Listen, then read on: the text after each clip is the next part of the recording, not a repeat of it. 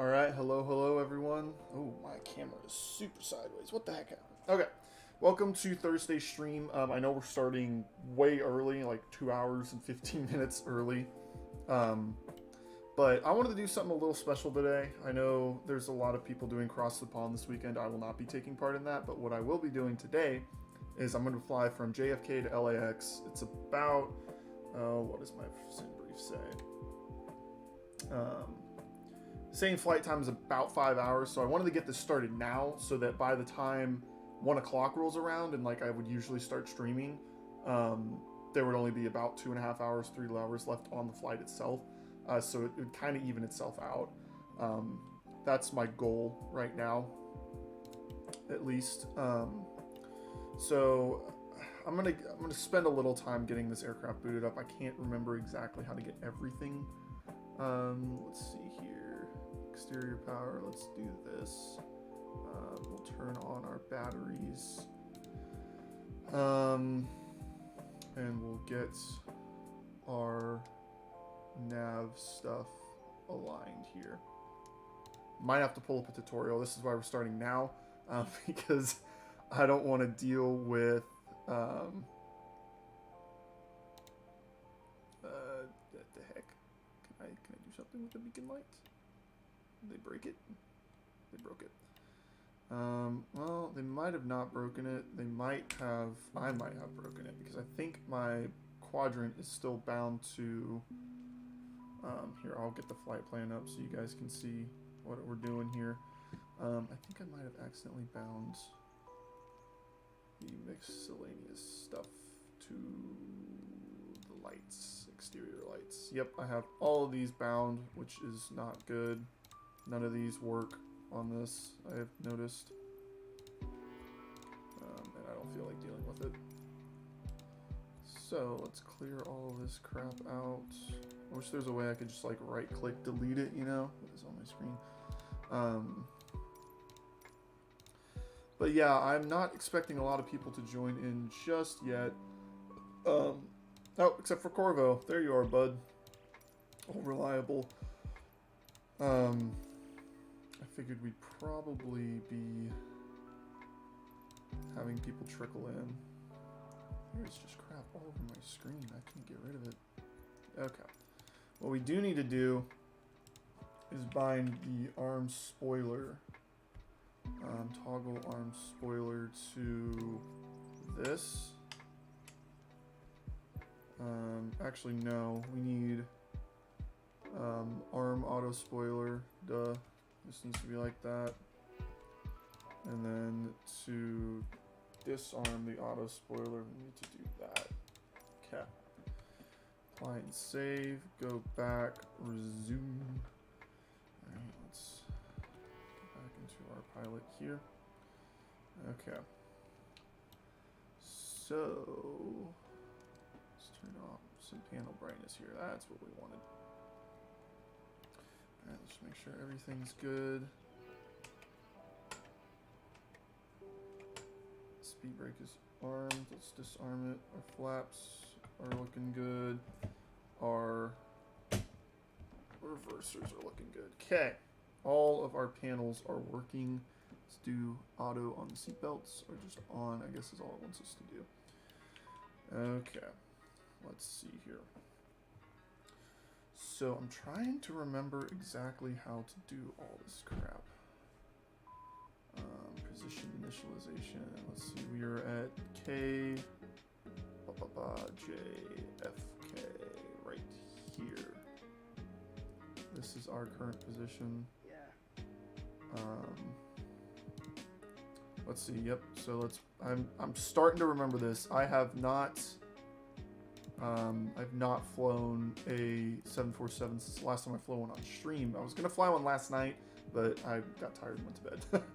So I did not fly one. So KLAX. Our flight number, if it even matters, is we are American Airlines Flight 112. Boom. We don't have a company. Can I send it from? Let's load. Wrong pilot ID. But you... Okay. Whatever. We can do it manually. Okay, I think that's all we need to do there.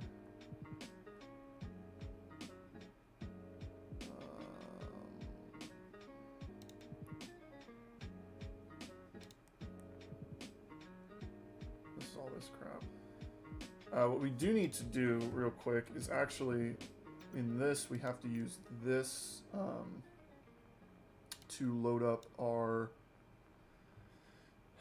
aircraft. So we are going to be weighing takeoff weight estimated 687,000 pounds. Is that pounds? Did I make sure to do this in pounds? Yes. Okay. We're going to have a block fuel of 121,058. So right now our fuel is 210. So we need to actually decrease that. And try not to mess with, okay, let's do 122,000 is fine. We're gonna have, let's see, 363 passengers. And our cargo weight is 20. Let's just zero this out. So our takeoff weight is going to be 68,700, 687,948. So that is, we are right there actually. So we just need like a little bit. 690. That's fine. That is completely fine. Let's get everything centered here. Yep, cool. Let's go back here. Okay, so we've got our fuel. We're still not using the reserve tanks. This thing is so freaking massive. I can't believe how big this plane is. It is shocking. All right, departure. So we are departing off of 22 right. Page, remember that. 22 right, 22 right, and we are taking the D's nuts, and we're transitioning to Candor. So let's execute that. Let's go back to arrival departure. We'll index. We'll do our legs here. The heck? What has happened? Why are you doing this? Why do you do this? Okay, let's just get this over to our plan here. Let's get it to plan. Let's get the range out just a little bit. Okay, so it immediately has this vector, which is not right.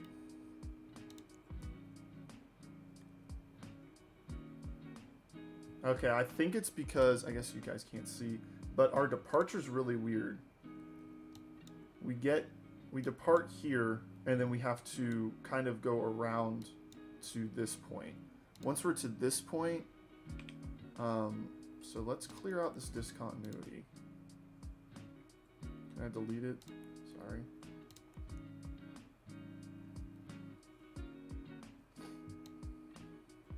Vector, I guess we should vector to Yankee here.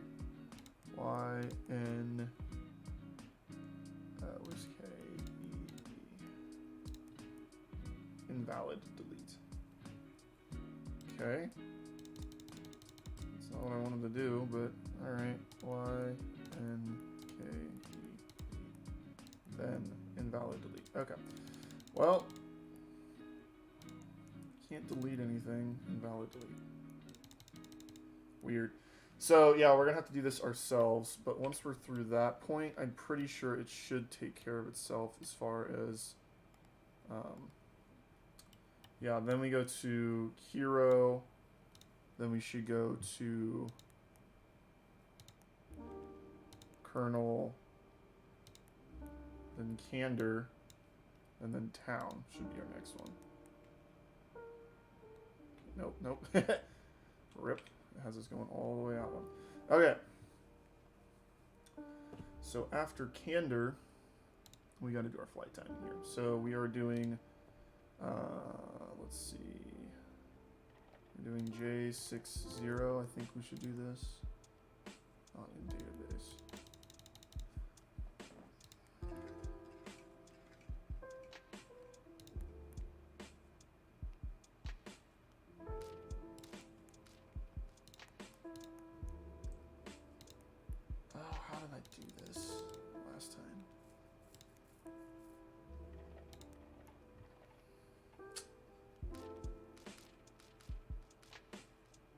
Maybe we should put it in our arrival then. Our arrival is going to be on 225 left.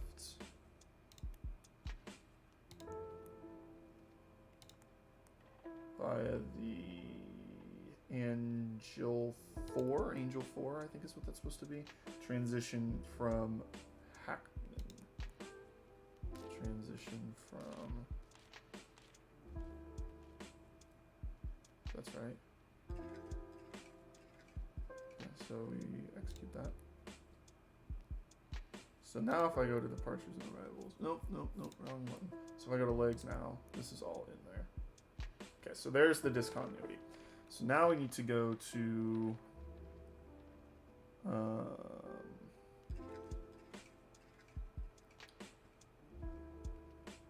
let's see,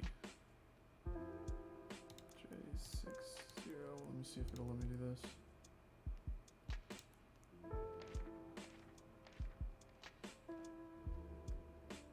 What the heck did I just do?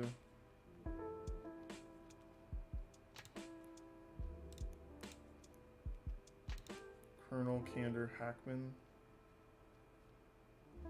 No, this should be J60 as the next one. Actually, hold on. Let me see if this is right. PROM. What if I put that above this? Okay. To get there, how do I do that?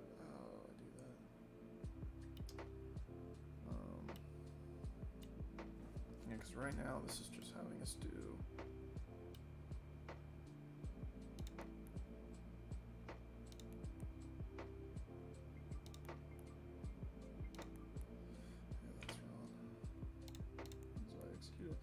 Okay, so we get okay, I need to get to airways is the problem, and I don't know how to do that in this.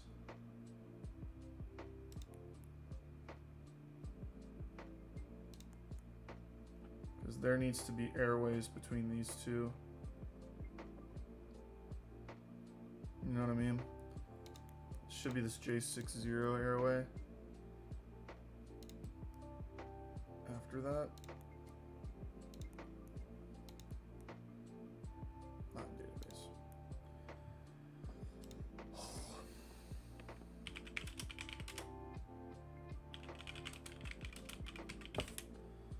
Let's watch a video.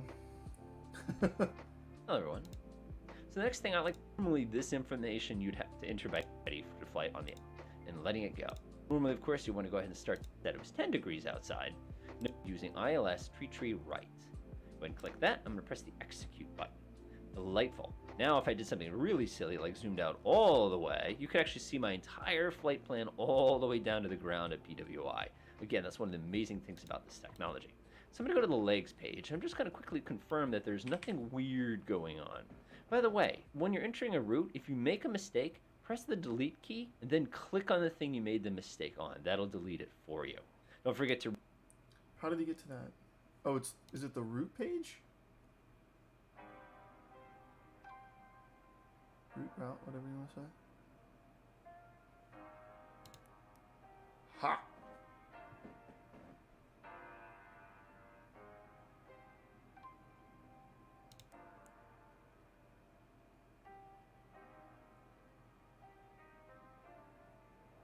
Do that later. I need to get back. How do I get to that page? The ground at PWI. Again, that's one of the amazing things about this technology. So I'm going to go to the legs page. I'm just going to quickly confirm that there's nothing weird going on. By the way, when you're entering a route, if you make a mistake, press the delete key and then click on really silly, like zoomed out all the way. You can actually see my entire flight plan all the way down to the ground at PWI. Again, that's one of the amazing things about this technology. So I'm going to go to the legs page. I'm just going to quickly confirm that there's nothing weird going on. By the way, when you're entering a route, if you make a mistake... Oh, okay, so then I hit next page. Haha! I found it! I freaking found it. Don't even worry.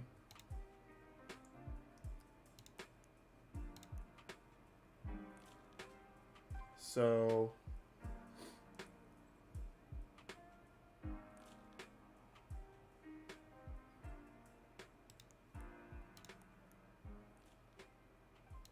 let's just delete this because we don't need it. Let's delete all of this crap. Get out of here. Said be gone. No airway match? Yeah, get the hell out. Yeah, I'm not trying to add something. I'm trying to delete something.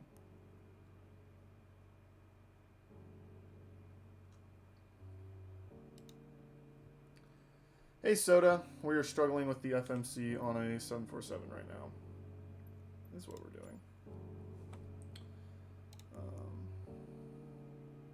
Trying to get, so to Candor. From Candor we need to do J60 airway.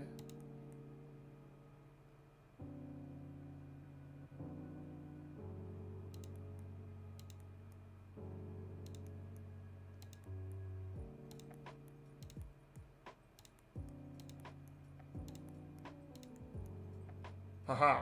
Okay. So now we need to, hello, delete you or you. Whichever one of you wants to get deleted, that would be great. Erase.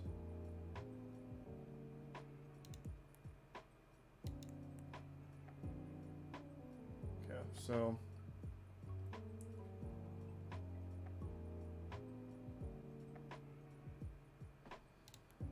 if I put this in here,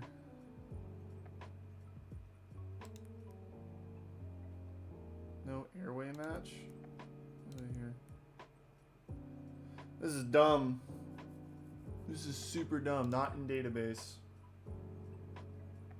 That is our exact freaking thing. Okay, you know what I'm gonna do? I'm gonna go out. I'm just gonna load this flight plan into the FMC and deal with it from there. That's what we'll do. Because I hate it. Export it, close it, go back to the world map. We'll choose this one. Actually, no, we'll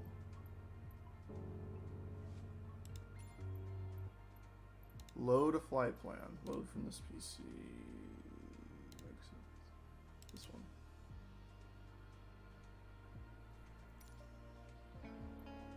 Okay, that looks pretty good. I'll watch it just get screwed up as soon as I come in here to go put myself at a gate. So we're taking, yeah, D's 22 right is our departure here. So it got all screwed up.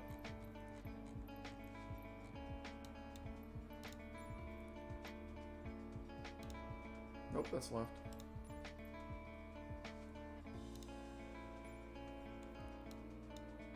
What in tarnation happened here? Screw it. And our approach is gonna be 25 left.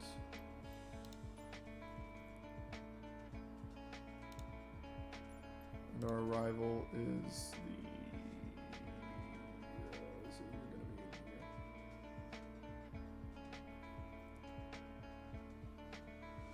Ah, there it is. Angel 4 arrival. So how did this get screwed up?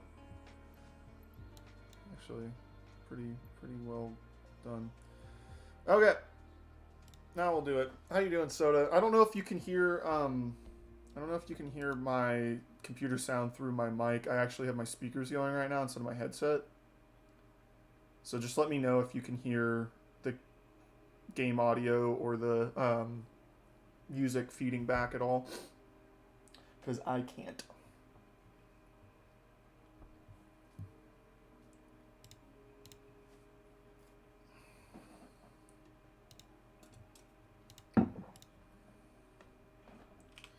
Alright.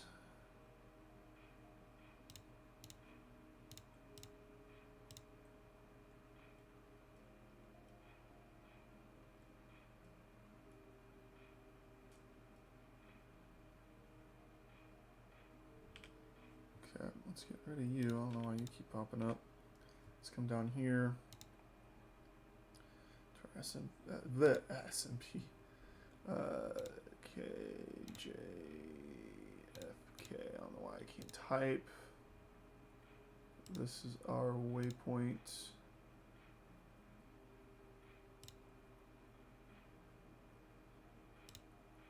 Okay, now we get to do all this fun stuff. So we're going to be cruising at, oh, I guess we need to do our weight again.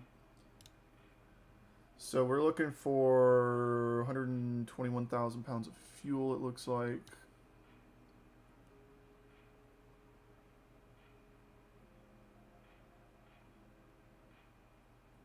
Let's do that. And our total weight is going to be 688,000.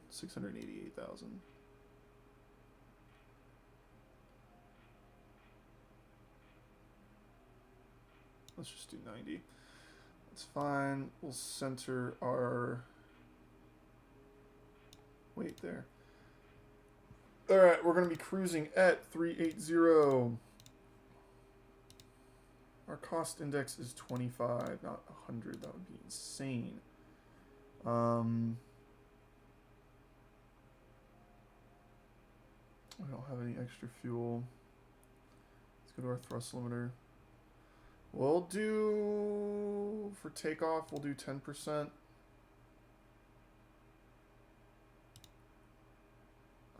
Let's get this punched in here. Come on. Oh, let's do a flaps of 10 for takeoff. There we go. Thrust limiter. That's already done. Takeoff, that's already done. So I think we're getting pretty close here to ready to take off. Let's just go to departures, arrivals are done. Let's go to our route and let's just make one more time. Let's make sure that we're good to go. We'll go over to plan. We'll zoom way out. We'll go to legs here.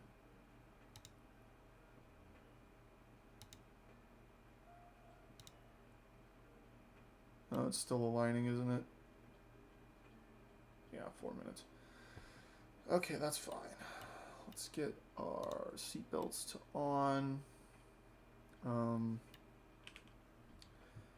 Let's start powering up our APU here. Let's start it. That's on. APU gens. Maybe. Maybe not.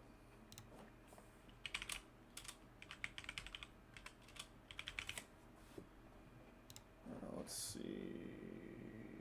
I don't want all this stuff. APU power. What I'm going to do now is the power units, the APU. Switch it on, push on the start switch for a few seconds to allow the start motor to produce a light. Let's see if this is starting. Next slide, now is the APU starts in the back of the airplane. APU is running. So what that does is it runs a small engine in the back of the airplane to run the electrical systems within the aircraft without the need for ground power units. So we're going to make ourselves independent of the ground before starting our engines ready to start. So we'll do that for seconds to warm up. Generators are now available. Those are on. Power disconnects. And now independent of all power systems. Okay. This is going to be navigation lights, originally earlier, so that's active aircraft. And we'll also turn the beacon lights on both, so that's ground crews, RBR now, and ready for engine start up. Turn off. We'll turn everything on. Cruising out, clear the area around the aircraft. Also move to a safe distance when the engine starts. Turn the fuel pumps on. You'll pull back the engine starts up. Then on the throttle over there, you have 4 switches down below which control the fuel. Okay, I think I remember how to do that part. Alright, I'm waiting for this to align. Once this aligns, I'm going to check my map real quick. We should be good to go.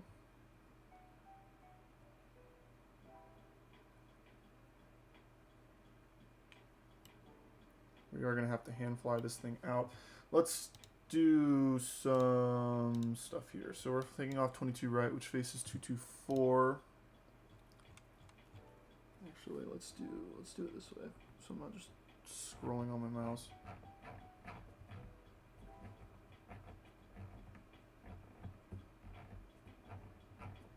This is frustrating that this does this. Okay. 224.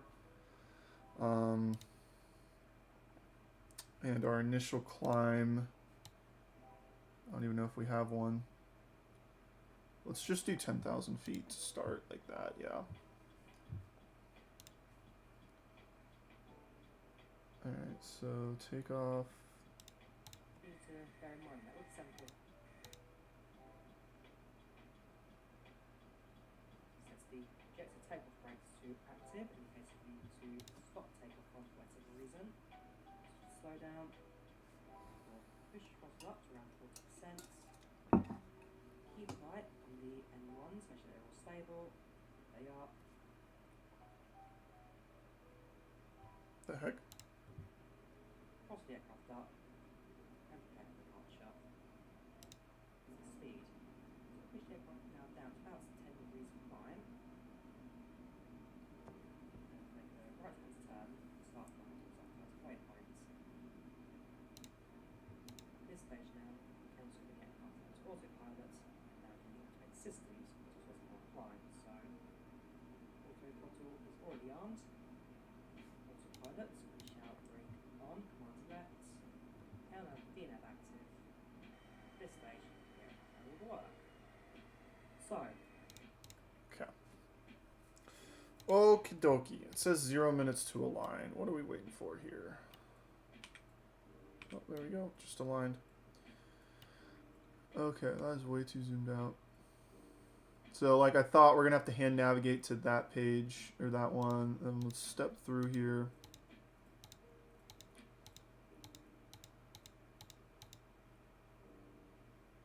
Not that many points, actually. Let's see how far we can zoom out.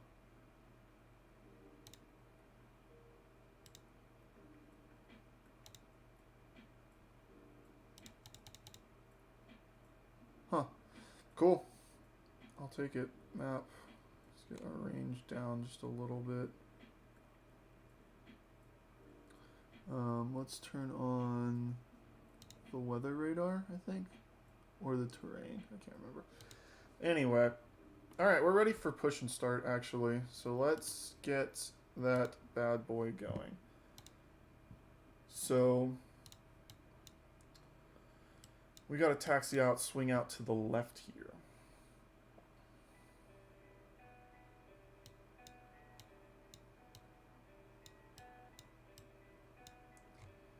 A big old airplane.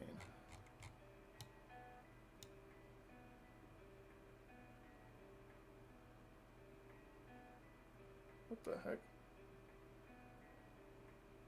I don't know why I did that. Let's try that again. Oh, there we go. Just hit the delete key. Seems to be a good thing to do. Okay, boom. Request pushback.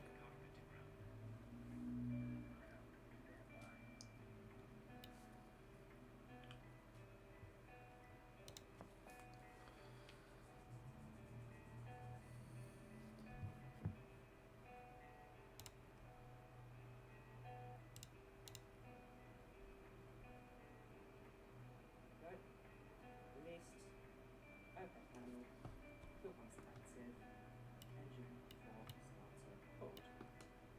And watch that N1, released, overhead panel, fuel pumps active. for starter hold. Let's watch that in one.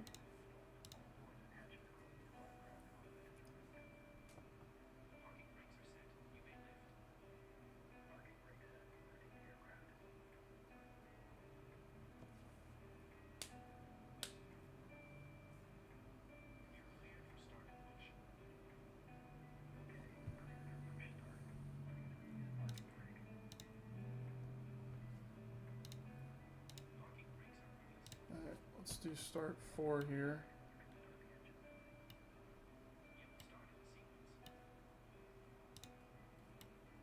There we go. I think we're looking for 10% before we introduce fuel. Engine 1 for should start. Also use the ATC menu. See how it steers to the right. So using the ATC menu to press pushback takes a little bit of learning, takes a little bit of adjusting. Eventually, once you've done it enough, you'll start to learn when to do it and how to do it. That's great. So this occasion, Big old plane. we should still be able to taxi without too much of a problem. Not sure has now started. So what we're waiting for is the start switch to pop back in to the position. Push back, it's the parking brake. 4 is now active. 3 starter. 4 is the Gen 3 is active. Gen 1 is active. Gen 1. Start fuel flow. Oh, I guess we need to start 3 now. Gen 3 will come to life.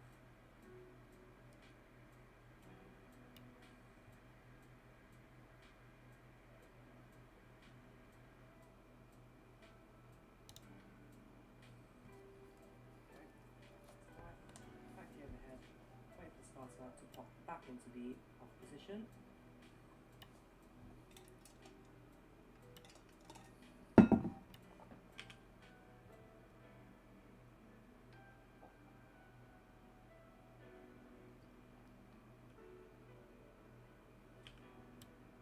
Engine 2 fuel pumps active. Engine 2 starts.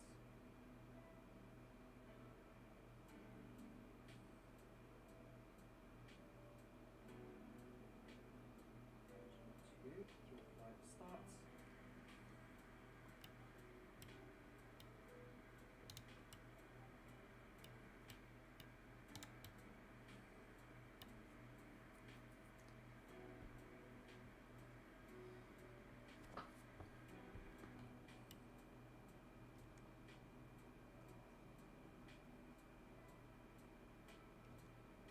Ooh. Finally, start switch comes back into the on position.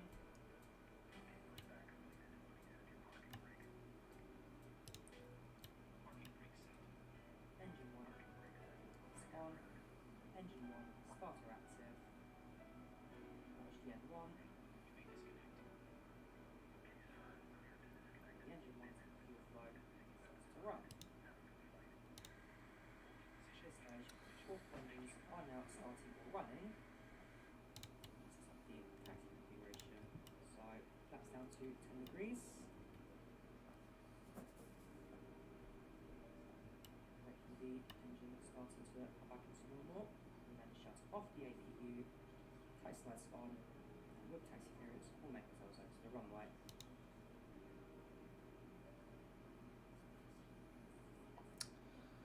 Oh, I guess our flights are wrong on our page here.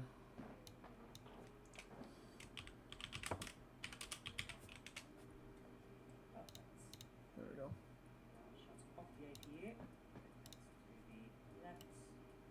Generators will automatically switch off. Turn the taxi lights to on. At this stage, now then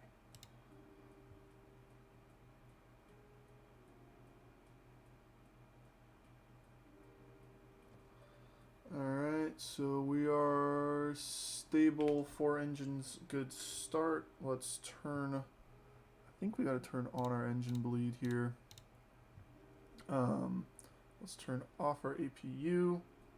Those will click off. And then I think we're good to go. Unless we have to turn all our pumps on.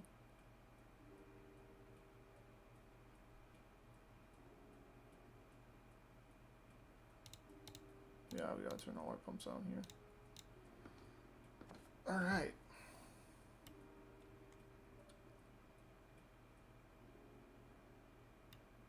Fuel low, center, and left, because we don't have any fuel there, do we? Well, let's turn on our fuel thing here. So yeah, we don't have any center fuel. So I can turn those off.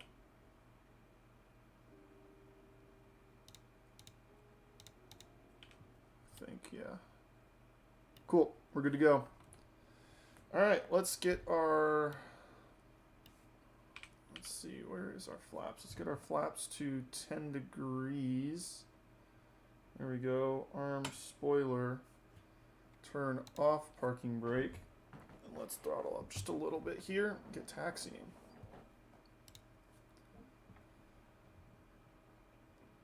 Oh, I guess we should turn our taxi lights on too. Taxi lights on. That should be good.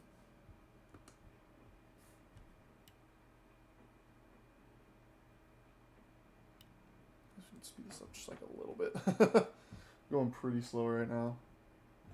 Okay, let's get our Navigraph back open. Yeah, that's weird. So I was looking at these charts and I totally forgot there's like certain routes as a 747 you just cannot take your plane on because you're too big. Let's make sure that our barometric pressure is correct here. Let's get that to that. And let's start turning our plane onto a taxiway here.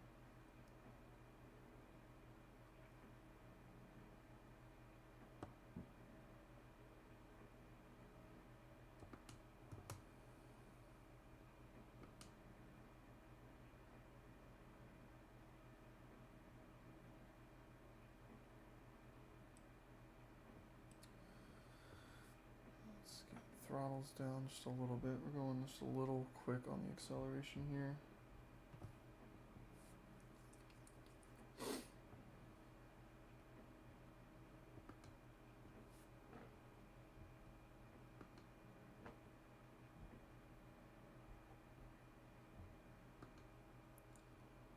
Spin the plane just not too quickly or we're going to lose all of our momentum. Throttle up here.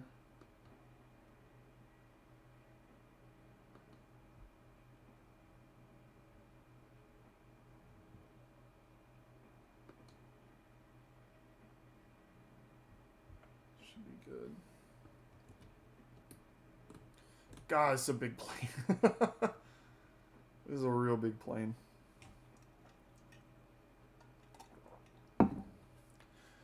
And we're not even like 50% fueled for this, which I think is wild. I didn't put a lot of cargo on board though. So I don't know if that changes things.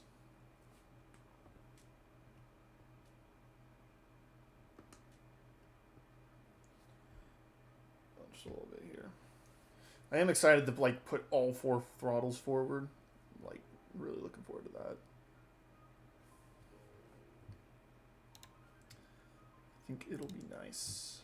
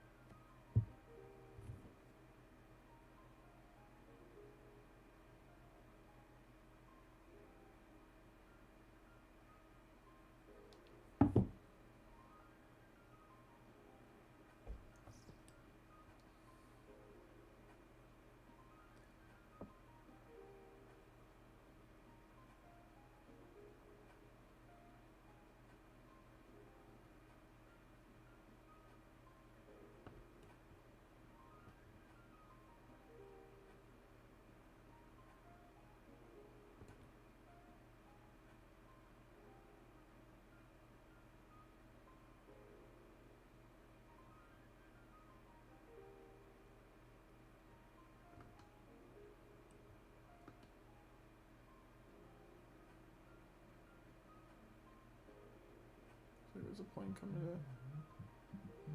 in. Dude, that's not a real person. I can just tell. It's not a real name.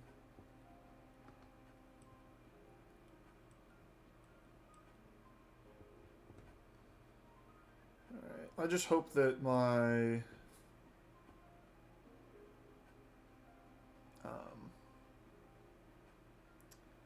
hope that my landing gear works.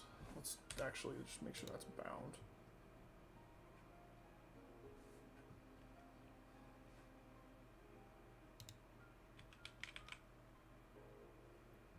Gear down, gear up. Okay. Go back. Come on. Come on.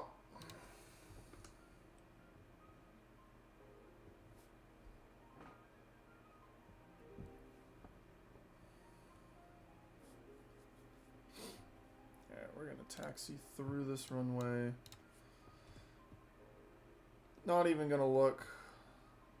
There's nobody coming anyway. Here comes a plane.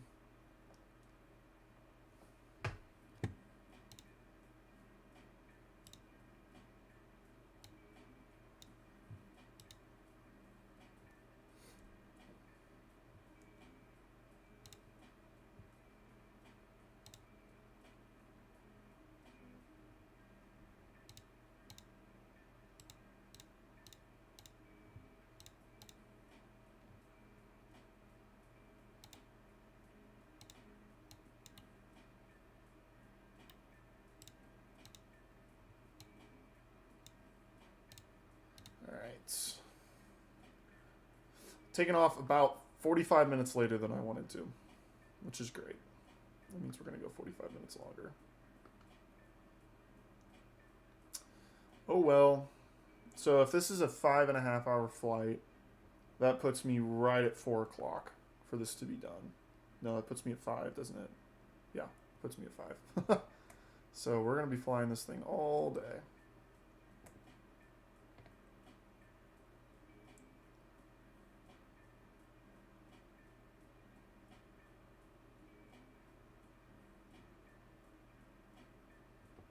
Let's get this bad boy lined up at the runway.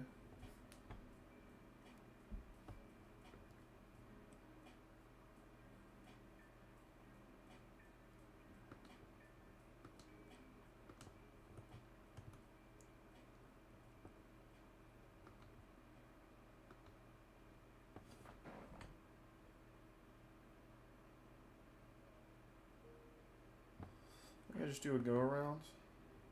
The computer does go-arounds a lot, I've noticed. Like, every time I see a computer about to land, it's like, nope, going around, sorry.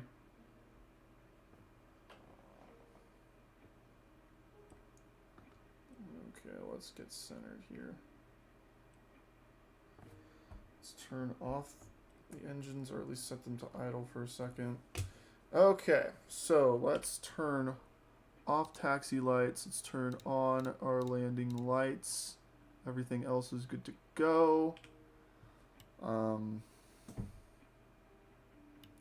the auto throttle for when we need it. And let's throttle up and take off. We'll start our journey.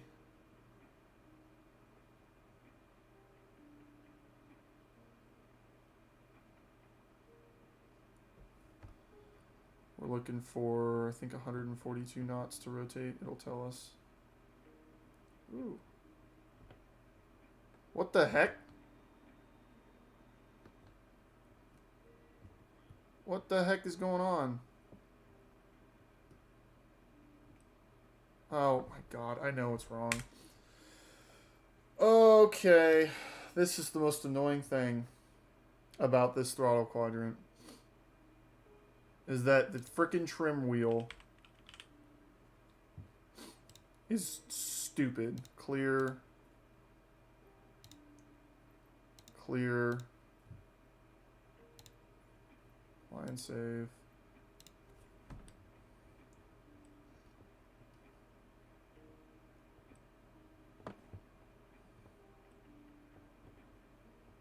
Can we actually save this? Because that would be stupid.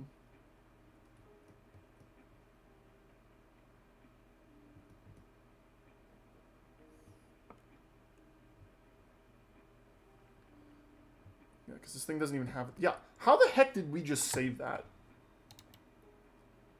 I have absolutely no idea how we didn't just crash.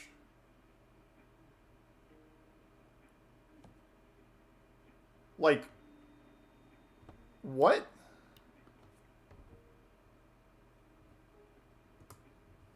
Okay, well, let's just fly this thing out now. We need to do a...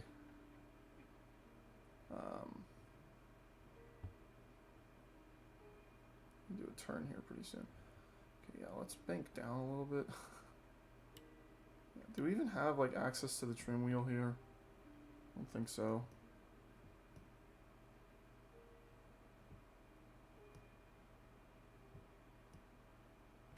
Yeah, there it is. Okay. This is just the worst, absolute worst takeoff I've ever had in this plane. But as long as we can get steady here without overspeeding, let's get our flaps up. We should be like retracted on flaps now.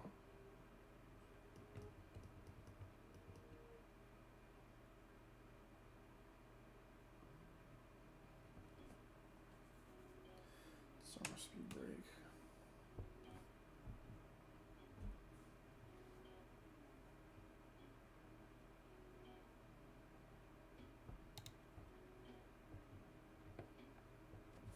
Let's throttle down a little bit.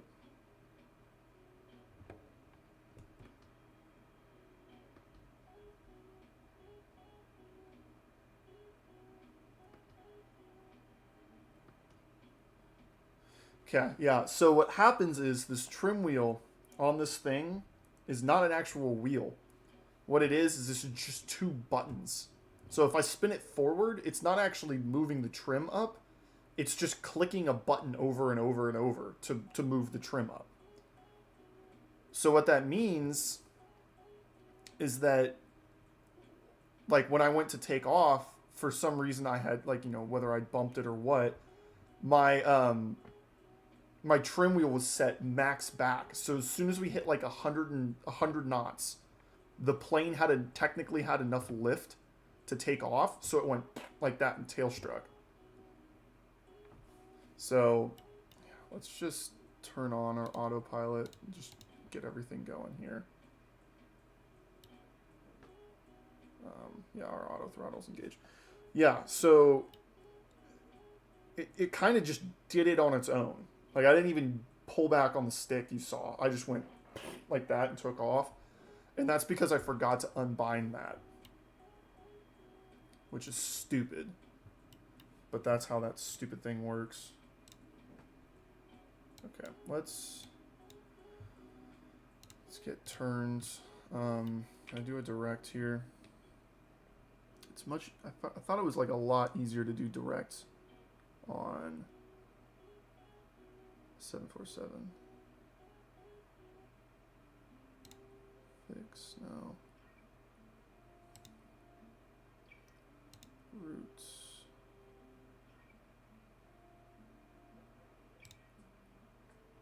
Progress.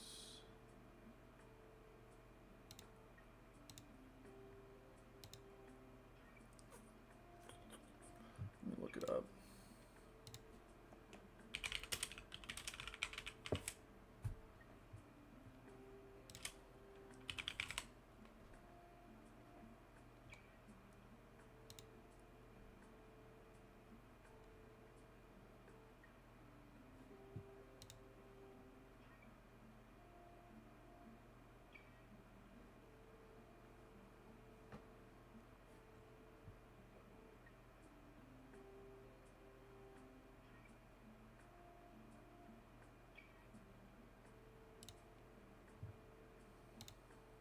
Legs.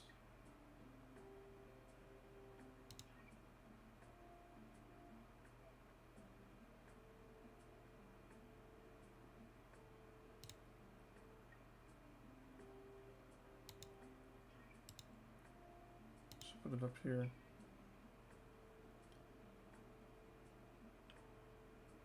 Yep, there we go. So we should be turning here.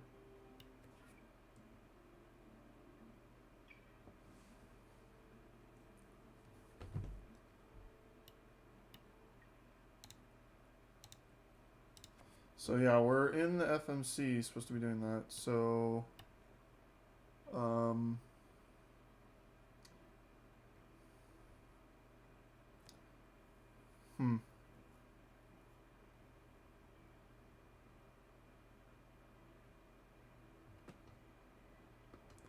we are quickly flying the wrong direction here. Yeah, we need to turn. So let's get our heading turned here.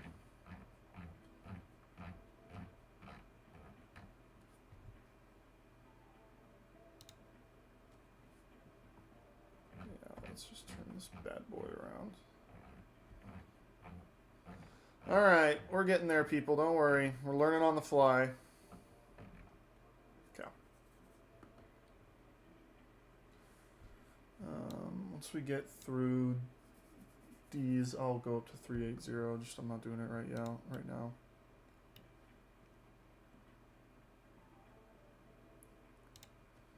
Okay. Make sure we don't overfly it.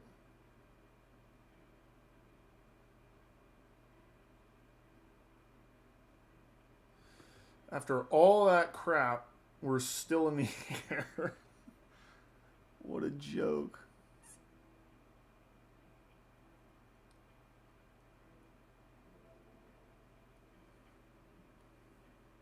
Okay. No.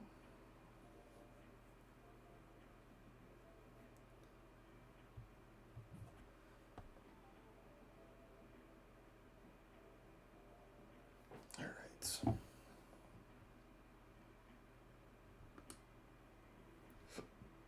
At least we're alive.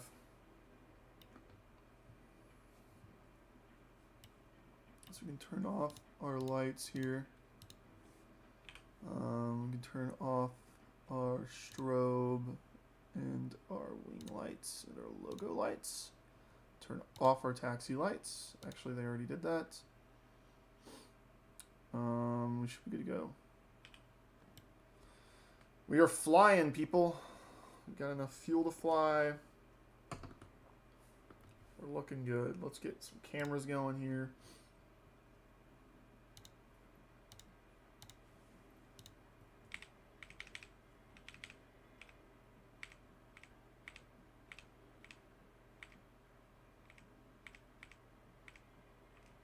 Oh, they don't really have good views, do they? Yeah, we don't want to look at the APU. It's kind of a dumb one.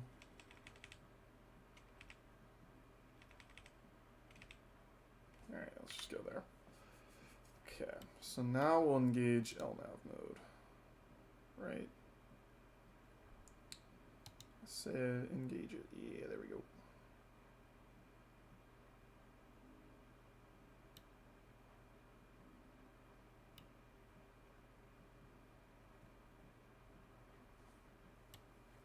So now it should bring us in here. Once we get close, we should turn into it. Vertical, lateral, thrust, flight level change, we're all good to go. We're cruising though. We're schmoovin'.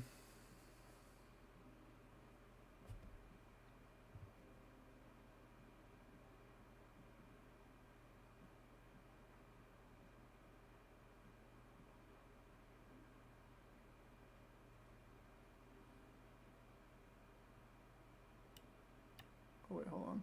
Do I have to execute this? Yeah, I do. There we go. That's what I needed to do. Now we should fly to this next waypoint.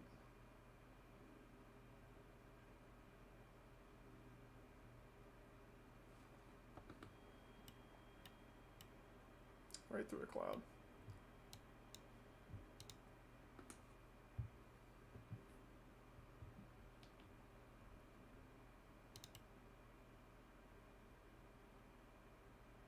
The heck, throttles?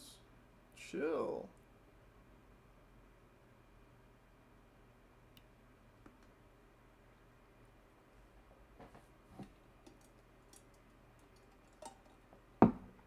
All right. So after an hour, we are almost to our first waypoint. That's usually how this stream goes.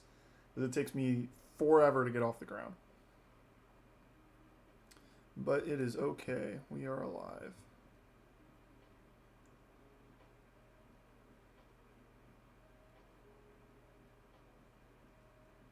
And then you should tilt back this way. Like this. Like this game.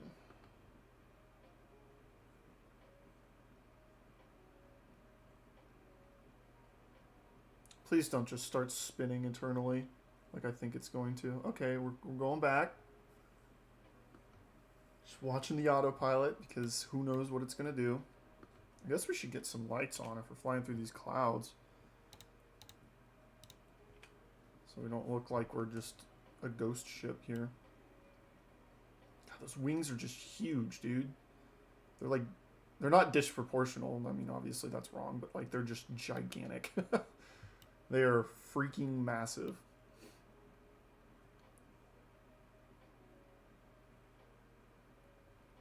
Yeah, we don't get to see like any of New York either because it's so cloudy.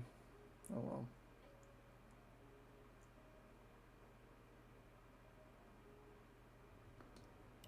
Oh, there's a little bit of a break. We should probably get our altitude up to our cruising altitude very soon here.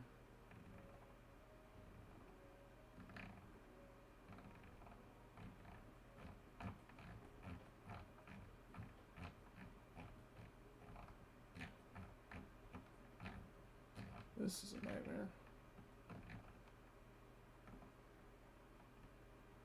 There we go. I don't know why it's doing this so much. Like, just get on our waypoint here.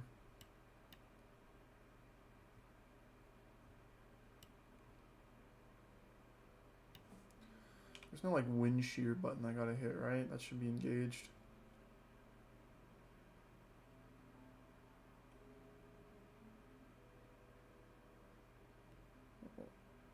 APU bleeds on, but it doesn't matter because the APU is off.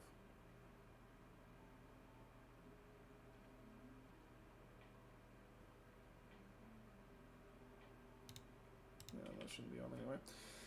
Okay.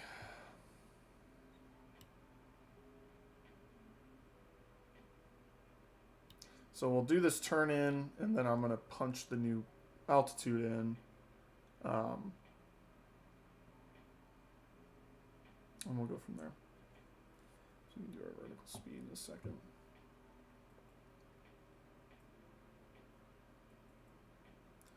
I guess we should do a flight level change and try that. I've never really messed with that button.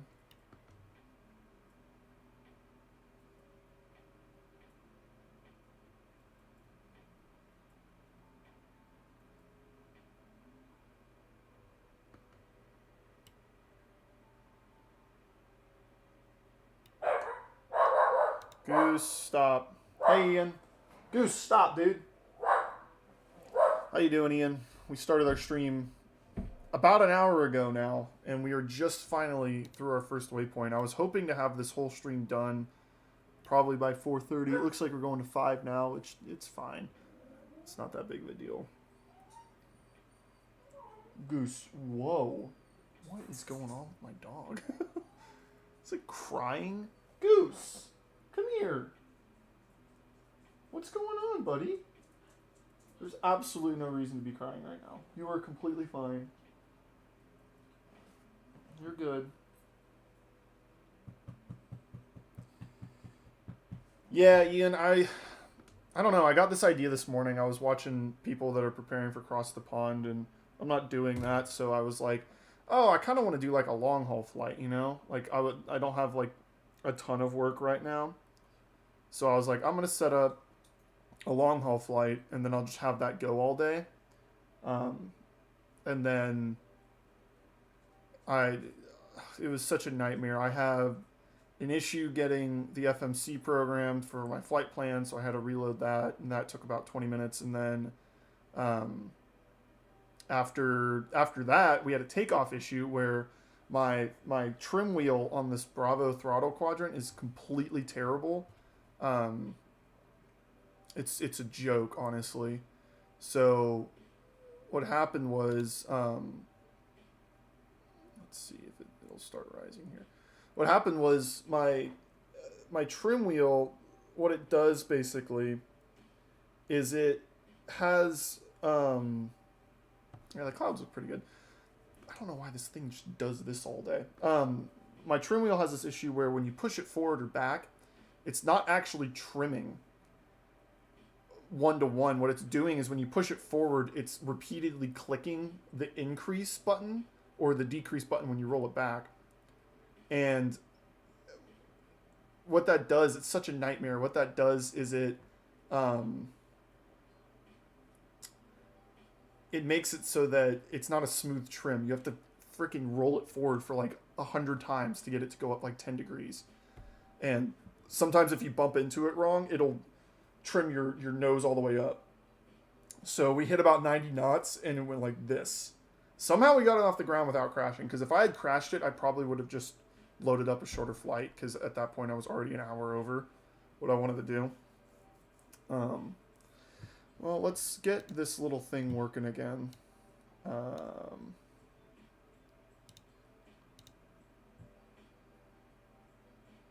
right now it's not working. Let's do 5,000 feet.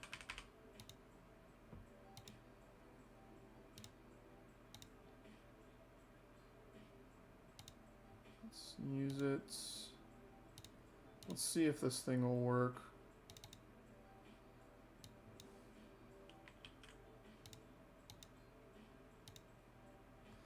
Ah, man, I'm so mad about this little overlay, because the flight's about 5 hours. But I want this overlay to be here so that I can tell people that. Because it says our altitude's 27 feet. Obviously, that's not right. Let's close it and reopen it here. Let's try this.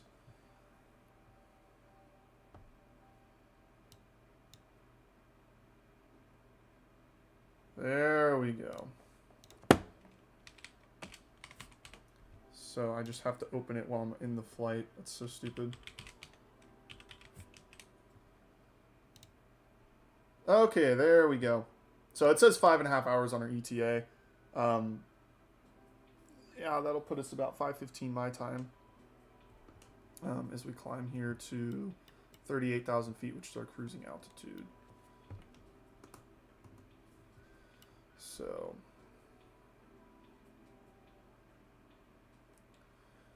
everything's looking pretty good.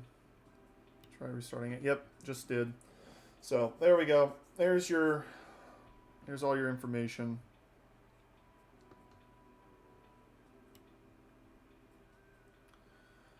But yeah, this will give us plenty of time to just kind of hang out.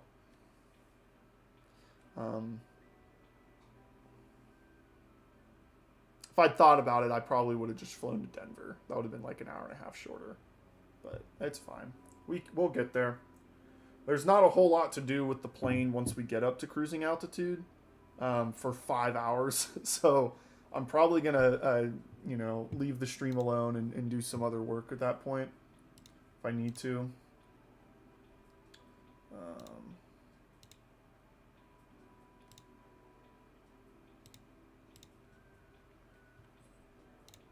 So let's do this.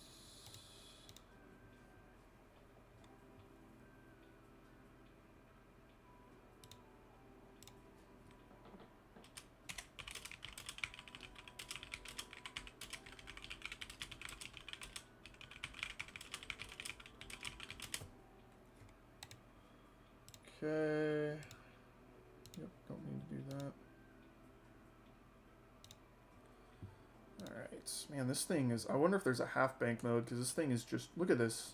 Look at it just freaking shimmying all over the sky.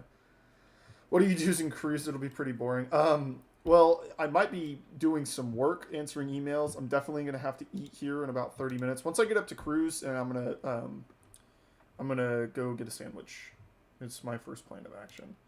And then I'll probably be just watching some videos, man. watching videos, talking about stuff, chatting with y'all. I know Soda was here. I think he might have dipped. But anyone that has questions or wants to talk about something, let me know. I'll have the map up so we can do some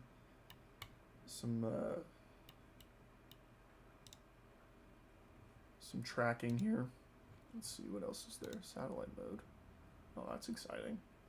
If we want to view it that way, US sectional, so we can get. Nope, don't want that. Don't want helipads.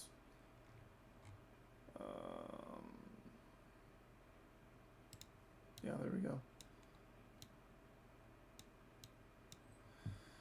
Cool. Yep. I've never flown a cross-continental flight. I've never flown a flight this long in Microsoft Flight Simulator. The longest I've done is 3.5 hours. So what I'm hoping is that if the sim crashes, I'm just going to be done. I'm not going to mess with it. If it doesn't crash and we get to LA on time, it's going to be pretty cool. It's going to be pretty cool. Let's make sure. I guess we need to set this to standard, actually. I don't know what I'm doing here.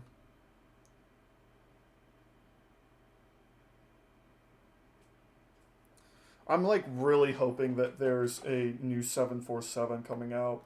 Or somebody's got to mod this thing. Like, this thing is just such a joke as far as systems and like the cockpit goes. Like, it looks good and it functions, but beyond just the basics of flying the plane with autopilot, like half of this crap just doesn't work. And I know Salty is modding it. That mod team is modding it, but it's like somebody needs to make a payware version of a 747, like 100 through 800 series, because I'd pay for a 100. I think it'd be really fun to fly a 747-100.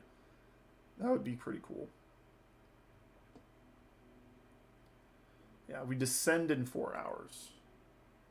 Oh, look at our ETA. It's 4.5 now, so it dropped pretty significantly. I have not flown this long, Ian. I was thinking about doing...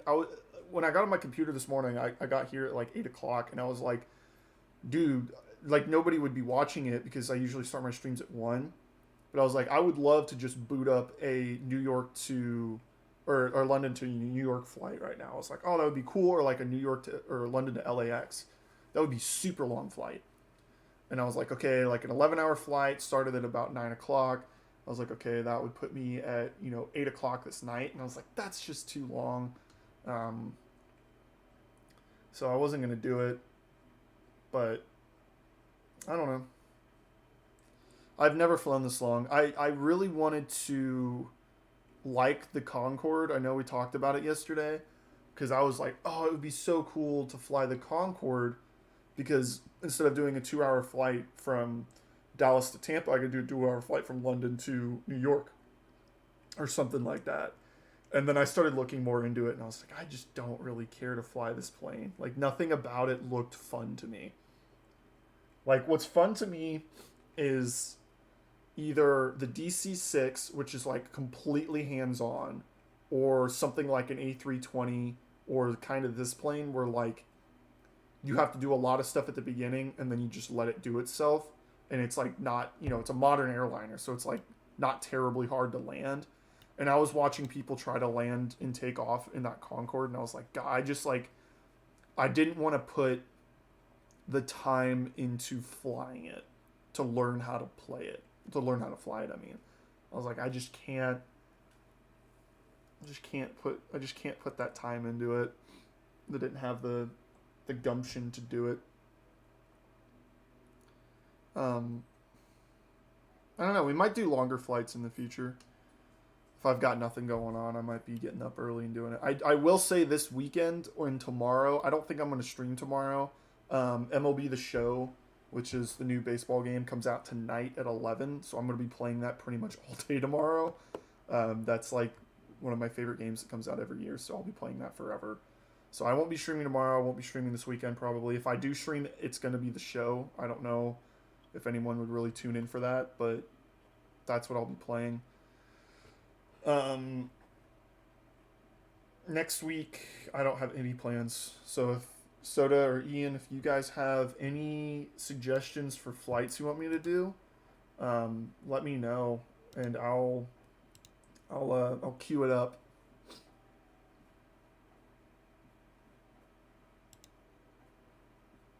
Okay, let's start looking at our arrival stuff here. So let's see our routing.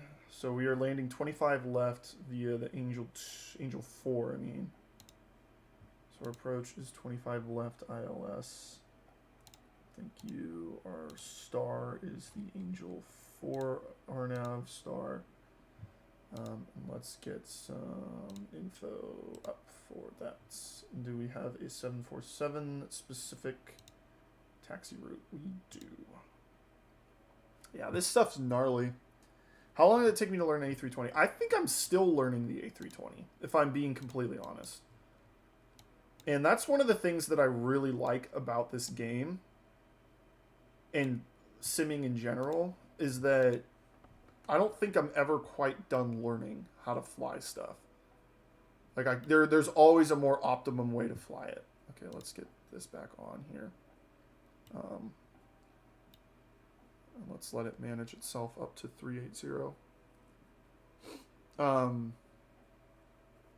Without climbing that fast. Holy shit. We don't need to be climbing at 4,000 feet per minute, please. Jeez, dude. Yeah, I don't think I'm ever really done learning. I think the A320 in this game, at least, is pretty limited because it is just a freeware expansion. There's not... I mean, there's a lot of features. It emulates an A320 very well, but it doesn't simulate it, if you know what I mean. It's really good about making it feel like you could fly an A320, but when you look at a study level A320, there's so much more that goes into the computer systems. I'm still trying to figure out what I'm screwing up with the computer and what the fly-by-wire A320 does not have the capabilities to do. Which stinks, because I'm like trying to learn it, and then I know that when the 737 comes out, I'm going to be learning that for a while. Like, I mean, every time I fly the A320, I feel like I get a little better at it, which is what we want. So, the KLM livery. What is KLM? KLM. I don't know if I know that airline.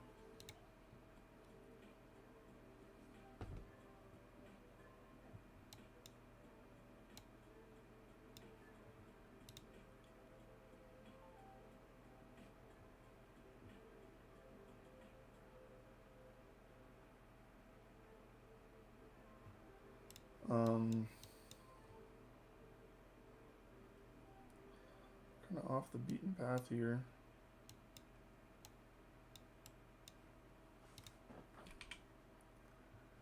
Smash. Who's our next progress? Here we go. So ETA 2019 Zulu. What is our current time?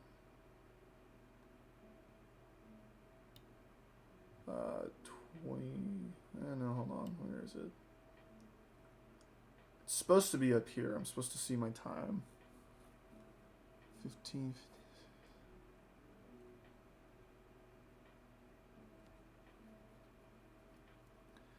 No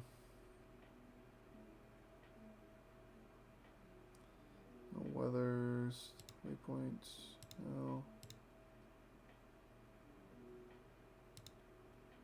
No, position, no, terrain. Don't need that. We need weather though. Oh, that's cool. That works. Yeah, where the heck is my time at? I forgot how to look at that. Yeah, 1,914 nautical miles until we get there. Bluish livery, you don't know KLM. No, I don't know what KLM is. I don't know what that livery is. I don't know what that airline is. Is that an airline?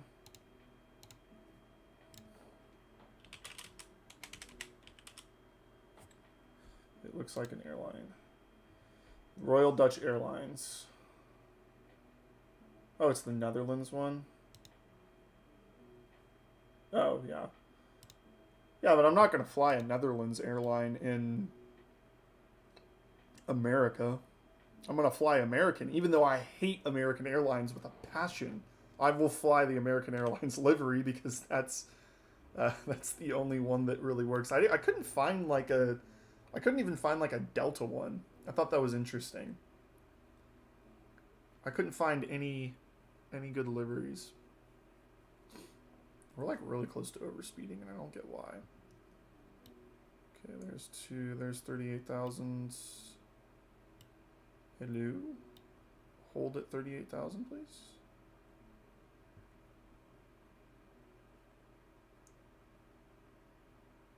Okay, we don't need vertical navigation anymore, so I guess we're holding here.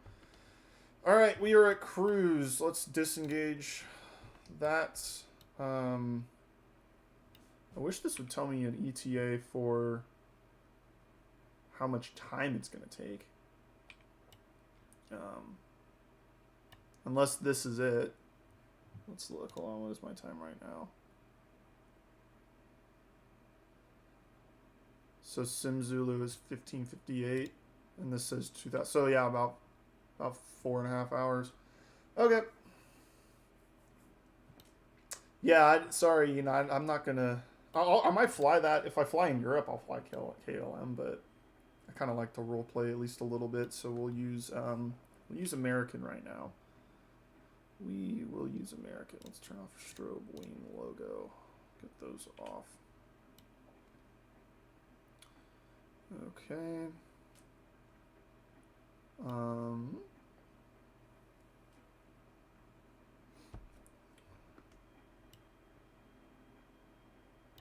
Alright, here's what we're gonna do. We're gonna go to the second screen, and I'm gonna put up a map so y'all can see. You can see that. Can I like center myself on the map itself? Follow flight. There we go. Okay. I'm gonna go make myself a sandwich. Yeah, I just know that. I'm gonna go make a sandwich and I'm gonna eat. So y'all enjoy the flight. Actually, let me do a main screen, and then let's take. Hold on, I'm gonna pull some shenanigans here. There's our second screen map. I'll put that up here. Actually, I'm going to put that over myself. Because we don't need to see me right now. I'm going to be gone. So there's our map. Let me know if you guys can't really see anything on it. I think it should be the right size, but I will be back in a couple minutes.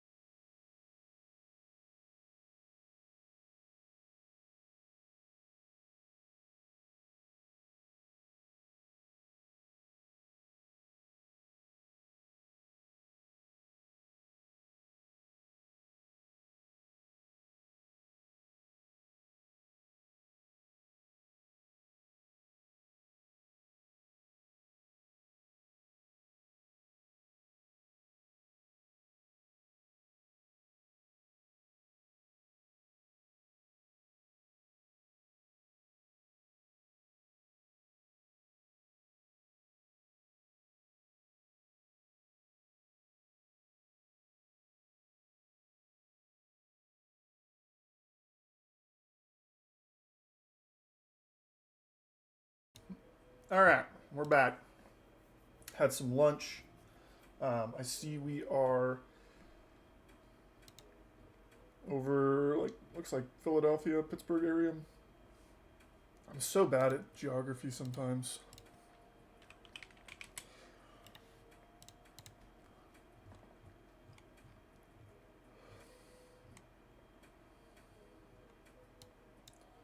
Yeah, we're almost, yeah, we just went over Pittsburgh. And we're kind of going over, well, no, we're not over Pittsburgh yet.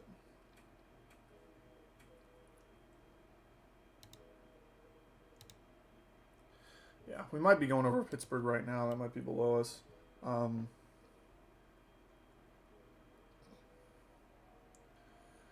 Pretty easy flight. Make sure we got enough fuel. 100% we do. A little off, but that's fine. We have 93,000 pounds of fuel still. So, we're good to go.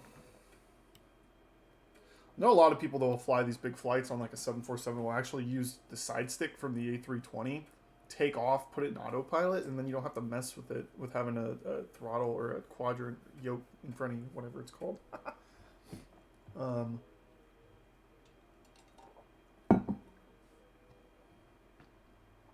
Cool. Cool.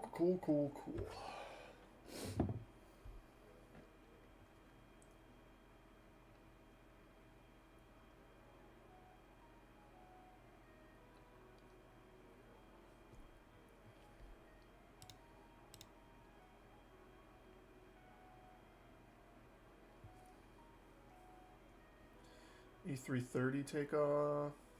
Let's watch some videos. Madsen, welcome aboard this Airbus Say his name is Michael Madsen. 200.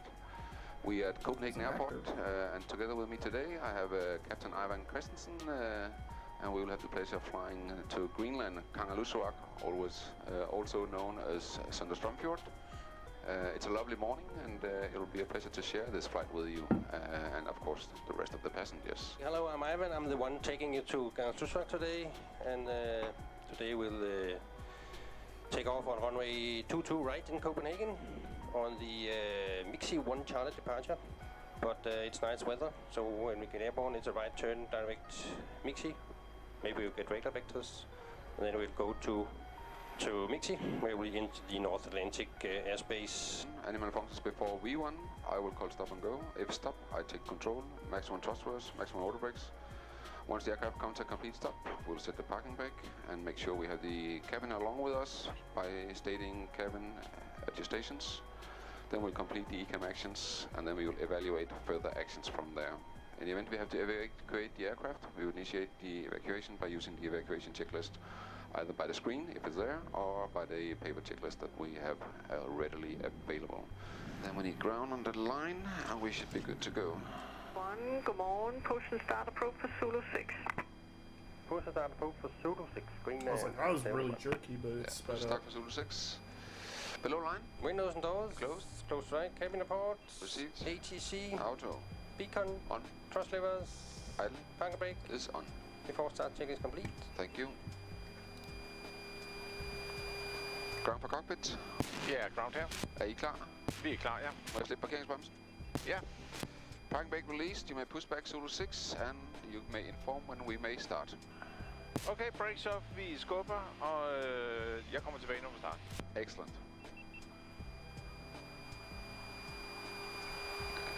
Cabin, everything is fine.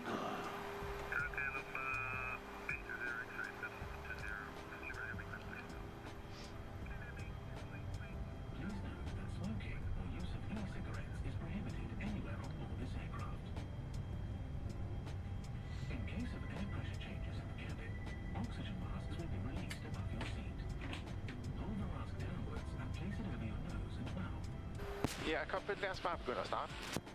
Excellent. Starting engines, good pressure. Starting number 1. Starting one. I do one first. Usually I do two first. Two then one. Start but valve is open. guess I don't know what's a game. Into an oil pressure.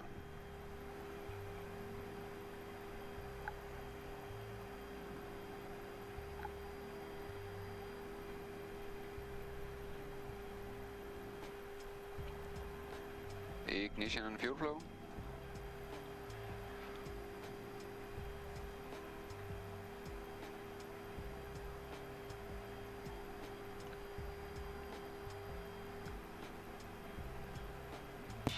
Parking brakes on. Park brake set. Tak. Start valve closed.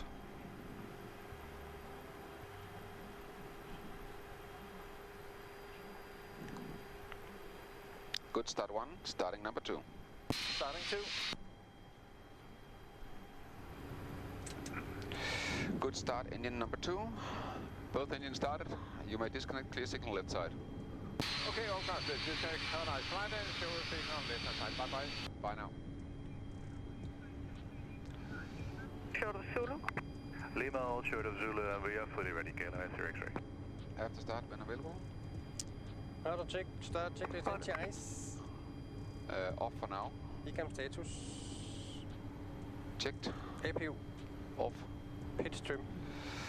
That's close to 26.8 up. Set. Rudder trim. 0. Clear signal. Receive left side. Auto start checklist complete. Thank you. Flight control check. Check. KLM 8 to the Hold up. X-ray. Down. Neutral.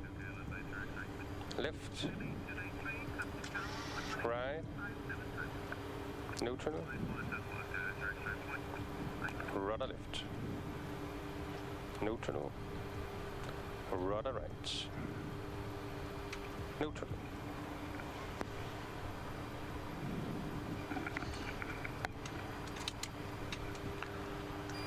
Clear right. And left side is clear. Ground, Taxi. Greenland 781, request taxi. Greenland 781 via taxiway Zulu Alpha, hold short runway 30. Zulu Alpha, hold short 30, Greenland 781. Zulu Alpha, short 30. Check. I think it's weird that on Brakes. Airbus is the trigger is how you do Pressure signal. the Thank you. radio. It's how you switch on your radio.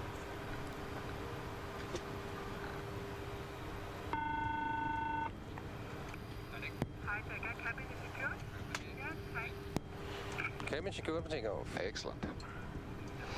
Yeah. Before takeoff, checklist to the line. Have you fået den?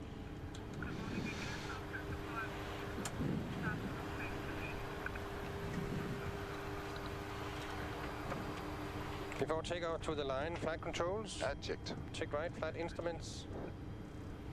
Checked. Right.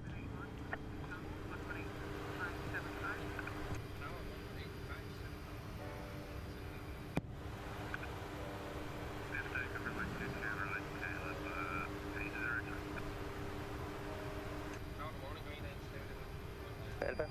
Greenland 781, hello, cross runway 30, continue holding point 2 to right. Cross runway 30, holding point 2 to right, Greenland 781. Cross 30 for the holding point, 22 right. Check. Yeah, let's wait with the checklist until we passed. Yep. We'll hold the And checklist. then we'll take it from the start again. And it'll be right here on Alpha. Check.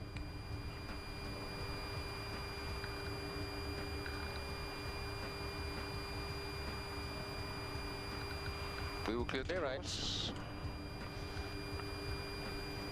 Left side's clear.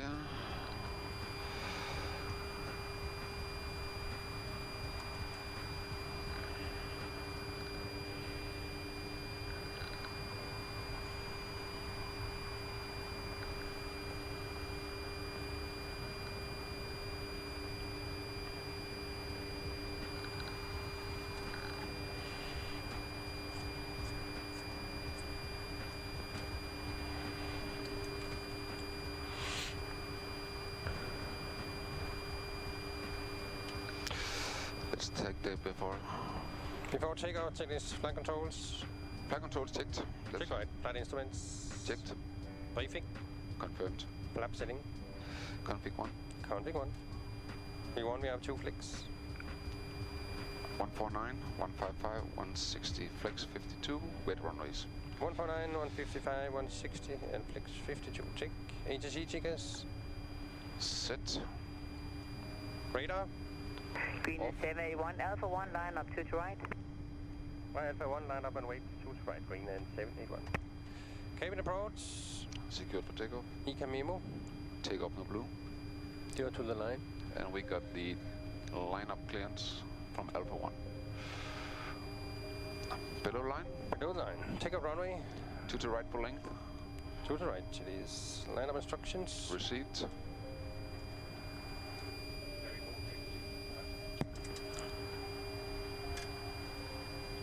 Cabin crew. Advised. Engine start selector. Normal. PACX. Off. Takeoff clearance to go. Static takeoff. Ja, jeg har ikke fået takeoff clearance endnu. Correct. Greenland 781, 2 to right, clear for takeoff, Subpercent 26007. Clear for takeoff, 2 to right, Greenland 71. Takeoff clearance. Received. Before takeoff checklist complete. Thank you.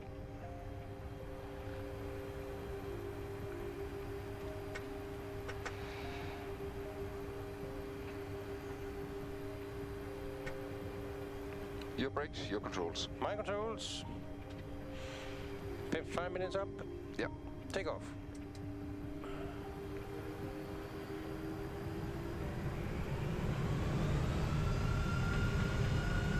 Looks good.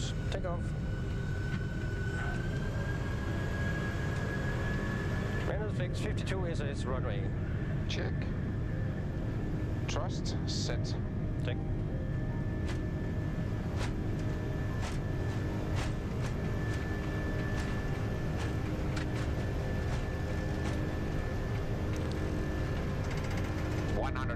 Check.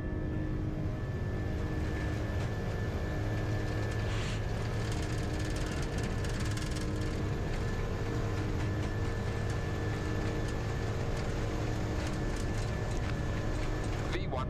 Check. Rotate. Rotating.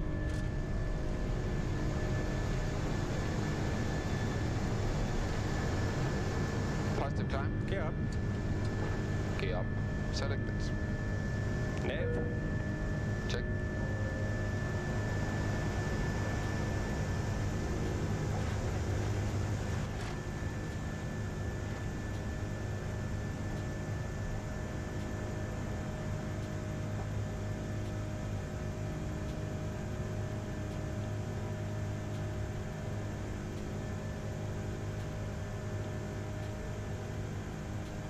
Departure, good morning. Greenland 781, Mixie 1 Charlie.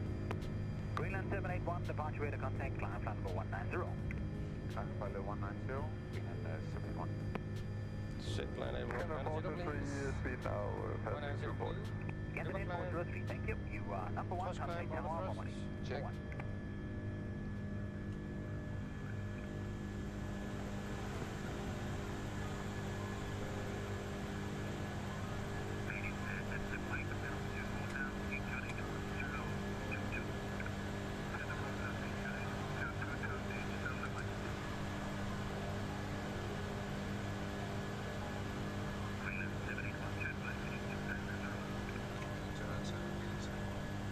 Set heading 290. Heading 290. 455, heading 180 to 10, 2,000 feet, still clear at RS. Heading 180, 2,000 feet, clear Charlie, the main wind 455.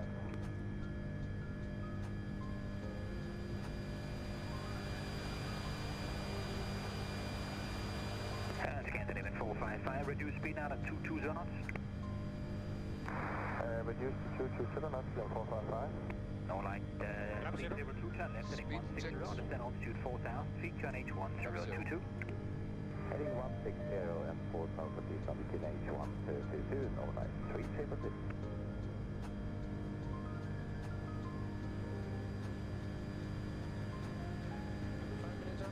Yep. take off.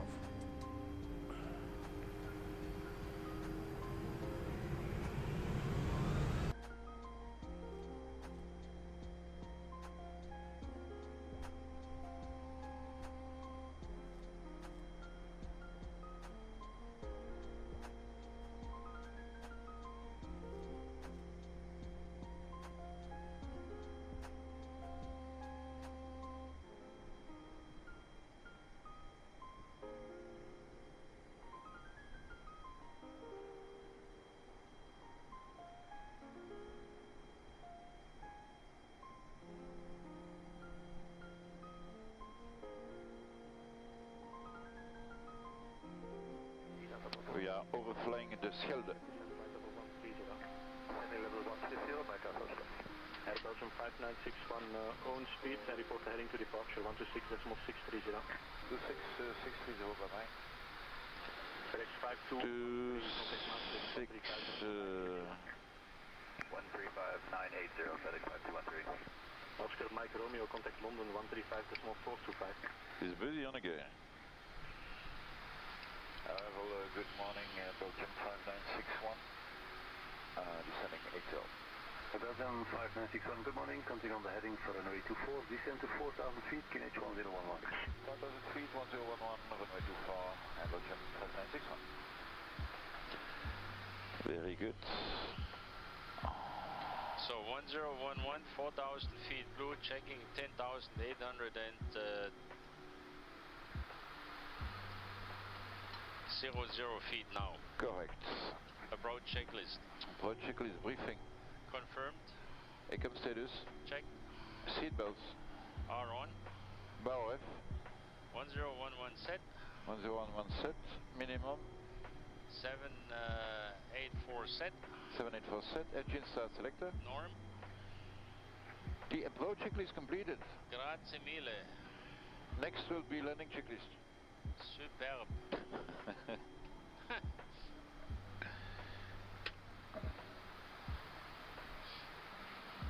Do you want the self-positioning on final? Well, it's yes, what they call in French la beauté du geste. So 10,000 feet items. Yeah. Landing lights, GPS primary, advise the cabin. Flight director, ILS. And constraint. Yes, sir. So inbound track on the ILS is 244 degrees. The frequency is 110.9. Correct. Belgium 5961, keep the speed as long as practicable, turn 10 degrees right to short it. We keep the speed as soon as possible, 10 degrees to the right, Belgium 5961. Belgium 5961, report your new heading to the tower 133130. 133130, right? Shalom approach, bonjour, Belgium 5961, we are 60, descending 5,000. Belgium 5961, Shalom, bonjour, information Alpha Valid, QNH 1012, continue the make of LS24. Continue LS24, and yeah, why not do like the Ryanair and ask for self-position? Alright, so the Ryanair meter is approved for you as well, sir. Descend to 3,000 feet initially. I will call you back for the passive positioning is approved, minimum 6 miles, report stack. The minimum 6 miles, we're cleared down 3,000 feet and Look at an email real quick, so I will kick y'all out and bring you back a second. Goose, my guy. Come here. Goose, come here. Goose, come here. There is just absolutely no reason for this, my friend. This is okay. Nobody will hurt you. I promise. Nobody's here to hurt you.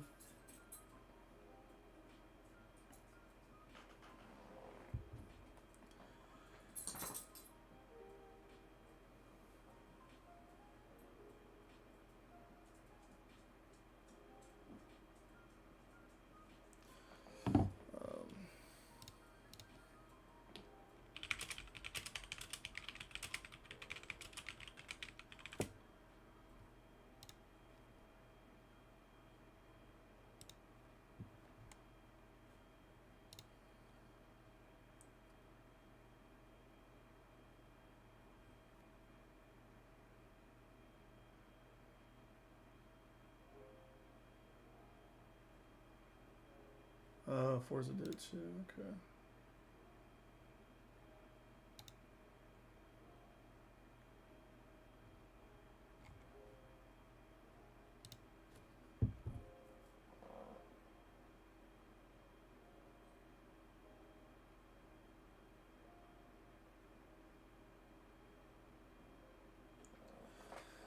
All right.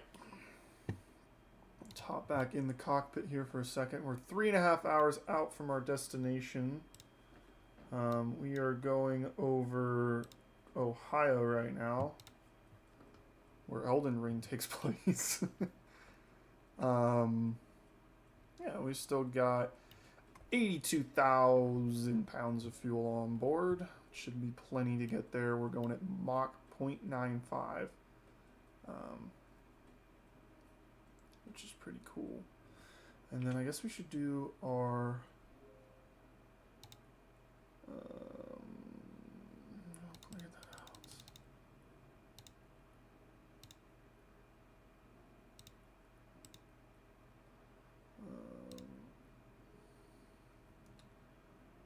How do I do this? I can't remember how to do it. Is it just like a menu?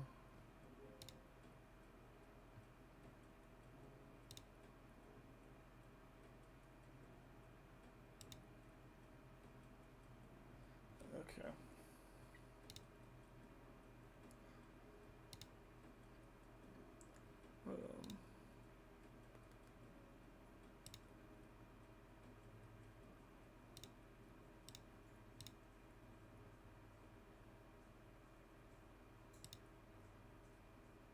Let's see. We'll probably do flaps 2.5.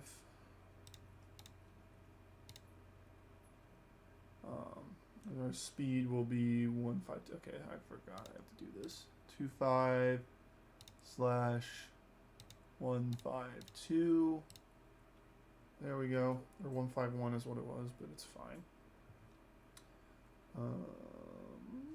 We're 3,382 meters away from our approach. So let's just keep on chugging along. I'll bring you back into the second.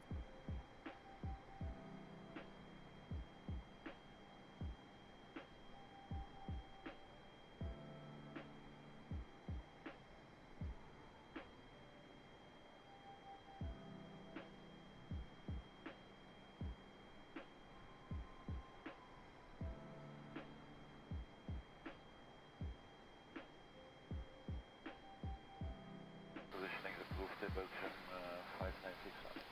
3000 blue, activate approach phase.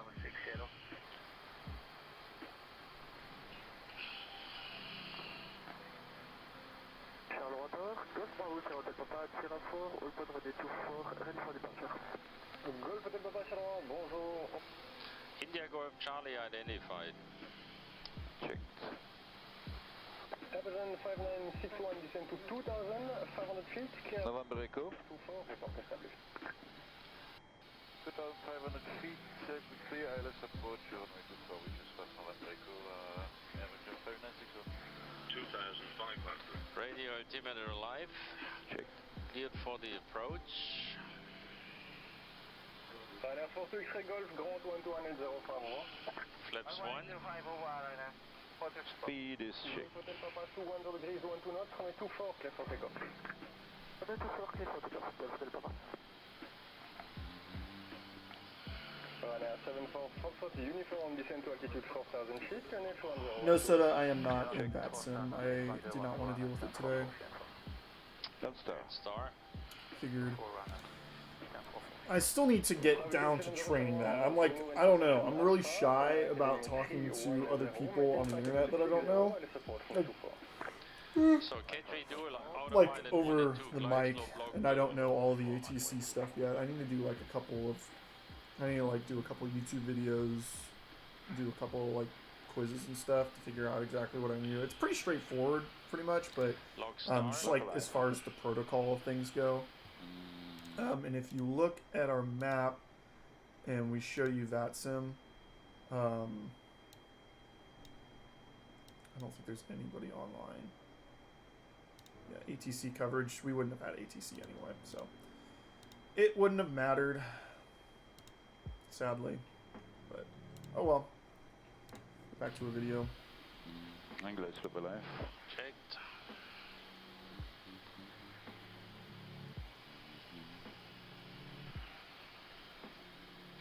Belgium 596 on final. Glide slope star, go on altitude is set, gear down. At Little and I'm Belgium 596. Advise cabin.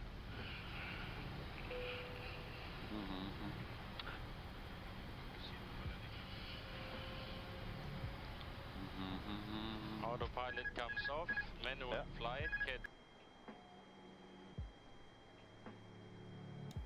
How much time would it take? I don't know, actually. I mean, I need to sit down. I need to watch some YouTube videos on how to actually interact with ATC, and then I have to get plugged into the program for it. My whole thing is that usually when I'm flying, I'll look at ATC coverage and I'll have like maybe one person doing like the broad overview for ATC, and I'm like, I would be in their region for like 5 minutes. And I know a lot of people will fly to and from locations specifically because it has ATC. So I'll kind of have to think about that if I want to do it or not, because it would make things more exciting. It'd be a little bit, you know, be a little more fun as far as like approach and landing goes. But for me, when I'm still learning these airplanes, and approach and landing and takeoff is already such a hassle, as far as like, you see how much I goof up approaches. Like yesterday was a nightmare. But until I get all that figured out, I don't think I'm gonna mess with ATC that much. I was saying, I think it's weird that, so the A380 only has 4 engines, but only 2 of them have reversers, and an A340, all 4 have reversers. So that's interesting. How much time the flight today will take? Oh, at the top there, you can see 3.5 more hours. Sorry, I didn't know what you're talking about. Yeah, the flight was about 5 hours total, and we're, you know, almost 2 hours through it already. 1. Check. Flight 3. Flaps full, landing checklist and spoilers. Cabin crew is advised. Auto thrust. Speed. Auto brake. Low. ECA memo. Landing no blue. Landing no blue. Checklist completed. Thank you. And we are clear to land. Clear to land.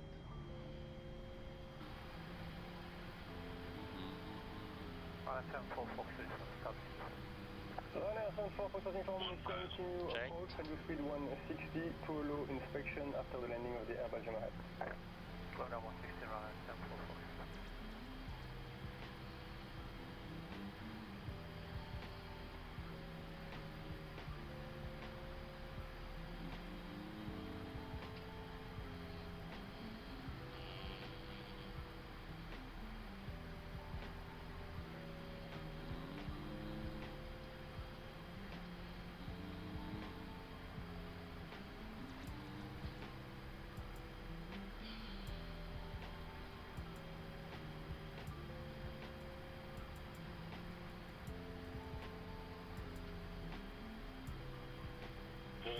Check.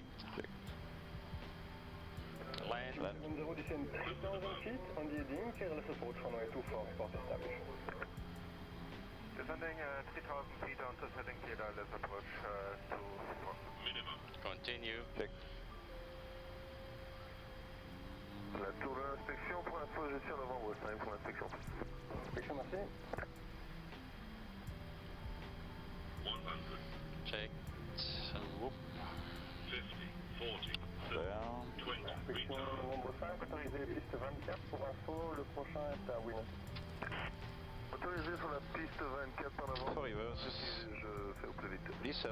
Golf Delta Papa, follow Brussels, departure 126, 630 Delta.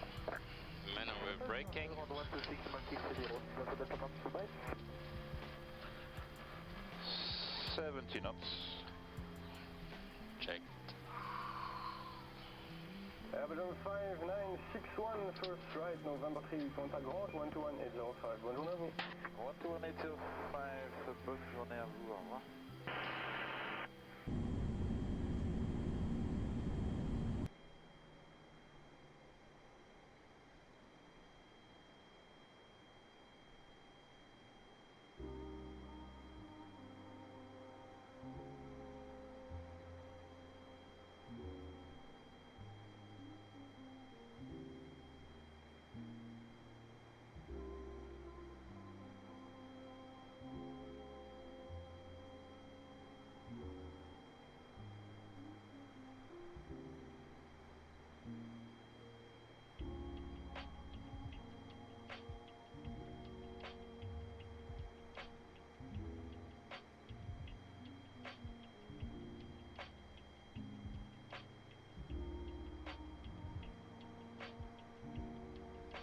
It's normal. The NOTAMs are checked, nothing affecting our operation today in Cancun. The NOSAT 1 Bravo is the arrival expected. If you can check it on the box, please. NOSAT maximum 280 knots and between flight levels 220 and 200. Next will be HO, maximum 250 knots and below flight level 200. Wow, and there's so many computer 18,000 feet. screens. Then we'll continue to Lettice, Apmus. In Apmus we have to be below 14,000 feet. And from there to Uniform November 500 with maximum 220 knots and above 8,000 feet. Then turn right to Uniform November 522, maintaining above 6,000 feet. 515, above 5,000, airdown maximum 200 knots and above, actually mandatory 3,000 feet. And from there to Reduc, that is the initial approach fix for our approach, ILS approach, and also mandatory 3,000. This would be the clearance limit for the arrival, and we have a holding depicted there, and no expected holding. Sube el contraste un poco, el contraste de arriba, bájalo el contraste. Ya, se ve un poquito mejor para la cámara. From this plate we go to the ILS chart. That is the 11-3 from the 6th of March 2020.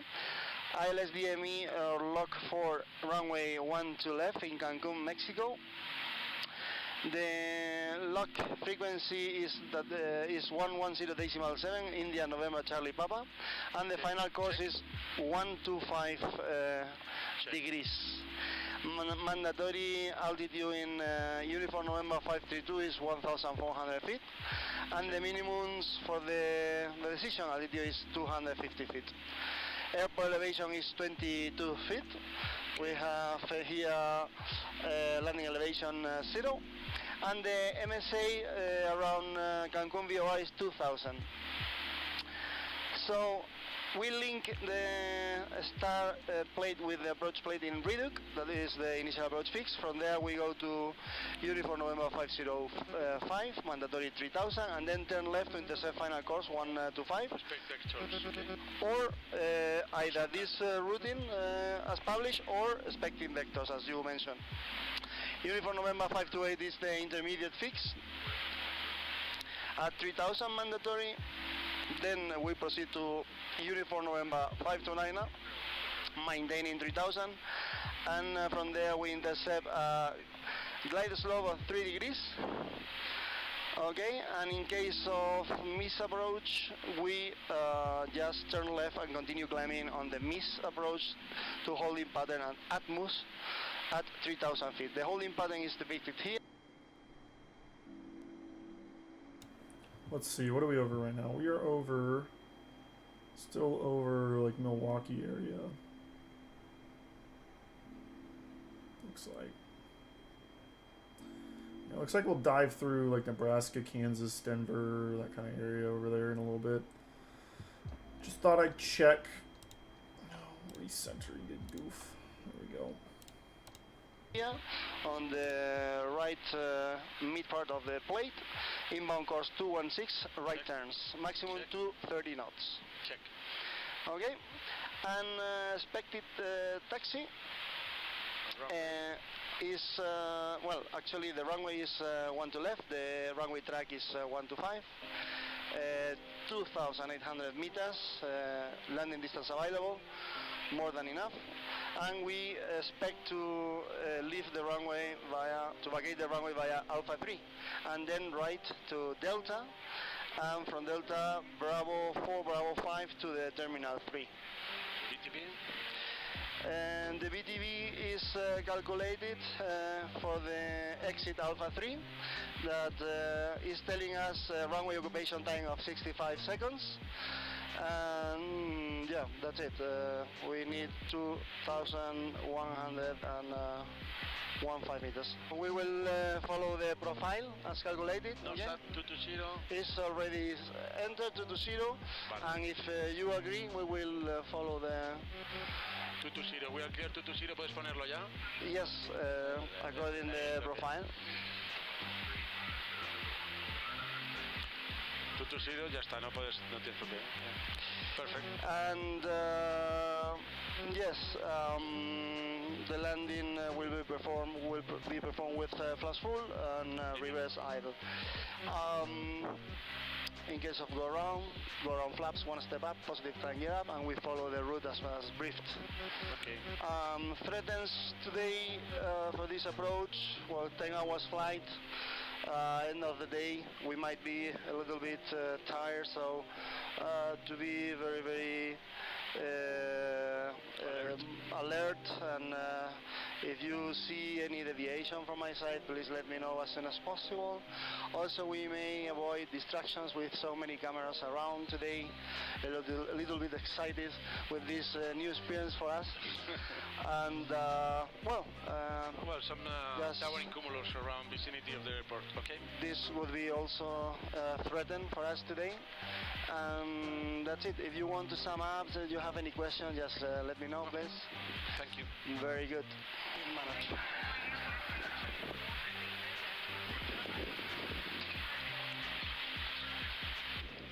Okay. Luego vuelvo, ¿vale? Con ellos.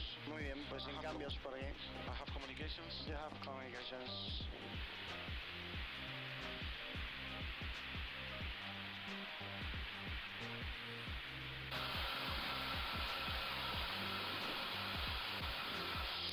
Bueno, position monitor, map primary. Wavejet 2581, contact Merida Center 128.2. Muy bien, muchas gracias. Approach. Wavejet 2581, contact Merida Center 128.2. Release briefing. Confirm. Bar reference. Bar reference 29991 set. QNH 29991 check minimum. Baro 250 set. Baro 250 check. Approach release completed. Gracias.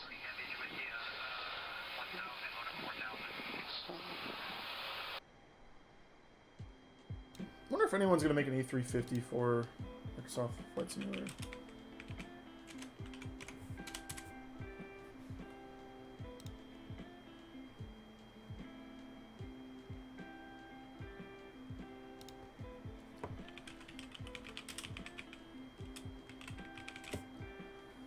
Oh man, I found a whole list the other day and I can't find it.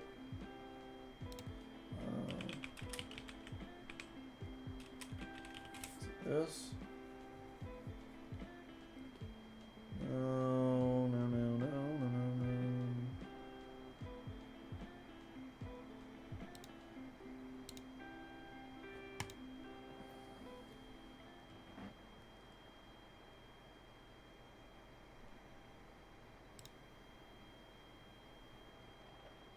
You updated this today or 2 days ago? Modern flight model, clickable interior, blah blah blah blah. Assumptions. Luxury speedboat. What the hell? So the Twin Otter already came out. Cessna 140, the Spitfire, the Electra, the P-51 haven't come out yet. Sobo, here we go. Top Rudder, Husky A, Junker G52, that's out. Mustang's not out. The Texan is not out, as far as I know. The Fokker is not out. Focke-Wulf's not out. There's a lot of people making planes for this game, and I think it's awesome. There's like, this time next year, we're gonna have like probably 50 airplanes that are like completely ready to fly. It's wild.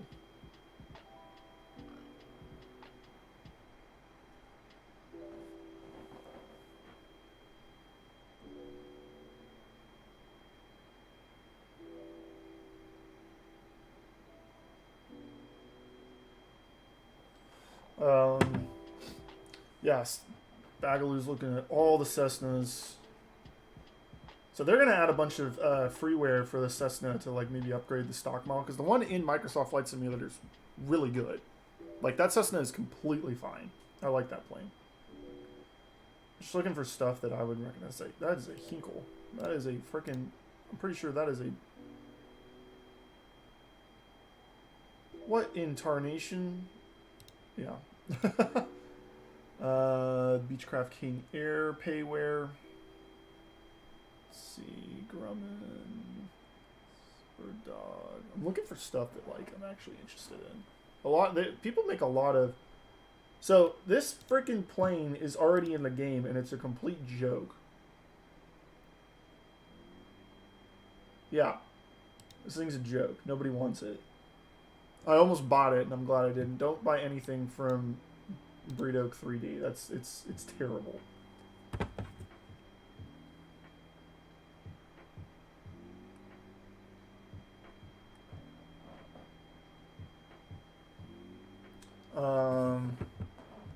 CRJ 700. I'm pretty sure this is already in the game. I don't think so. Captain Sim is a joke.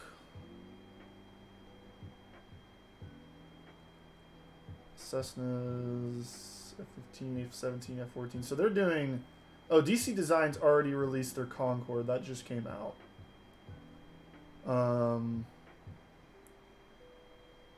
So they were designing 3 more. I wonder when this Tomcat's supposed to come out. Oh, it's already out.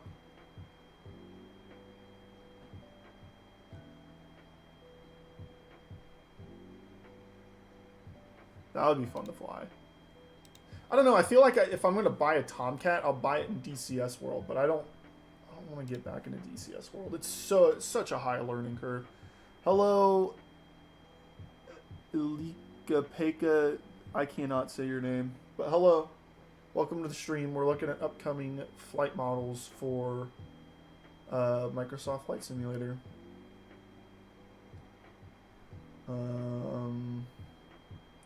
Ooh, somebody's making a MiG. That'd be fun.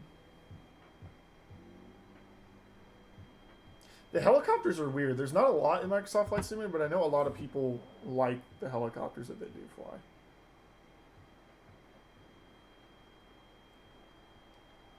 FlyByWire A32NX, we play that a lot. Spitfire, P38, those are both out already.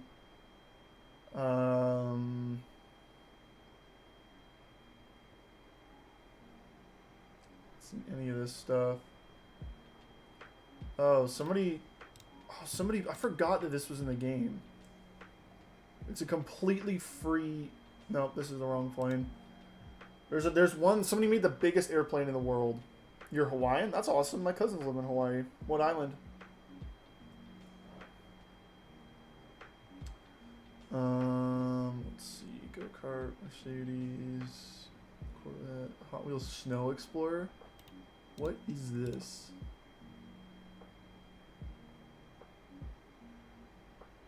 Dude, I straight up had that when I was little. I had this exact freaking thing. I remember that. I remember having that plane. That's weird. Helicopter. A330-900 is freeware? 4.12?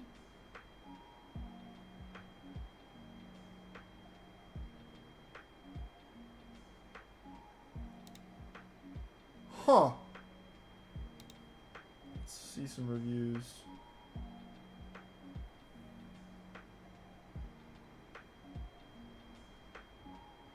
Oh, you'd have to load your own SimBrief profile in, which stinks.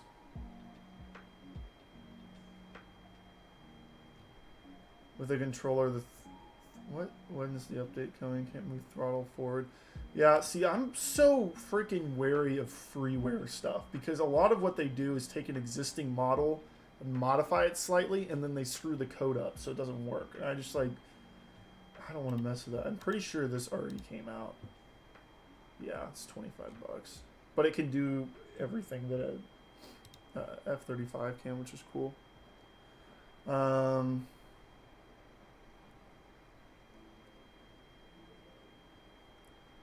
Let's see. Just Flight.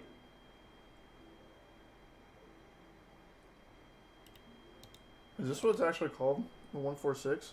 No. Just Flight has a 146 coming out. I don't know if they have it on here or not. They must not.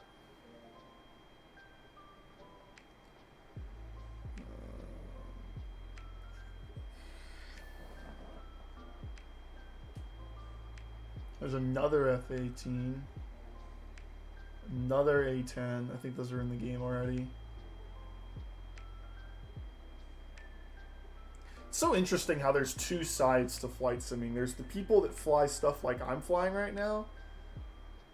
And then there's the people that got really into DCS world that are like fighter jets and helicopters and like Apaches and A-10s and F-18s and stuff.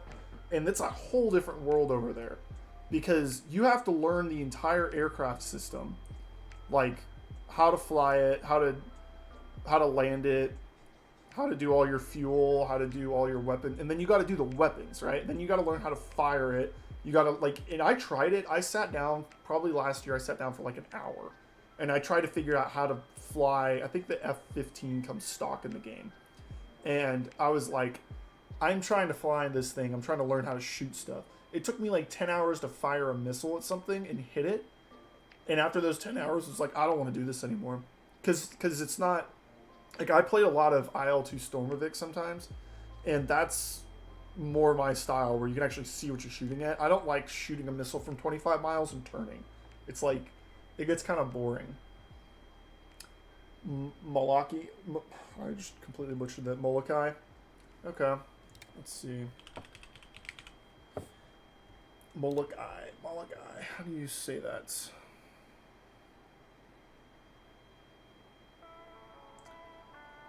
Molokai, okay. Let's look at a map, because I'm pretty sure my family lives on Oahu. Okay, so it's like one of the smaller ones. Yeah, my family lives over here. I have wanted to fly around Hawaii. I keep telling myself I'm going to get in like a smaller plane and fly around Hawaii, and I just don't. Maybe I'll do that in a Cessna one day. There's another Cessna. PMDG DC6. Okay, so this isn't updated.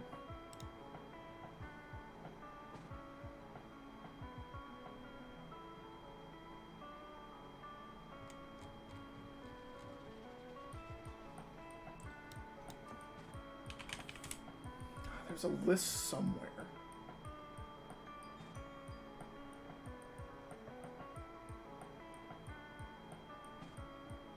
Okay.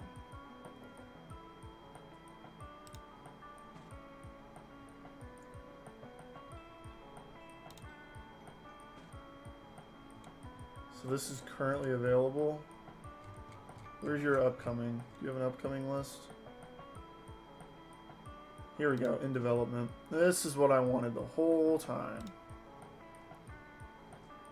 Look at all of these planes that people are making. This is insane. Yeah, so the DC-3 I know is coming out soon. Let's get rid of all that. Yeah, it's already in P3D. It's looking good. So I don't know what the difference between a DC-3 and a DC-6 are. Oh, there's 2 engines instead of 4, dummy. That makes sense. And I know that there's a Boeing... what's it called? It's like a... Oh, there's a new Boeing plane coming out at some point. Oh, Aerosoft's making an A330?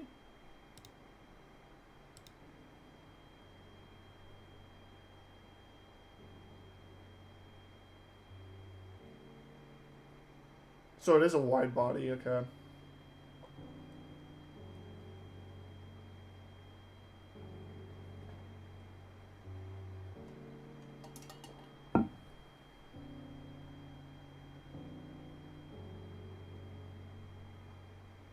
The one thing that I like about all this stuff is they're saying, like, yeah, these planes already, like, PMDG already released a 737 in P3D. They, you know, they've already got this in P3D, and it's like, okay, we're going to completely rebuild our, we're going to completely rebuild the plane in the new code.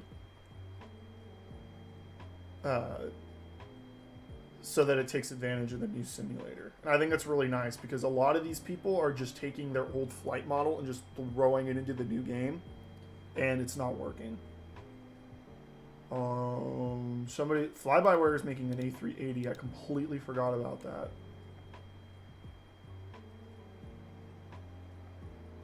I can't believe that they don't charge for what they do.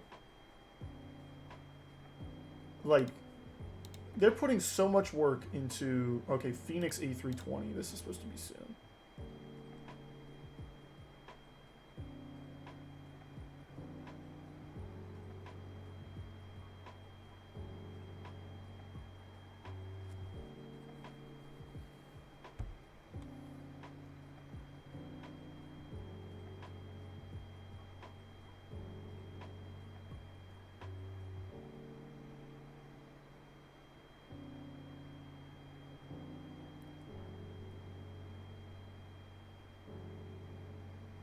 So they're not even close to releasing it. Somebody's releasing a Hellcat. FTL's doing a 727. Or FLT. Yeah, somebody's doing like a Boeing 717 or something, like a super old Boeing. I just saw a guy on Twitch talk about it yesterday, and I haven't seen anything about it before then. But it's supposed to come out this weekend. And I think that would be really fun to fly. Ooh, somebody's doing an SR-71. Ooh. This summer? No. Ooh.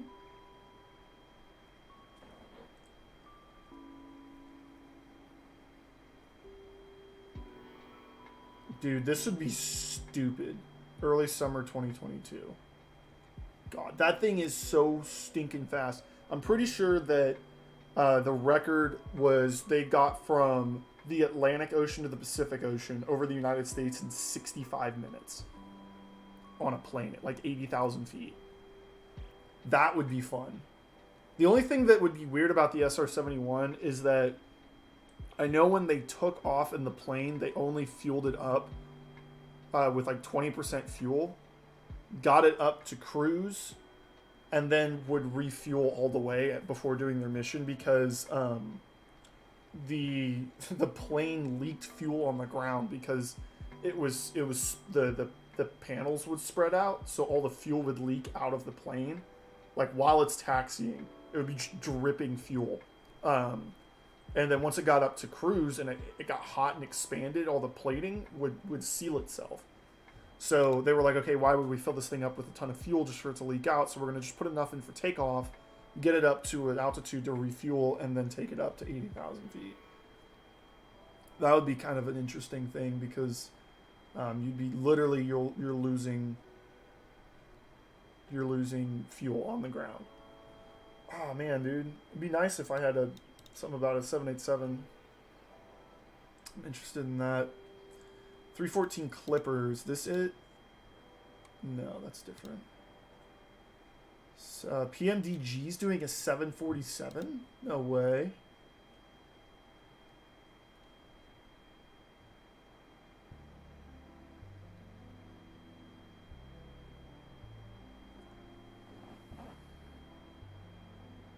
So they're converting all of their stuff.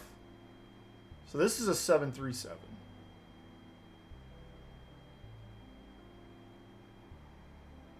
Yeah, they're still not. I mean, we're not getting the 737 till May.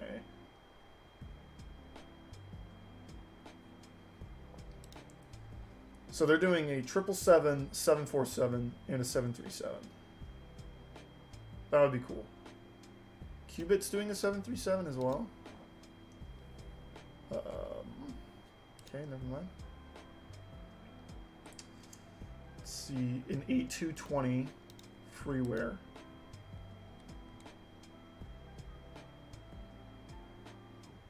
They're not even done with the model yet.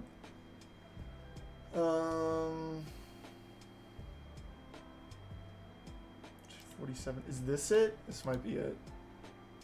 Yes, this is what I was talking about. So it's supposed to come out this weekend, but it's a Boeing 247 with like hyper realistic modeling, and it's like almost study level on the inside, and it's only like $20 apparently, which would be really cool to have. For $20 would be nice too. Yeah, like if you want to get into this game, this is the time to do it, because if you wait an entire year, you're going to be like, there's literally 60 planes to buy if you want to get anything out of the game.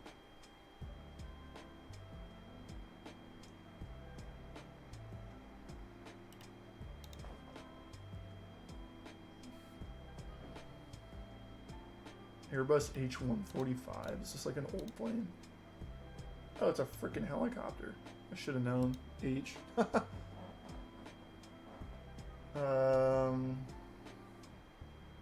Just under 3 hours to go, it looks like. Still cruising. Digital Flight Dynamics is doing an A350. That's what I was just looking for.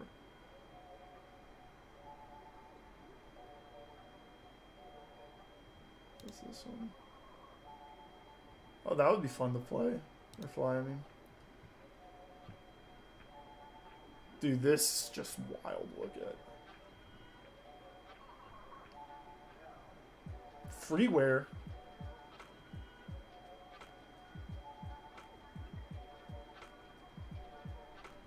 So they bought a 3D model. They didn't do it themselves, but they're going to completely customize it.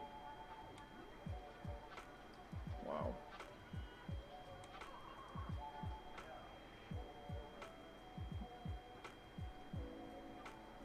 A lot of cool stuff.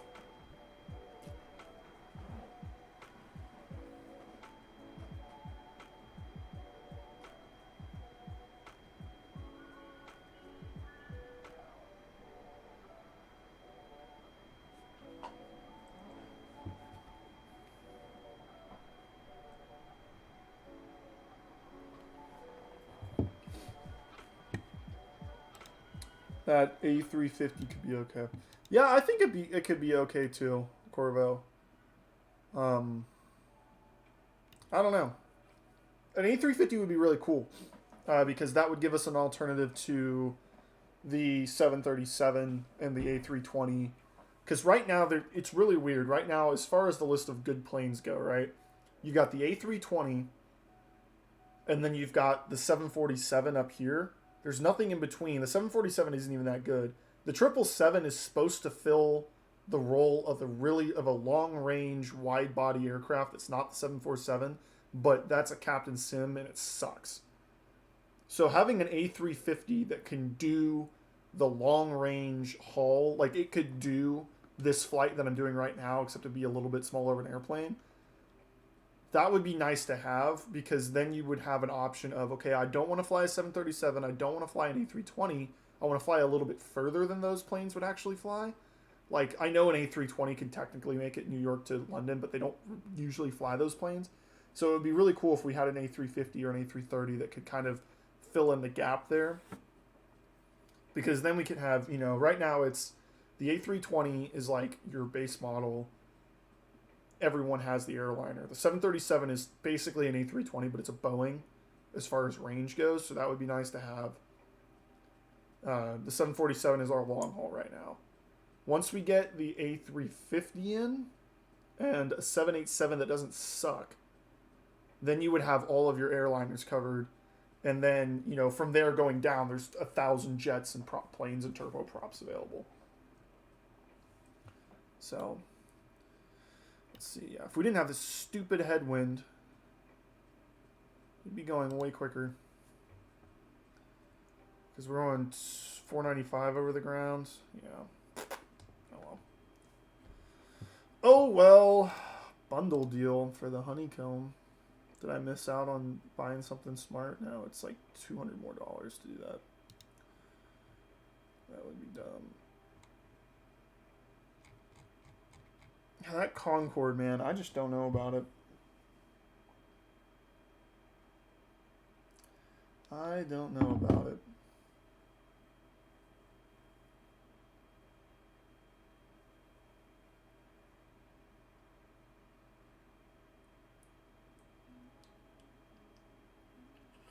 Yep, so 2 hours and 40 minutes on the stream. I'd say we're about, you know, a little over a third of the way there, which kind of stinks. Even at the speed we're going at, it's still going to take us 2 hours, 50 minutes to get there, which is fine. That puts us right at 4:15 probably we'll be landing, which is my time. So let's pull you back up. I'm going to run to the bathroom real quick.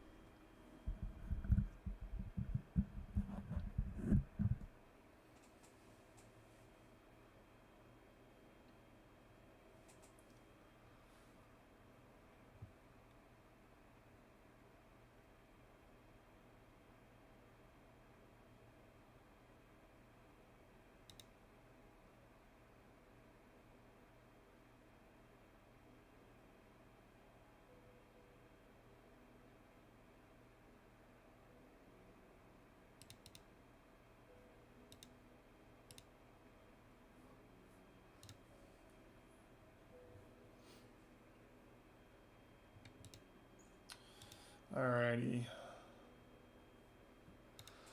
Okay, let's see here.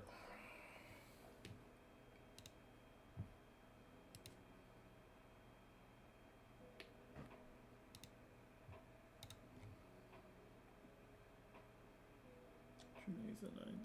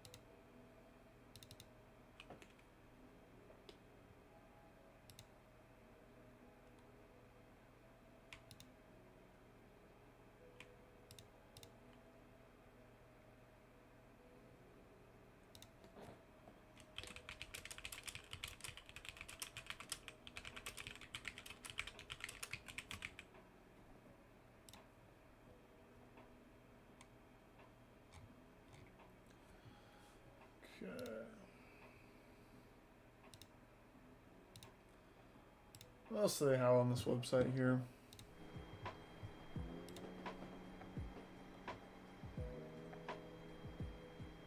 Most expensive airplane yet for MSFS coming in late April. Oh god, dude. How much is this thing gonna be?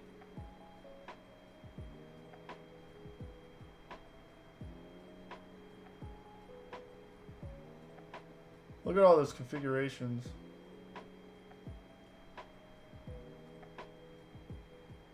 $80? Oh my god, dude.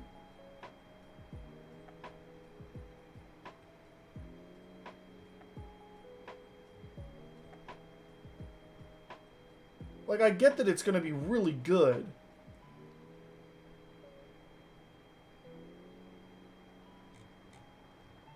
But like 80 freaking bucks for that plane? Dude, I don't know if I'm gonna pay $80 for that. I might have to see. I might have to watch a bunch of people fly it and see what they think. just because I don't know a ton about the airplanes yet. Because I'm not dropping $80 on something I don't know anything about. It's like how I didn't buy the Concorde, because that was $40, and I was like, I'm not spending money on something I don't know about. Holy cow, dude. This is the dumbest looking plane. I think it's stupid looking. The Concorde's out. This plane's really good. The 414 I've heard really good things about. I just don't want to buy it yet. Because it's going to be like, it's $40 right now, but it's going to be like $60 when it launches. And I just don't think it's worth it. So, FS2 crew, company flying the CRJ. FS2 crew's voice button control flight crew simulation. It's kind of nice. Xbox compatibility plan for the A330.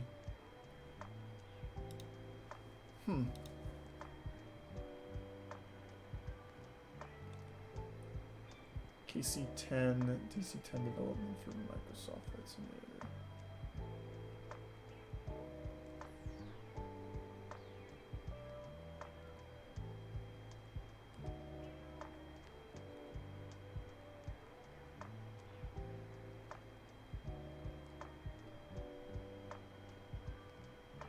$757. I didn't see anything on this. Mid-level experience, it's fine.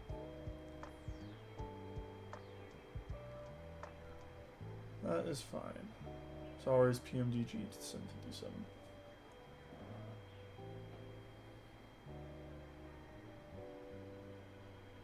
VNAV is important, that's autopilot. 2023, wow. Wow.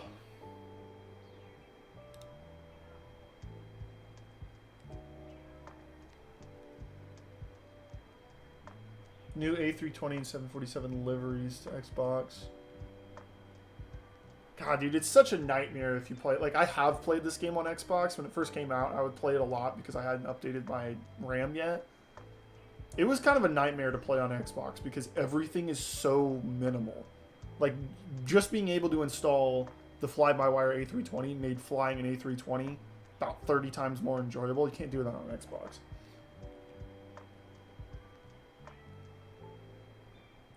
Flight warning system. Okay, so they're going to improve the A320 again. It's entered beta testing. This was, yeah, about 2 months ago almost.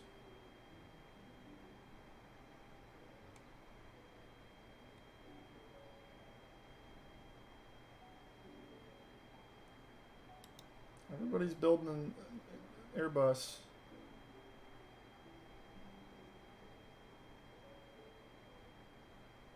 This is like, this 737 from TMDG is like basically going to open up this, because right now people fly Microsoft Flight Simulator when they want to fly a little plane to look at the world.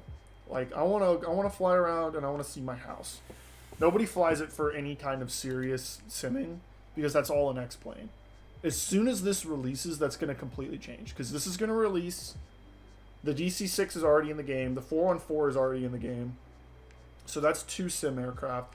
Once the 146 comes into the game, that's another like full sim aircraft. The 737, so you're gonna have 4 planes that are like hardcore simulation planes.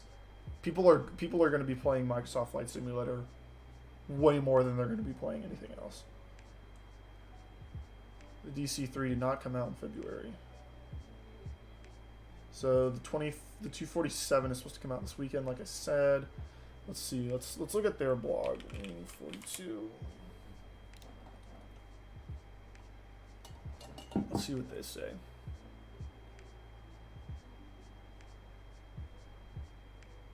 Hello?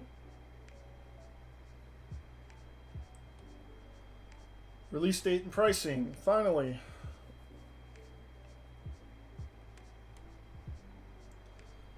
Credible add-on. Probably set a price around 60. Let's not do that. $20.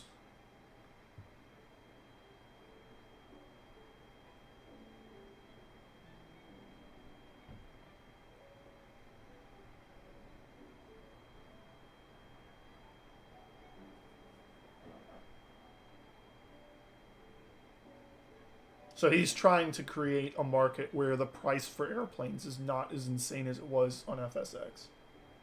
That's smart.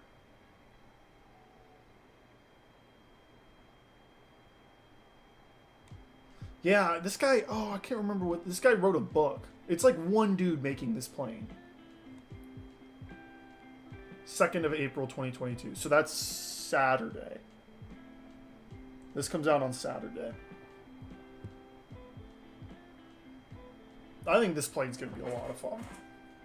I think it's going to be a little more relaxed than flying the DC-6 because there's only 2 engines instead of 4. But it seemed to have all the options that a PMDG DC-6 had.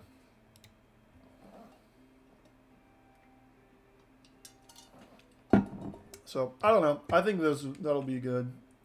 There is just so many planes coming out for this game.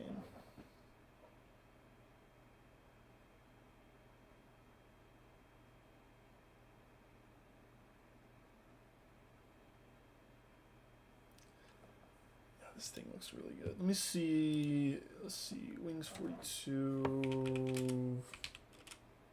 247. Let's see if there's a video on it. Preview. Here we go. So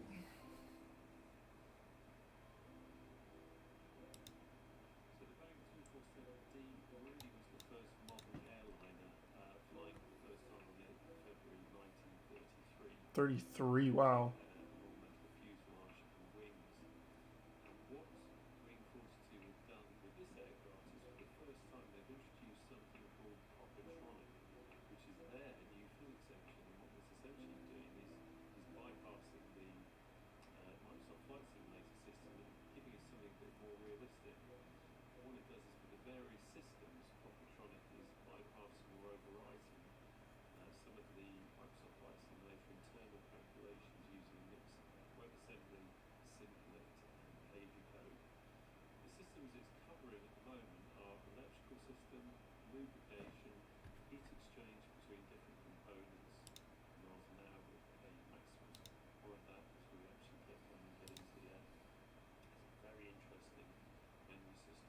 Yeah, look, that's so less complicated looking than the DC-6.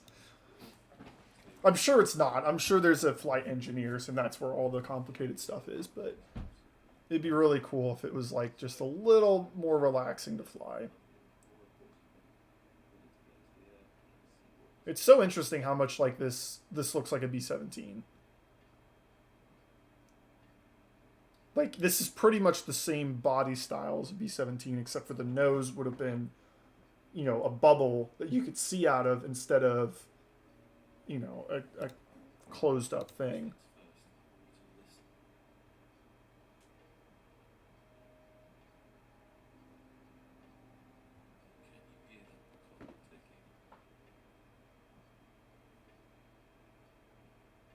I did hear you have to, like, actually wind the starter for the engines.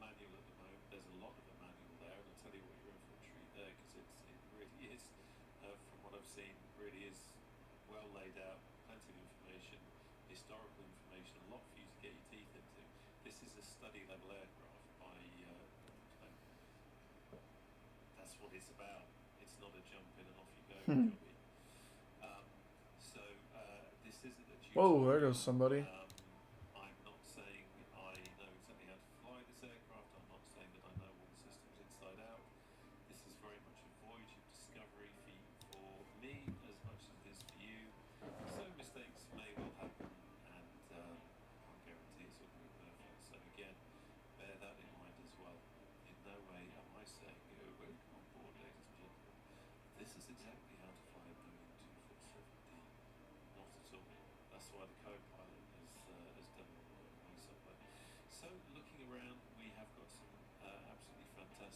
down in here.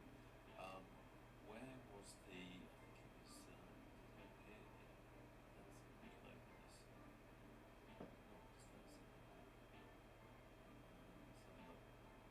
There we go. So we've got our fuse panel here, and you can change the fuses using the isn't that box there? No way. Box. Where you can check the fuses here with the radio fuses, and then you've got the main fuse box down here. That's so weird. You can mess with the fuses. That's so much. So you can change those if they need repairing. So there's a lot of detail there to get into as well. Let's just close that. Something to point out as I'm doing this is that at the moment, for a lot of the controls, we're having to use the lock configuration, which means that we're getting this sort of blue glowy thing. There's a good chance that that might well be changed by the final version. Just some things that need to be ironed out there, but if not, that's the way it is. But if you're wondering why everything is glowing, it goes to blue, that is why. Let's also have a quick look at this clipboard here, because I kind of made mention of this before. So this is really our kind of configuration menu. It's the first page is giving us performance limitations information, which is very handy to have, and we'll be making some notes on that. Most importantly, manifold pressure for takeoff 36 and inches, and I think it's 2000. So for 5 minutes, then we need to go back a bit. We'll be making a note of that before we go anywhere. And then we've got our payload weight balance. Now this is really the way you want to operate this aircraft. I like how this looks. It's so old-timey looking. Like it's the old clipboard. We can add bits and pieces to it, so we have more choice. Now you can see down here, Jack, my boy, who's our aircraft mechanic, has added those for us, and this is another lovely little feature of this, is that we've got a mechanic and we've got two rampies, and what they will do is as you go around here, they will perform different tasks for you, and they'll do it in real time as well. So what we're going to do is we're going to load one passenger. He's a stuntman. He's done this kind of work before. He's not afraid. He's not worried about being on this test flight. So we're going to get the passenger stairs out. And Heinrich here, who's our ramp agent, is getting the passenger stairs into place. So we're ready to board our stuntman, and let's have him sitting back here in position 5, where he's probably a little bit more comfortable. There we go. So what else are we going to do? We need to open the passenger door. It's so wild that they would fly a plane for passengers and only put 10 people on it. With how expensive it probably was to fly on this thing back then. And you only put 10 people on the plane.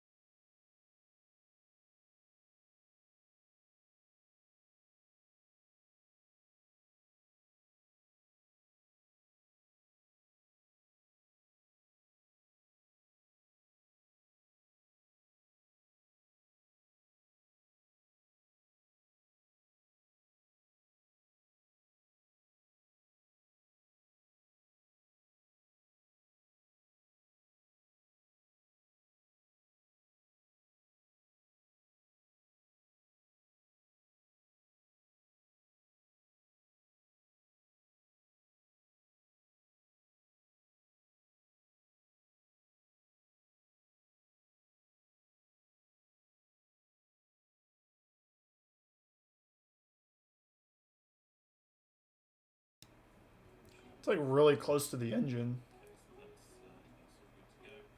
So now I'm just going to refer to, in front of me I've got the manual. I'm just going to quickly refer to the section there on the starter.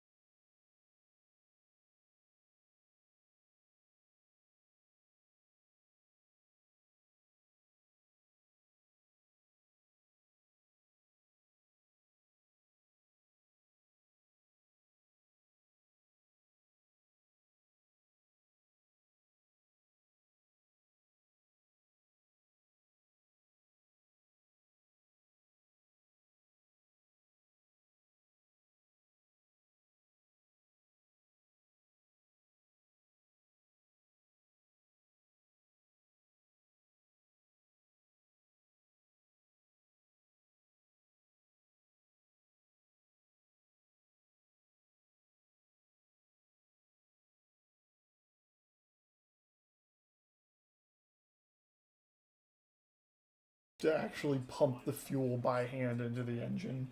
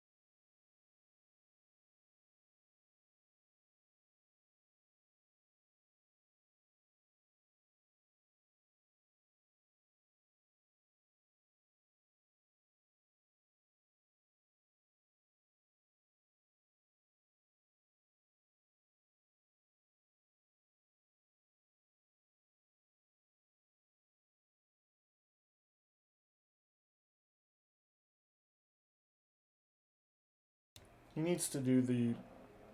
He needs to have the computer wind it. That's what the problem was, is it died before you could put the fuel in.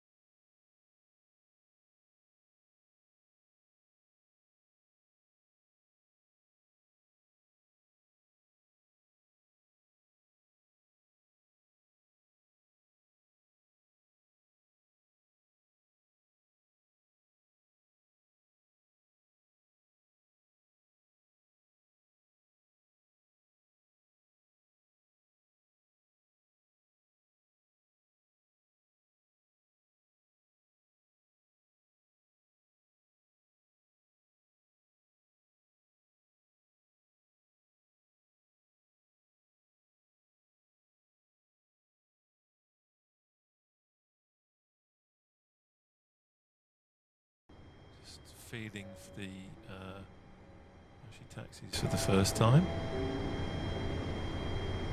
Some gentle movements. There we go. So first thing off the bat, this doesn't have that kind of crazy, or it doesn't seem to have that kind of crazy ground handling that you get with some flight sim aircraft. It's a little bit more as you would expect for a big aircraft. Be careful to keep it on the taxiway. There we go. And yeah, it feels as you would expect. Now, I'm not entirely sure at this point. Just realized I accidentally disabled the PC sound, so I essentially got a steerable tail wheel. I can't see anything that is obviously tail, although that could be a tail wheel lock there. There's no tool tips at the moment to say what it actually is. Right, let's have landing lights on so that we don't upset anybody. Oh, hello. So I've just turned on the avionics switch on the Honeycomb, and I had pre-selected over here, I had pre-selected the Barcelona radio station, and as you can see, we're actually already picking that up.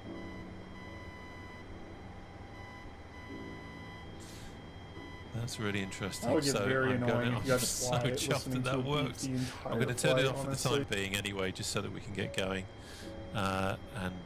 Okay, I need to concentrate on taking off here. I'm just going to try and see. Yeah, I'm not using any brakes there.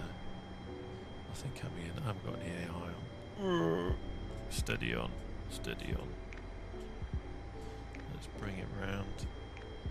Use a bit of differential to get it back on course. You definitely, it seems to taxi better using a bit of differential, but it's probably just that's the way I'm operating it.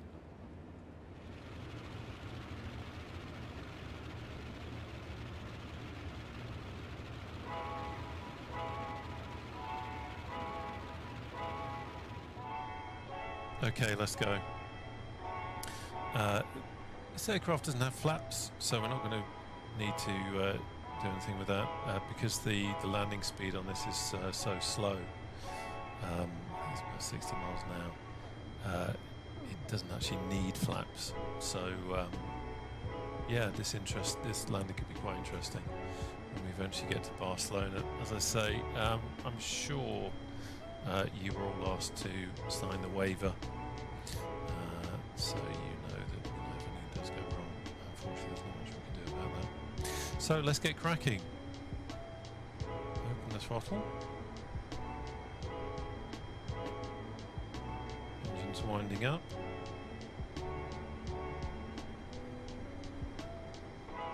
And let's roll. Now trying to anticipate that things will take a little bit longer to happen. Oh, nose going down.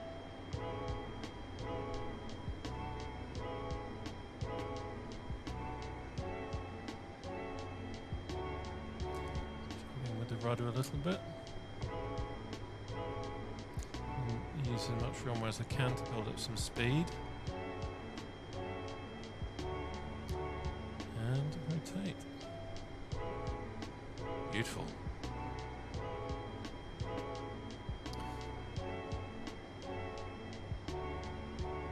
Back on the power.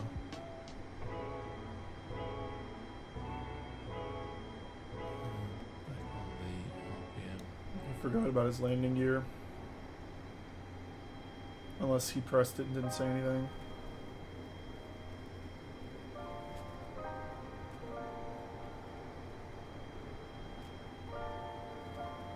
Just having a look at everything at the moment. Where's landing gear? Wonder if does this even have landing? It's gotta have gear, right? Just quickly refer to this again.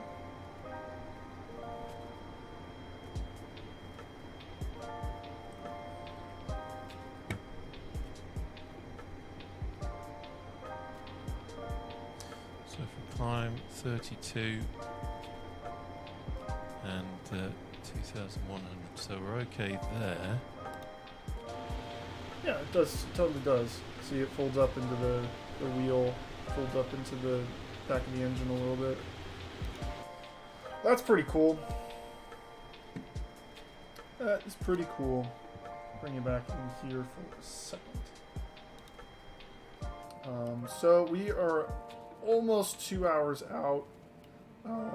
Under 1,000 nautical miles. If we check our map here.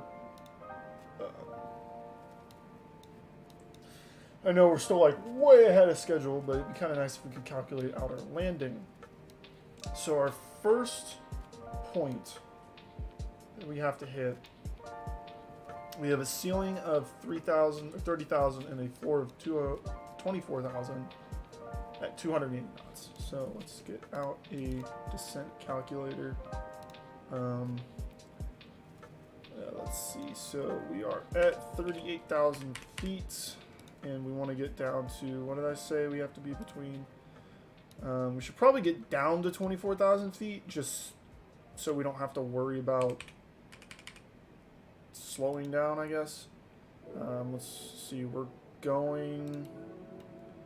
I can't ever tell if this wants ground speed or airspeed. We're going 290 knots, and we want to go 280. The winds right now are 27. Let's just do 20. Wow, it's saying it. Okay, so it'll take us 10 minutes and 43 miles. Let's just do like an even 1,400 feet per minute. So yeah, 43 miles away before we start our descent. At 1,400 feet. So the problem is with this, I'm pretty sure as soon as I hit the descend, it's going to go crazy and try to drop us at 80,000 feet per minute. In which case, I'm going to have to disengage. I'm going to have to engage vertical speed very quickly, I think. But that is not for a long time. That is the Gleason point. Gleason. Where's the smash point? That's like our next. There it is. Yeah. So we've got a while to go. Right now we are cruising over, looks like Iowa, Nebraska area-ish. There's a way to show states. Let's see. Tracks. This section. No, that is just a nightmare to look at in every single sense of the word. Okay, well, we'll just leave it as is for now. Getting text. Who the heck?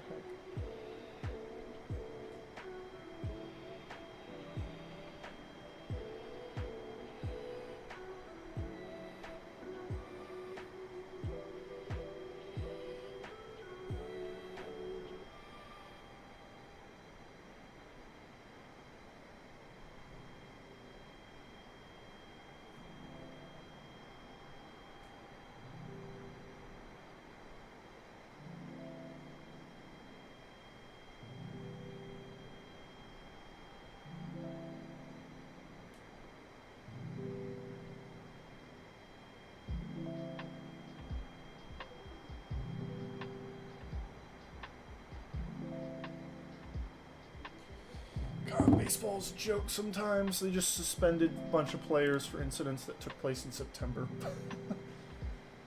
That's a nightmare. See, this says we're halfway there. I think we're a little further than halfway there. But, you know, honestly, we're probably about halfway there. Because this says our ETA keeps decreasing. I think we're catching a little bit more wind than I thought. Yeah. Because we're only at... we should be there by 4 now.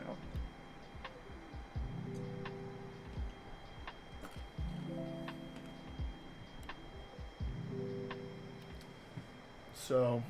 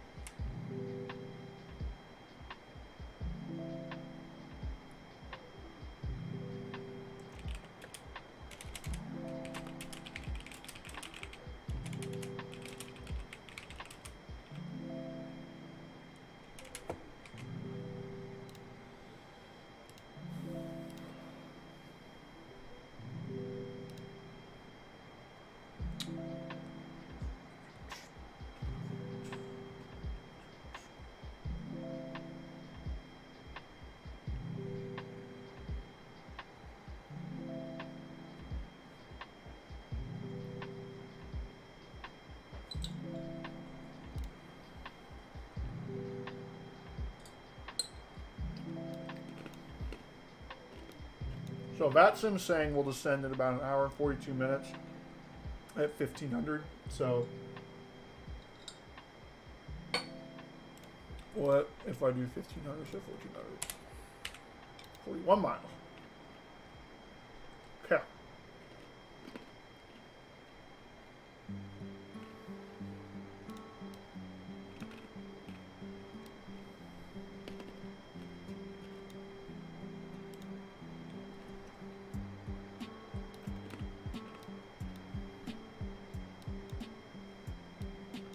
This now would be a good time to look at our flight plan here. So we go Circus to Honda immediately. And GG, then that's our descent. Wow. That's not quite right. If you look at it here, we're supposed to hit all of these waypoints, and we're gonna go boo to boop here. We're gonna hit this and then turn in.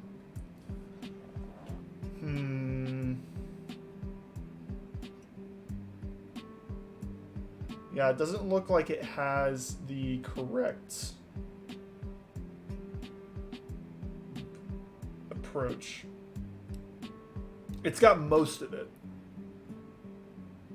but it doesn't have all of it. How do we only have 16? No, we have 32,000 pounds of fuel still. Okay, whatever. And when we hit Circus, when we hit Crane, we would be at 10,000. I understand perfectly. So yeah, this is all correct.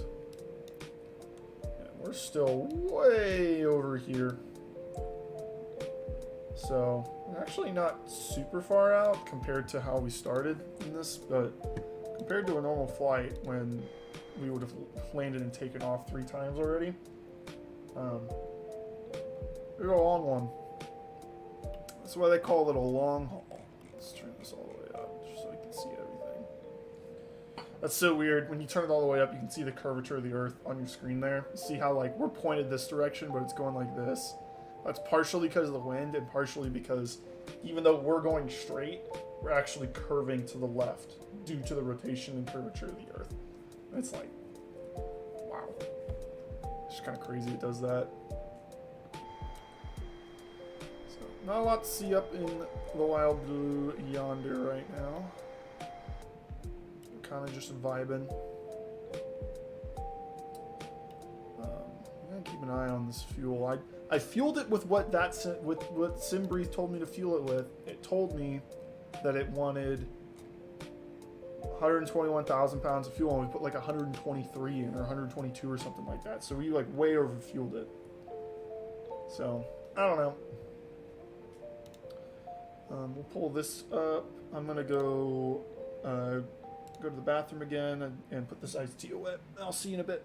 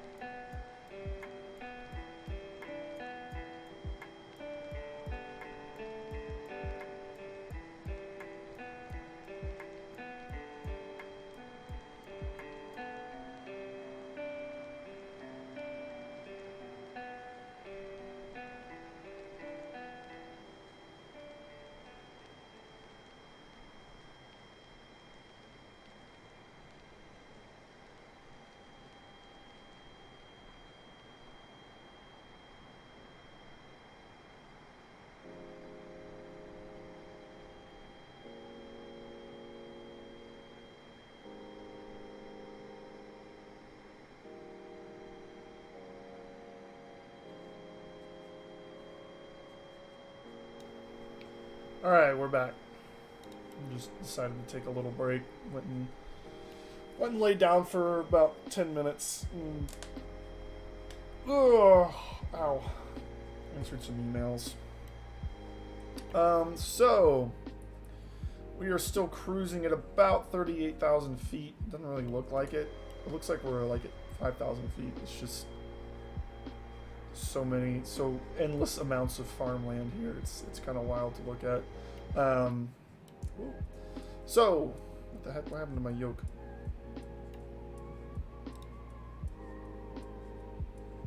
Okay. Alright, we're still doing good on fuel, 18,000 pounds of fuel still. 700 miles to go to our next waypoint. Remember, we need to start a descent about 45-ish miles ahead of time is what we'll do. We're still about an hour and 17 minutes from our descent here. But we're under 2 hours to go on our flight time. So that's good. Let's see. Yeah, I don't think my fuel pumps are on, but it's working, so I'm just like not gonna mess with it. I don't really feel like screwing up something at this point in the flight, since we've already been flying for 3.5 hours almost. No, almost 4 hours. Yeah, we've been in the air for about 4 hours now. No, 3.5. 3-ish, actually. I don't know. This flight's not going as slow as I thought it would be. So we've got our seatbelts off. Yeah, we're just cruising at this point. We can come down here. We can get back to our progress page. So it says we'll be at the destination by 2003 Zulu. And right now it is 18:25. So yeah, we're about an hour and 40 minutes away, according to everything that I've got. Our select speed is 9.5. Mach 0.95.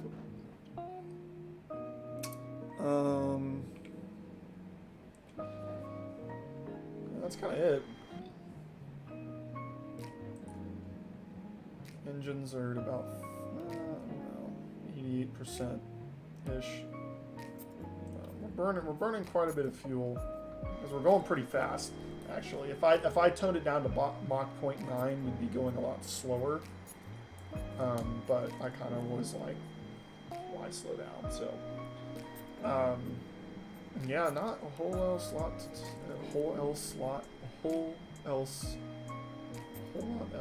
lot else to talk about. That's what I wanted to say. We can come back over here, and we can kind of watch some. I was watching a guy last night. No, it's not him. Let me see if I can find it.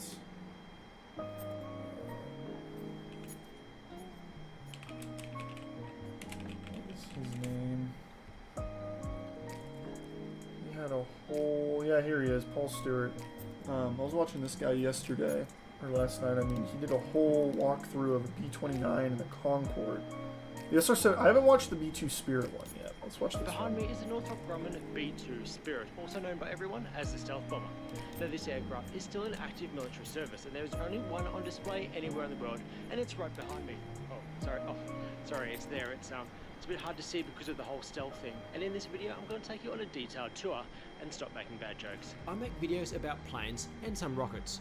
If you're into videos flying around the world and crawling through historical aircraft in museums, then check out my channel. Don't forget to subscribe and find me on Instagram and Facebook.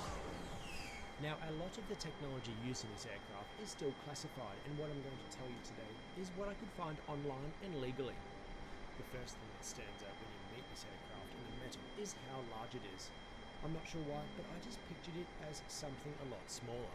It weighs just under 72 tons empty and has a wingspan of 52 meters. Now, this is the next generation of stealth after the F-117 Nighthawk, as it was based heavily on the faceted design, where the whole exterior is covered with small angular surfaces designed to scatter radio waves. But with the B-2 development, they were able to simulate radar return on more complex curved surfaces with newer supercomputers.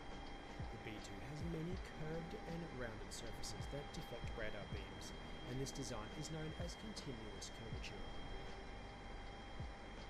This is like really quiet, right? Like I can't hear him at all. Crank this. Let's see. What is really striking other than the size is how smooth everything is. This is footage of a pitot tube on a YF-23 prototype, and aircraft use this to calculate their speed. Even something as small as this will completely destroy the B-2's low observability. So these here are actually sensors that would otherwise calculate the airspeed, angle of attack, etc. When I climb up on a ladder, you can see more of these sensors just in front of the windscreen. Now, I will come back to this view later, although let's continue to walk around. Now, I've tried to film this in a single sweeping shot to try and give you some perspective of how large this big bird is. We've got the forward landing gear down here, and you'll notice that the covering is angular. Now, any breaks between panels underneath is a threat to low observability, so any gap that can't be covered is angular in an attempt to deflect radar waves off in any direction other than the receiver. Now, this actual aircraft was designed for fatigue testing and never flew itself. Engineers attached hydraulic plates along the airframe to simulate different stresses in the calculator that should be able to survive 150% of the designed pressure, but it wasn't until 161% that it finally cracked, and this is where the crack happened. Now, my apologies that my footage is a little splotchy as the light conditions weren't great for filming. As we walk along the wing's leading edge, and you'll notice that there's no leading edge slats, as the massive wing, which essentially includes the whole aircraft, generates enough lift anyway. Eventually, we reach the end of the wing, and you'll notice that there are no winglets. That's because any vertical structure would reflect radar waves, which is why there is no horizontal stabilizer or rudder at the rear. It would have also had a considerable radar cross-section, and while the F-117 did have these, it was a smaller plane and radar technology has improved dramatically in recent decades.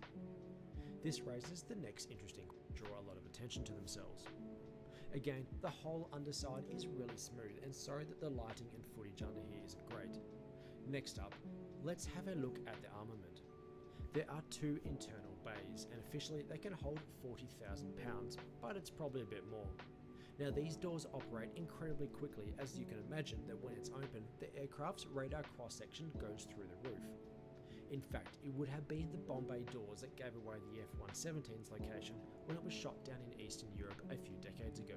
So the doors open, the weapon is dropped, and they're immediately and automatically closed. Now you can make out the jagged forward end of the doors, as again, the small number of breaks in the surface use these shapes to reduce the radar return as much as possible. Now everything is stored inside, as obviously any external weapons would reflect radar. Let's turn our volume back down. Yeah, his video is so quiet. I don't get that.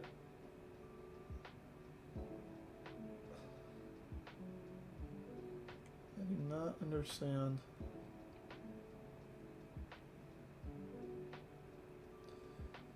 I wonder if he has a B-17 anywhere. The B-29 was cool.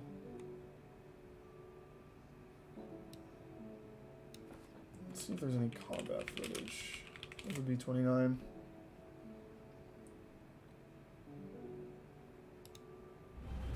June 5th, 1940. Industrial city, the population. The steel mill.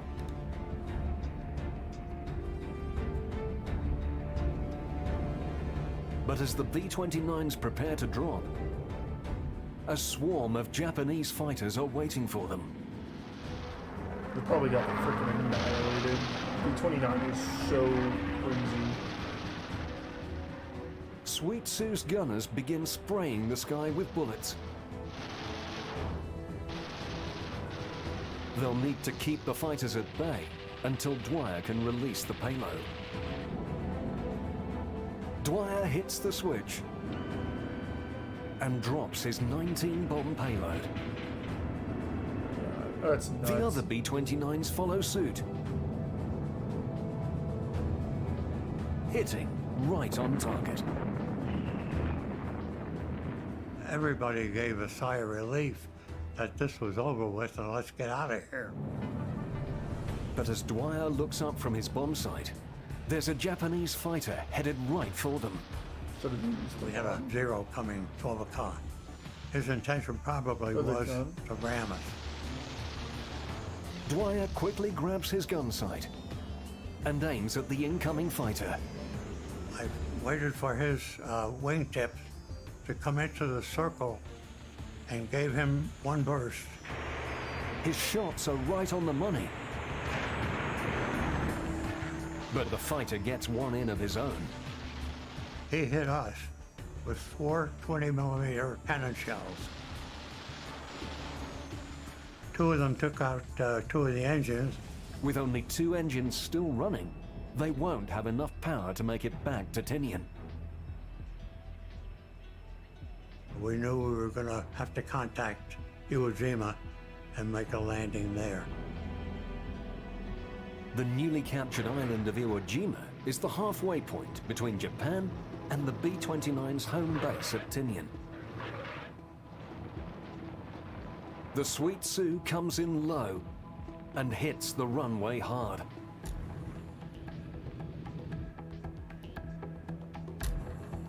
Once we got down and we realized that we were safe, we were overjoyed at that point. Wild. Yeah, the bomber was such a unique part of history, right? Because you don't use you don't use the bomber the same way you did back in the World War II. There was like a very brief period of time from 1941 to like 1945, like literally just World War II, where the bomber was like the main method of damaging enemies. And then right after that, you had fighters that could bomb. You had, I mean, they still used the B-29 in Korea and then the B-52. But when you got to the B-52, the whole thing with the B-52 was like, yeah, we'll just fly higher than anybody can and still bomb. It's just wild.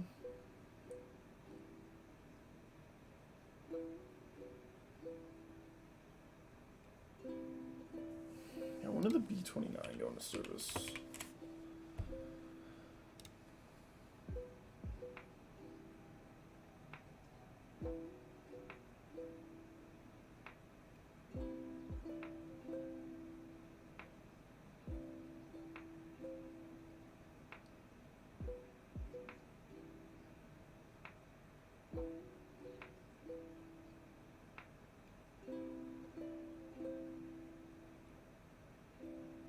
Okay, so 1942 is when...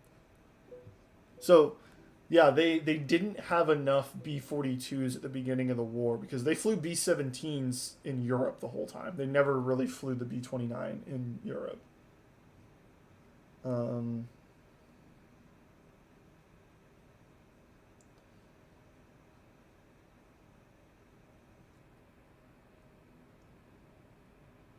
The plans had changed, partly due to production delays. B-29s dedicated to Pacific.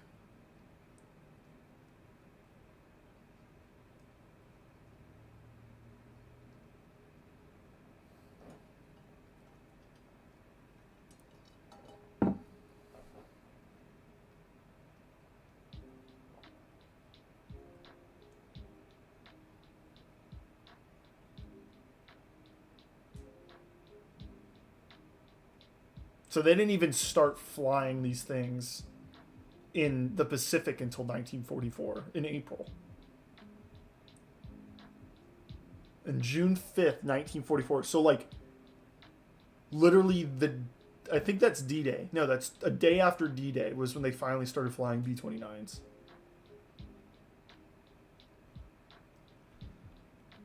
Could you imagine if they had this thing ready to go in 1942? How insanely overpowered that would have been. Not overpowered, but like they would have just annihilated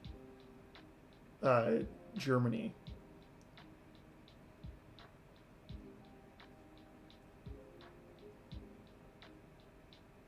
Yeah, never even flew over Europe. Yeah, if they had the B-29, man, that would have been crazy. Because the B-17 was just a freaking death box. Like, that thing, you couldn't do anything with it. Alright, we're an hour out from top of descent. Oh my god! Holy... Hello?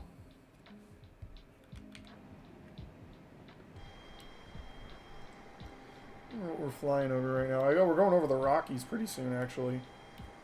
Yeah,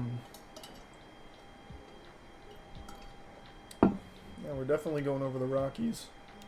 Is that Denver? Let's turn on our major airports real quick.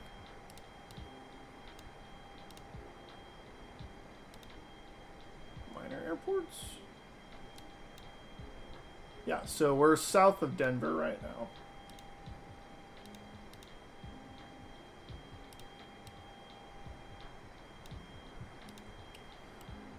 There's the Rockies coming up.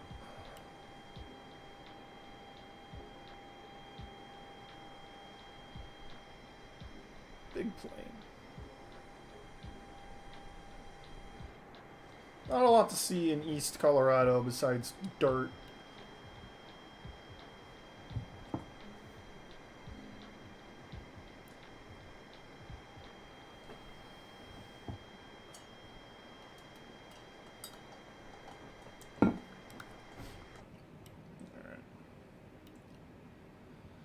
Okay, we're within 400 miles of, I guess that's 640 miles.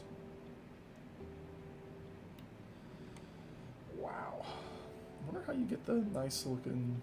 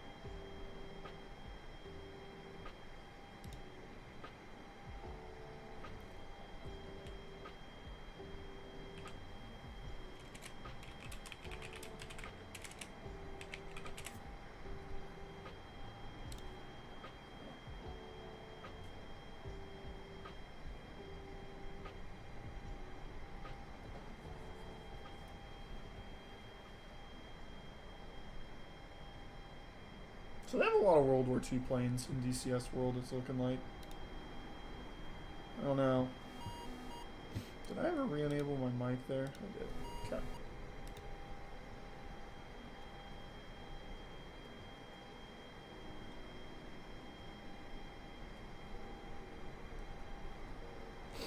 I know people get super into DCS world. Just like super into it. But it's so expensive. I mean, look at that. Just the A10 is $60 almost.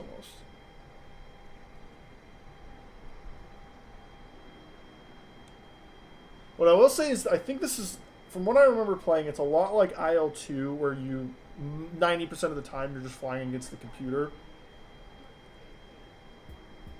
Which is kind of nice. My problem with IL-2 is that the planes are super limited. Like, I get that I think it's a Russian company that makes it. So they focused on the Eastern Front during World War II. So it's like all Russian and all German airplanes. There's a couple American planes, but there's like, my biggest problem is that like there's no bombers. Like I think the reason that there's no bombers is because it's a realistic flight sim. Flying a bomber was really boring. It was, you take off, fly for 2.5, 3 hours. You have 30 minutes of action where you're over the target, getting shot at, dropping your bombs, then you turn around and fly home. And it's like, I don't know. Flying like an F-18, I think, is like kind of how you're supposed to play the game. But I don't know. I've already put so much into learning how to fly just regular airplanes. Like, this is the next step up. Being able to fly, you know, an F-18,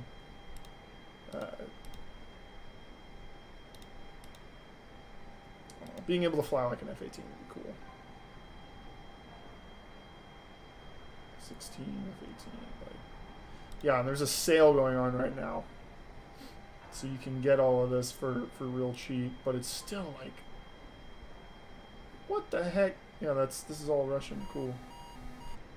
Yeah, please put it in English.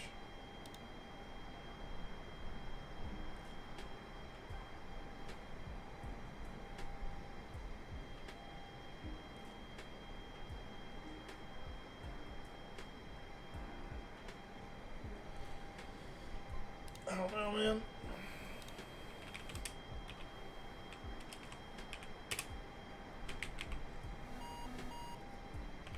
Let's see if there's like a carrier. I get the landing.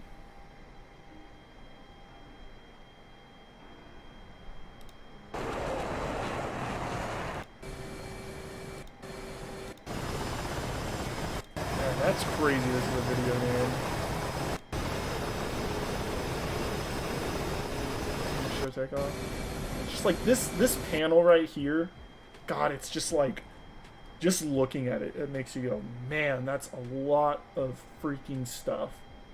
Because you've got your flight computer, you've got your targeting computer, you've got your weapons system, you've got your, like, fuel systems, your afterburners.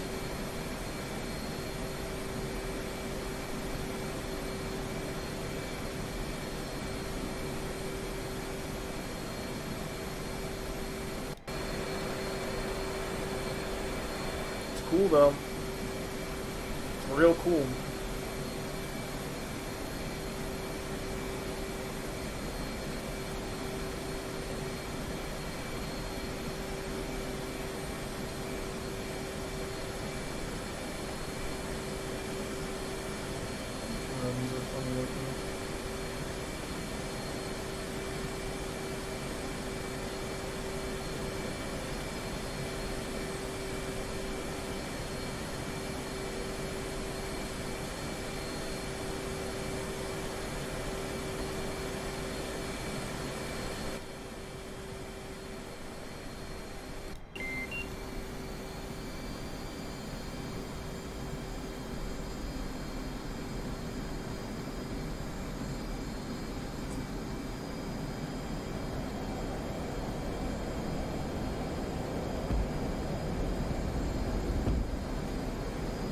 So wild.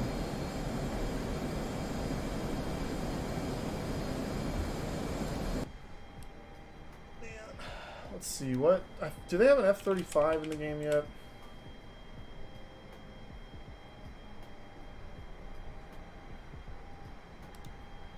Oh, they have a Microsoft Flight Simulator. That's weird looking. That doesn't look like a fighter. Fighter jet at all.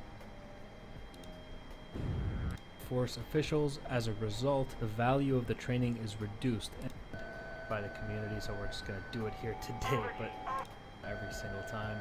The F-22 is just way too good. Into the merge once again. Once again, F-35 nowhere near to getting nose on. Fox 2, splash 1 F-35. This is going to So be... he's smoking an F-35 with an F-22, it looks like.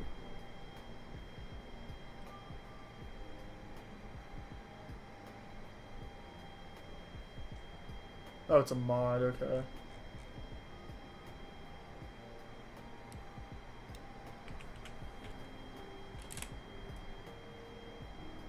I know that the F-16 is the base plane in DCS world. Like, this is what comes with the game, is you get the F-16. Looks like he's trying to turn away now. And this is probably going to end very badly, but we're going to try to do it anyway. He's right in front of me now, and he's 9 miles out. See, like, you can't even see what you're shooting right in front. I gotta get low and hope that his radar can't pick me up.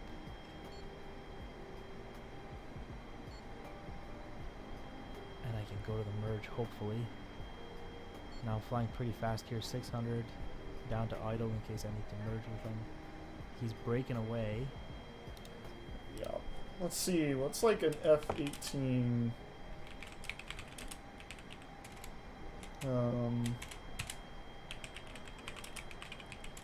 How much does that cost, you think? Let's see.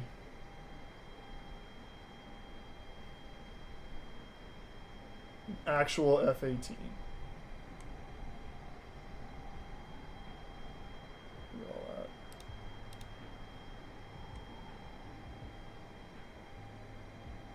It's 3D printed.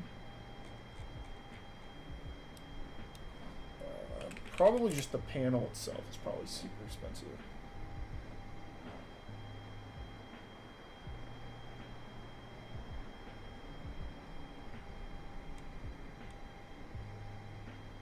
Yeah, look at all these. Like, people make these and they're so expensive.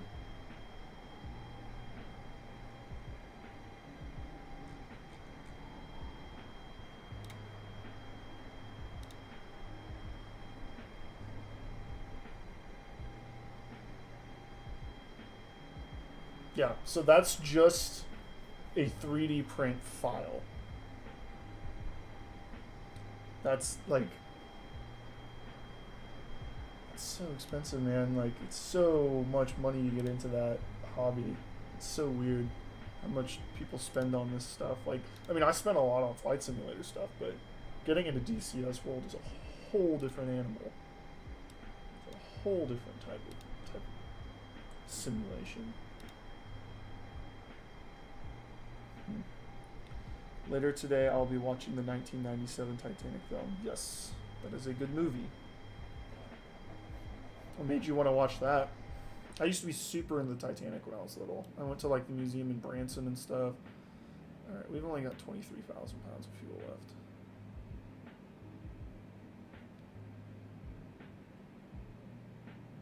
No, we've got 2,200 pounds of fuel left. How are we so off on fuel? I am so confused how we were so off on it. I had 121,000 pounds of fuel. I'm just going to put this at like, I'm just going to put this back to 19%. Like, yeah, if we go over here, fuel, JFK, 121,158 pounds of fuel. It's because we're going Mach 0.95. It's probably what the problem is. We're like maxing this thing out as far as our speed goes. Yeah, if I had this thing at a regular cruising speed, it'd probably be fine.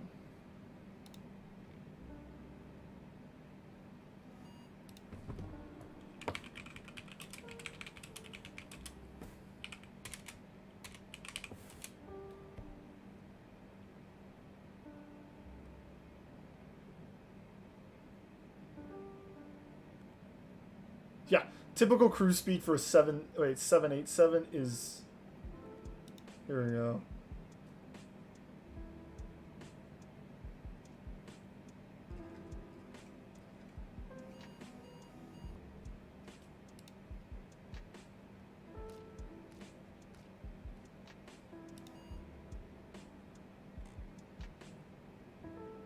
Yeah, so 493 knots.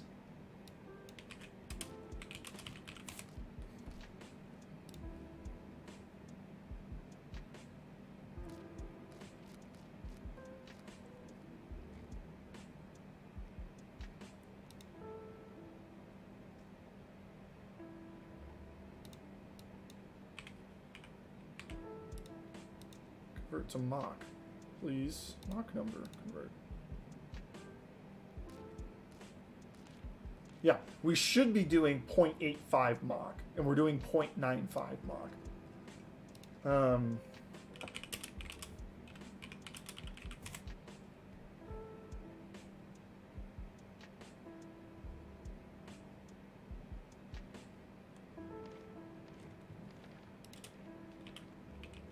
That's why we were freaking chugging fuel.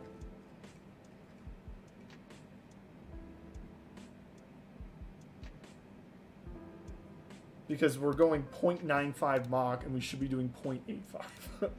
That's why this flight time has been so short too. I've been like, wow, we're really freaking flying here. Yeah, we're over speeding. Let's drop down to 0.93 is what we should be doing.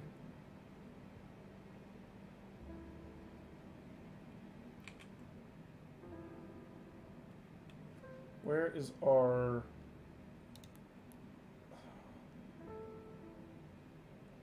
How did... I saw that.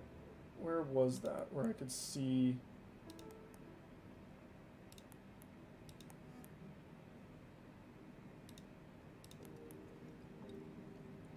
Sir, zero fuel weight.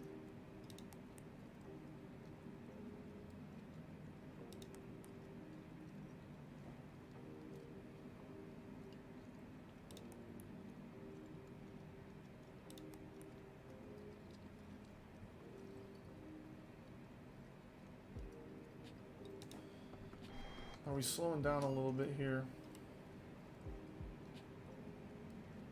Kind of.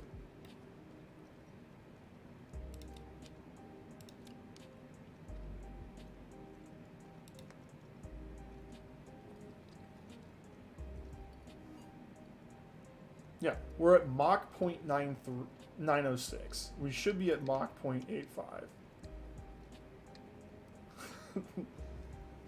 That's why we were just burning fuel. I set the Mach too high. Great. Okay. Well, that's fine. We're starting to get in range actually. It's probably, I mean, it's not the end of the world. We can just refuel on the go. We didn't have to worry about running out of gas. We can just refuel the plane. Not very realistic, but hey, that's what we're at. Okay, so we need to be a little bit lighter on fuel, actually. Let's see, so when we get to...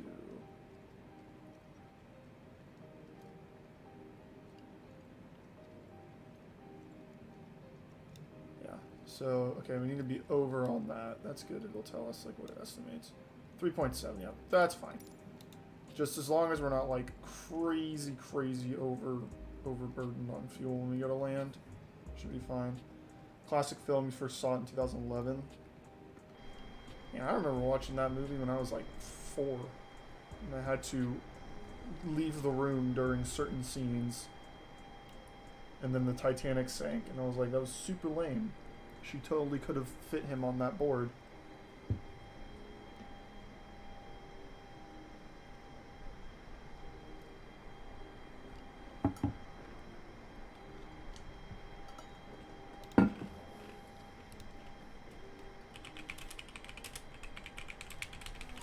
Let's see. Did we just overspeed again? Can you please match my speed that I want to be at?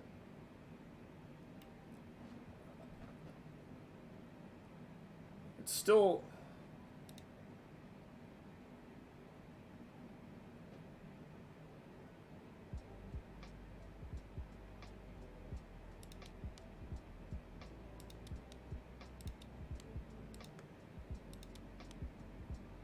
Still too fast.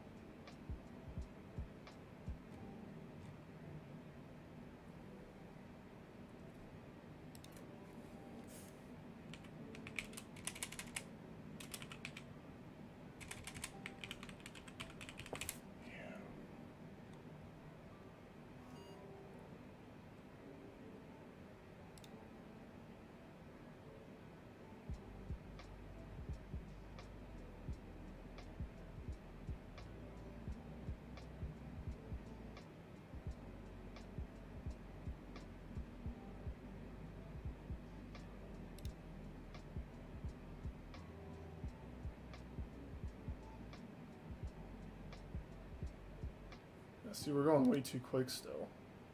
Even though I have it set at 0.85.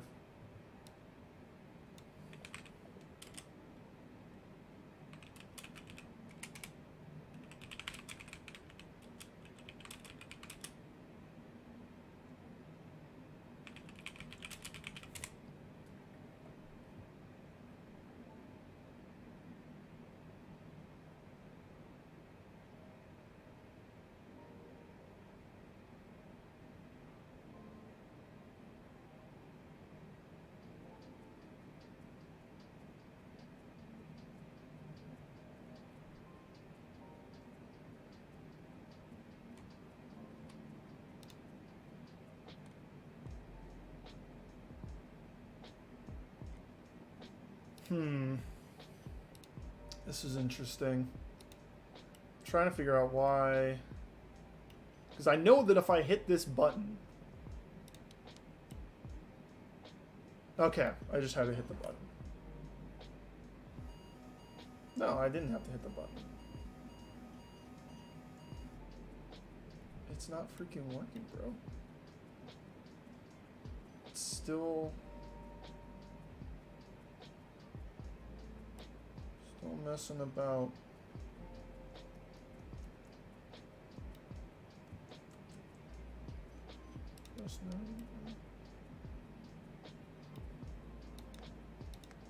If I click that in, it's supposed to. Oh, that's why my freaking bake limit is so high.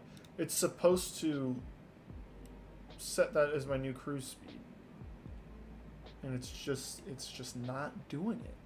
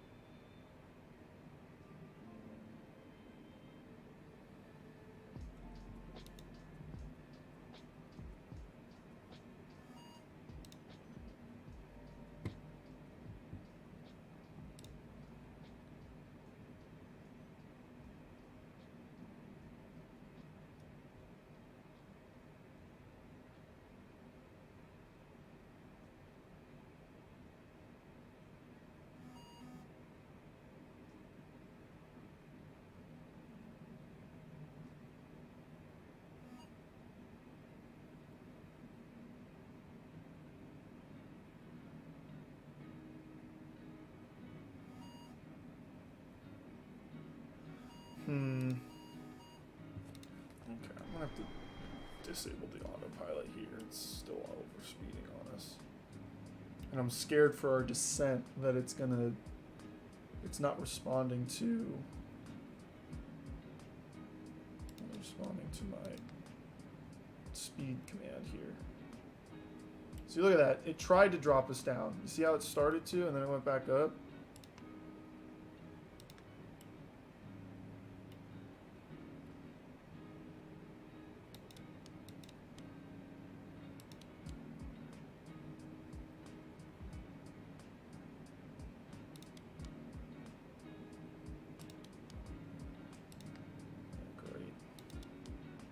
Come on, go to speed. I don't need to be doing. Can you hold that?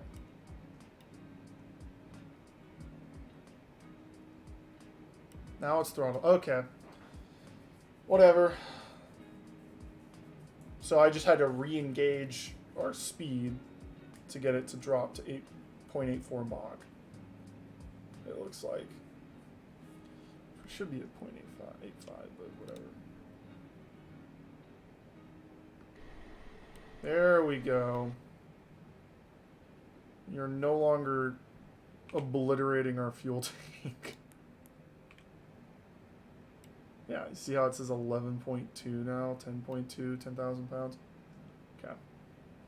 So we can reduce our fuel just a little bit here. This is why we play, man. You learn something new every single day. Okay, Let's do 8%. That's fine. Alright, we are almost an hour away from our arrival. We are less than an hour. We're at 45 minutes till our descent. We just cleared the Rockies.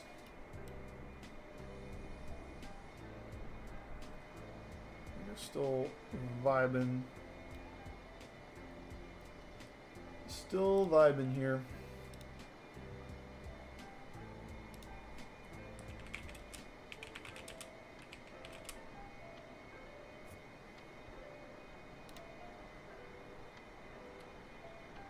Yeah, the flight stick for DCS World is like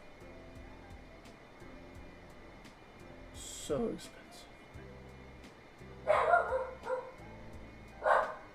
Goose. Goose, no. Come on, bud. Come on, buddy. I love you, but you can't be whining like this. What's going on? It's okay. I'm sorry, but it's okay. Man.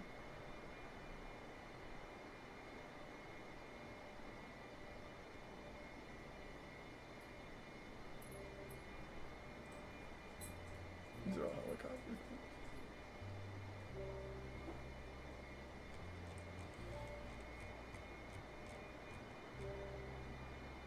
Yeah, and DCS World, they seriously recommend track AR or head tracking of some sort.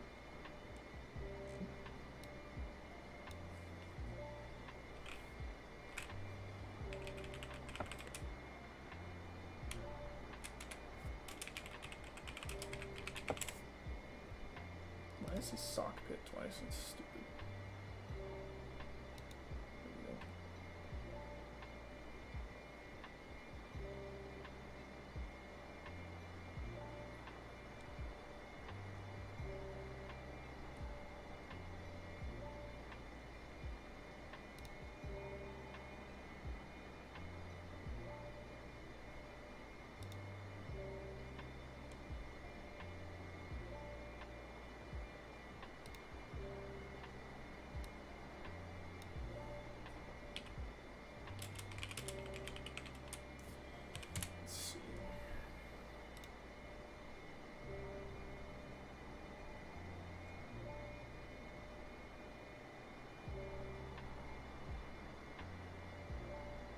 Yeah, dude, I bet you people probably spend anywhere from $3,000 to $4,000 on a home cockpit setup for a fighter plane, right? Because you get the sticks, which are about $300. Then you get the mounts, so that you're not like on, you're actually like sitting in a chair. That's probably about $100. The panels are expensive, and they're custom, so you have to rely on somebody to make them for you, and those are like $200 each.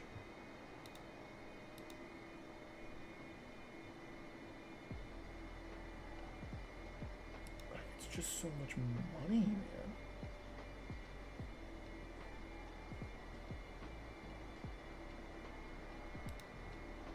It's cool to watch, but like, God.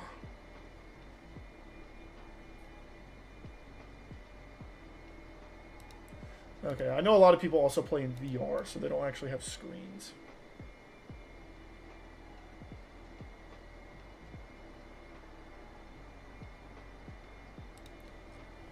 We're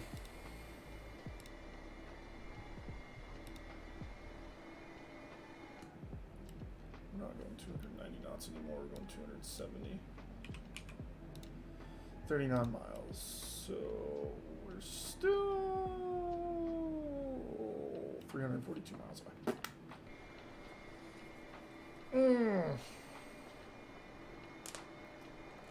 This is just an all-day event, isn't it?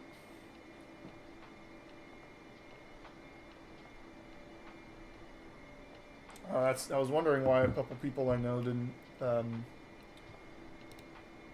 post yesterday. They were, "Goose, stop, bud."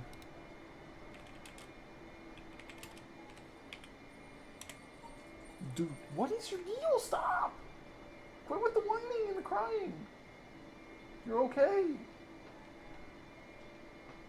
I know that the bus probably just came by and dropped a bunch of people off. Man.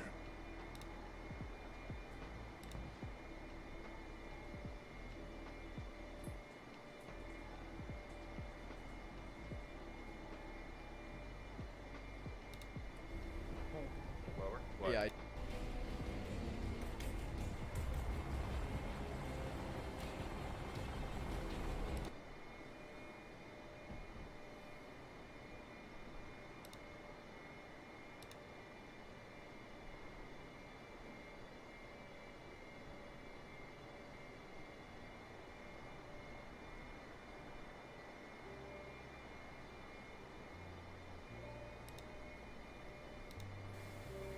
Into the sensor panel right here. Click on the radar switch twice to operate. That's right click. Just going to stop those. Go to the menu, so that way their screens are both the same. We'll acknowledge our master caution. That's all that's really worried about. We're going to, the APU turned off because both of our engines are on and powering the plane instead of the APU. We'll go here to our FCS section, click on the in the middle here, and that gives us a warning for enemy radar contacts, which is helpful. That we won't deal with that in this mission, but later on it's good to kind of get used to the screen as a means to kind of keep track of where possible threats might come from. You can see there's E3 currently on here, which is a friendly plane, so we don't need to worry about that. But things that are locking us will move from this inner circle here to an outer circle. And that's how we know that that radar contact is a threat. One final thing that we might want to adjust here on our radar is this 20 here represents the range of this box. So right now each of these is 5, 10, 15, and then here is 20. So each line is kind of represented. That's where we have the 7 and version with 4. It's too complicated. I can't be bothered. Truly. Really can't. Alright, we'll go to the bathroom again real quick. I'll throw this up.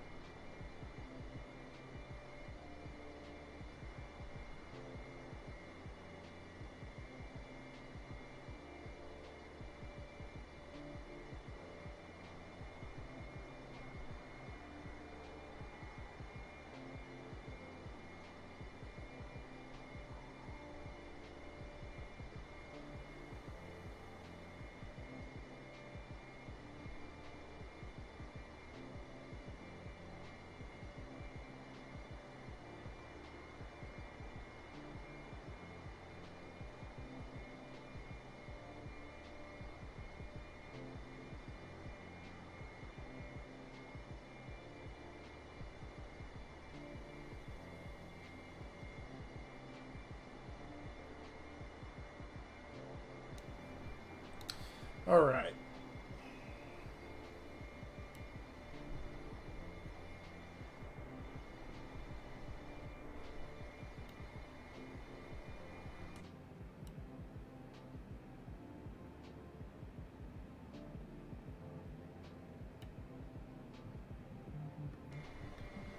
Oh, damn.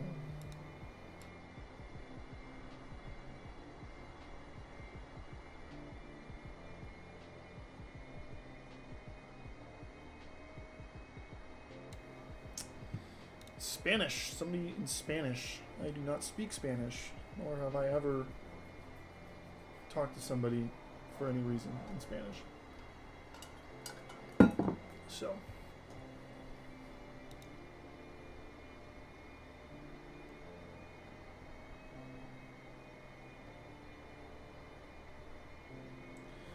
my Hotas stick went? Oh no. Like, I just know that if I try to get into DCS World again, I'm gonna have to drop like 40 hours learning one airplane. And that just takes away from other stuff that I'd like to do, and it's too, I don't know, it's too much work. Just a little too much work for me. Oh.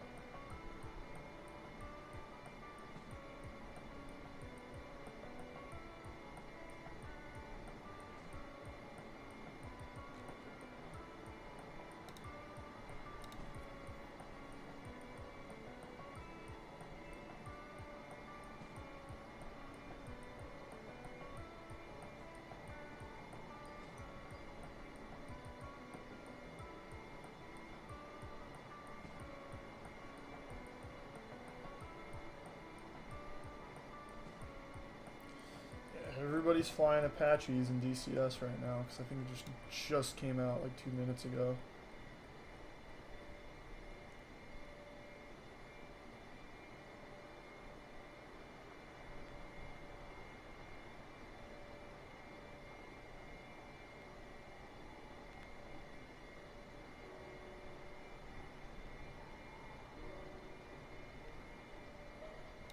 F-18C.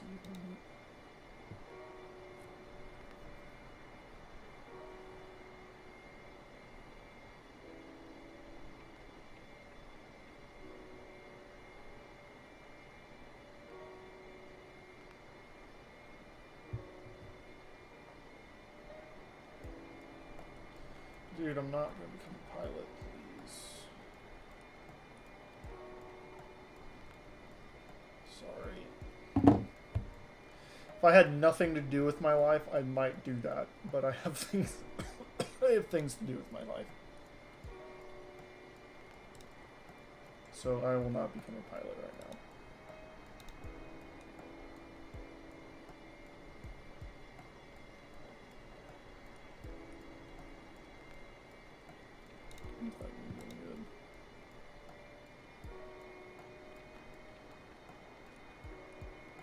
It's literally just, yeah. Oh well. There's a game that came out that looked kind of fun. It's like Planet Crafter, but it's just Subnautica in space, which I thought Subnautica was okay. I didn't really like the gameplay loop. Like, the game was great, it just wasn't for me. The gameplay loop was kind of boring. At least I thought so. It's probably not correct, but look here. We are getting so close.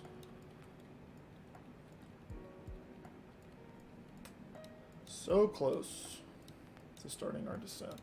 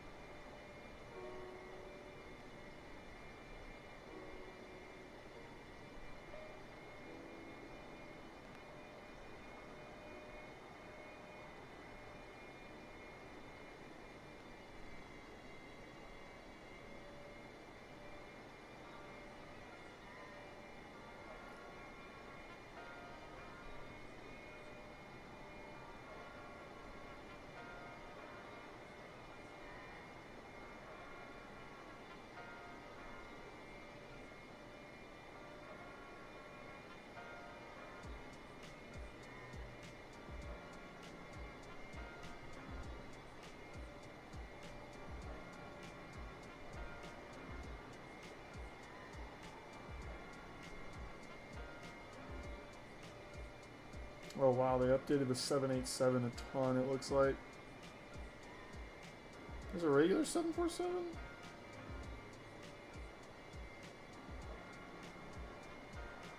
Is this your first long haul? Yeah, it's the first one. I mean, I've done a long haul before. I did one from Auckland to Sydney a couple weeks ago. That was the first one. That was only like 3.5 hours. This is like 5. So...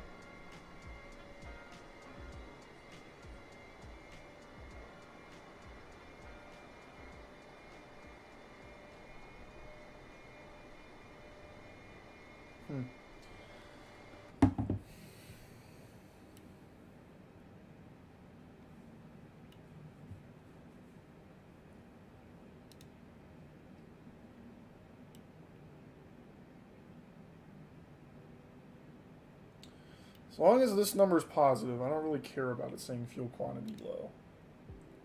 So that's gonna juggle back and forth the whole time.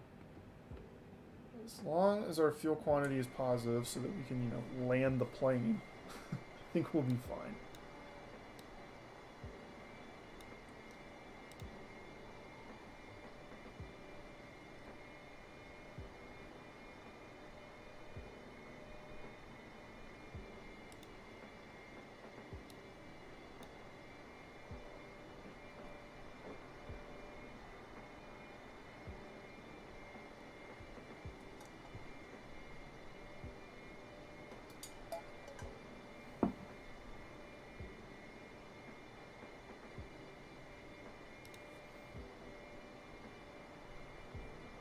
About 48 minutes out, and we are descending at 30. Let's do 40 miles. We'll do 40 miles before our point, and we're 237 out still. Man, I keep thinking I'm so close because I'm finally, like, I can see it on my Navigraph map. I can finally see my plane point and my arrival point are like in the same window without being so zoomed out. And then I'm like, oh, I'm almost there, and then no, not even close.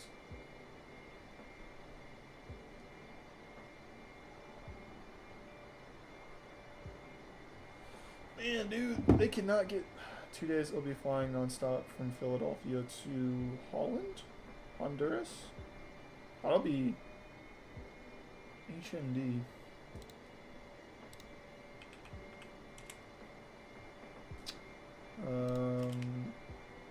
Haneda, wow, okay. From Philly to Haneda? That's an insane flight. How long is that?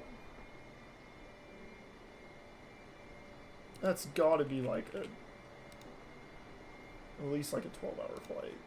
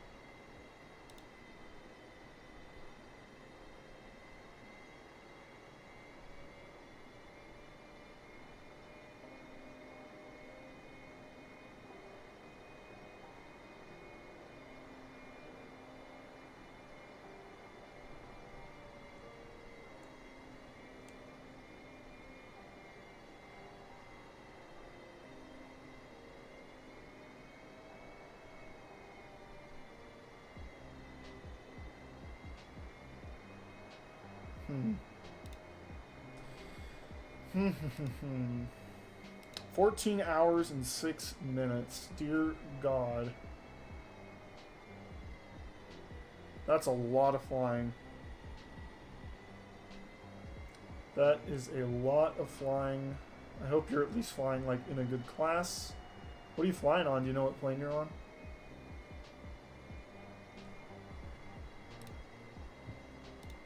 Why is our freaking throttle going back? It's like sawing the throttle here.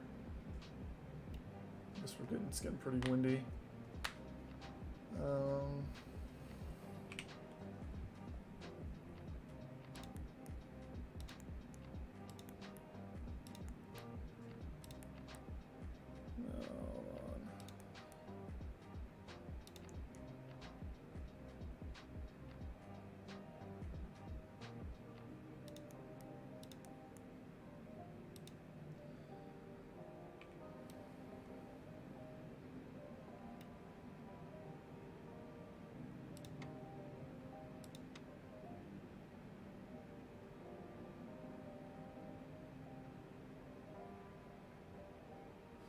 That's how we do that. Okay. Let's go ahead and set that. Our final approach. Let's see, we're at definitely 204. So we'll just leave it at 200.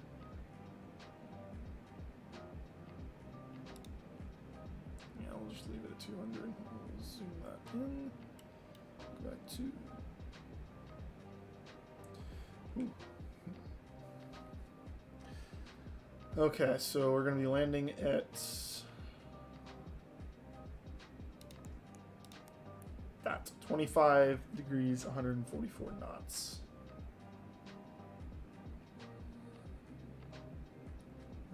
Let's see, is our runway long enough to do this? Doo-doo. Colin has invited me to a party. I need to give him a second.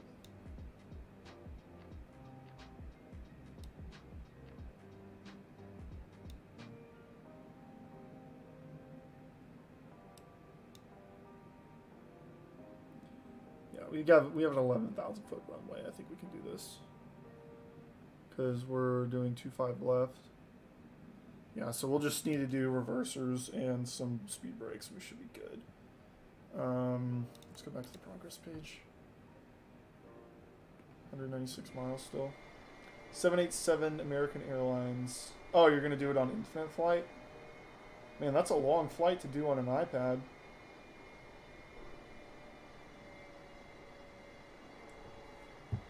Long flight on an iPad.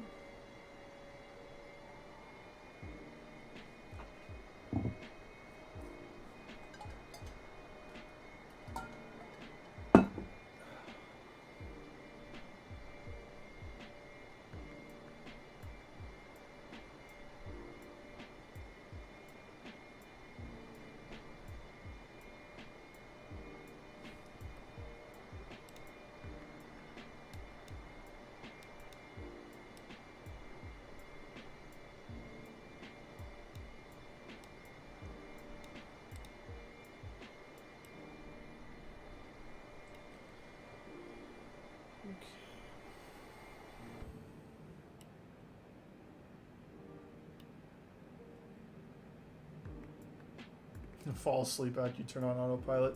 Yeah, that's usually what I do if I fly late at night, but I mean, I usually tell myself I'm going to do that, but then I get too stressed that the autopilot's going to disconnect. I know there's been a couple people, I know when Microsoft Flight Simulator first launched, there were a lot of people that were like, I'm going to fly the longest flight in the world, which is Singapore Airlines,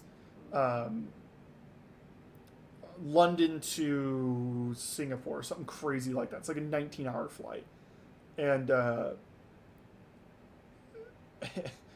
they went to sleep and woke up and the sim had crashed. Longest flight was what is that? Singapore to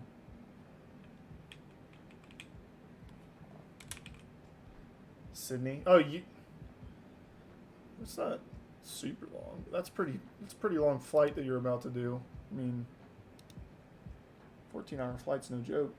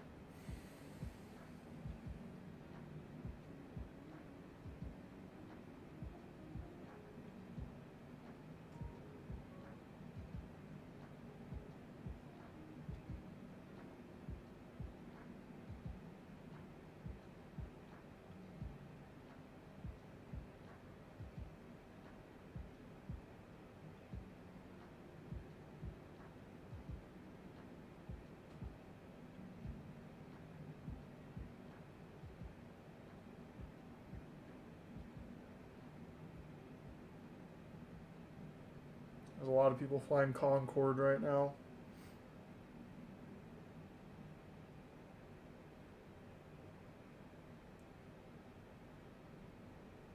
Thoughts on American Airlines livery?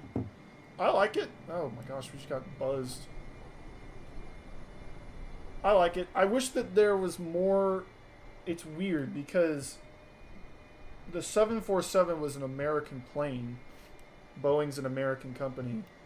But there's like no American liveries for the plane anymore because American companies stopped ordering 747s a long time ago, besides like UPS and FedEx for cargo. So there's like old Delta, there's a Pan Am one, and there's American. United might have one. I don't know. I think this is the best looking livery for it, honestly. It looks great. At least for an American one. If I was going to fly in Europe, I'd download, British Airways or something, but I don't mind it. I think it's pretty cool. I think it's really, it's a really good texture. And this doesn't come stock with the game. You got to buy it, or you got to download this from FlightSim.to, and then I know that there's a package in the store itself which has a bunch of liveries, but I haven't even looked at that.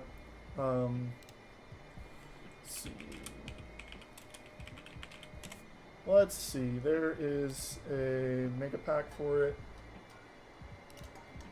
Yeah, it just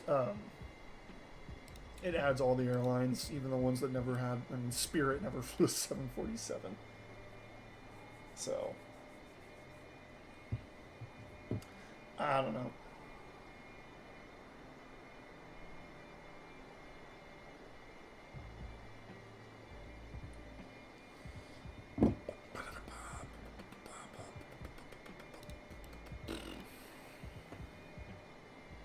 Just getting closer. 16 minutes till we descend, I think. The old livery for nostalgia reason, but still awesome livery. Yeah, there's the silver American Airlines livery. I almost put that on, but I decided to use this one just because I had it already loaded already. So I didn't have to mess with it that much. I don't know.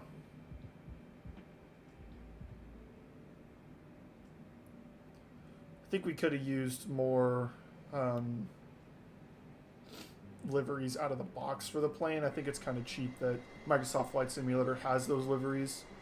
They give you a junk 747. They're like, okay, if you want to fly this crappy 747 on an Xbox, you got to buy a $5 livery pack to fly this plane that barely functions. I think it's stupid, but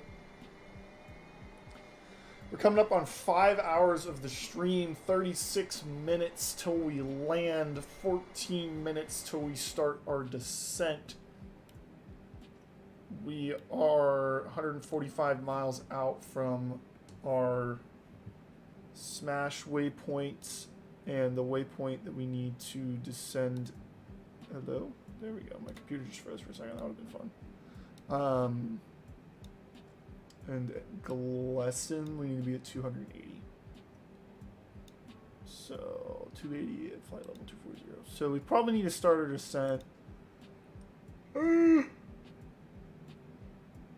Heck, dude. We don't need to even start it until we get to Smash. Whoa, hello. Which we will be at 1953 in 9 minutes now. 9 more minutes.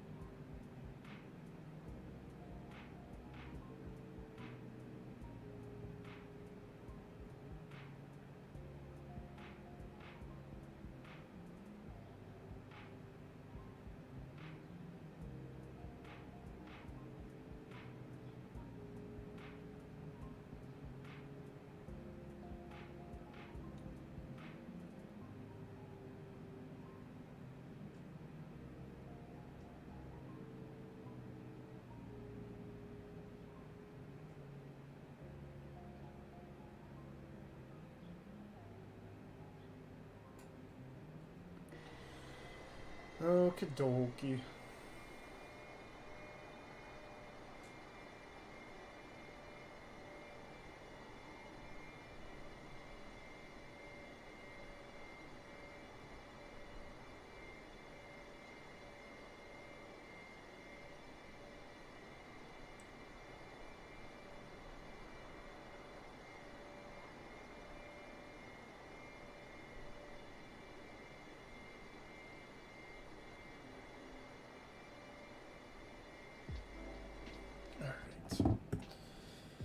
Please let me start descending. Under 120 miles till we start descending now. I think it's crazy I've sat in this chair for 5 hours. I mean, I've gotten up and walked around, but like for the most part I've been sitting here flying a plane. It's been somewhat entertaining. A lot of now just watch me screw the whole thing up and bomb it onto the runway and crash after 4.5 hours of flight. That would just be the ultimate. That would be the ultimate pinnacle of this channel. If I get to the end of the flight and just crash, or the autopilot screws up and I land at 190 knots instead of 140. Like something stupid's gonna happen. I predict it. Give me some more water real quick while we fly in. I'll switch back to this view.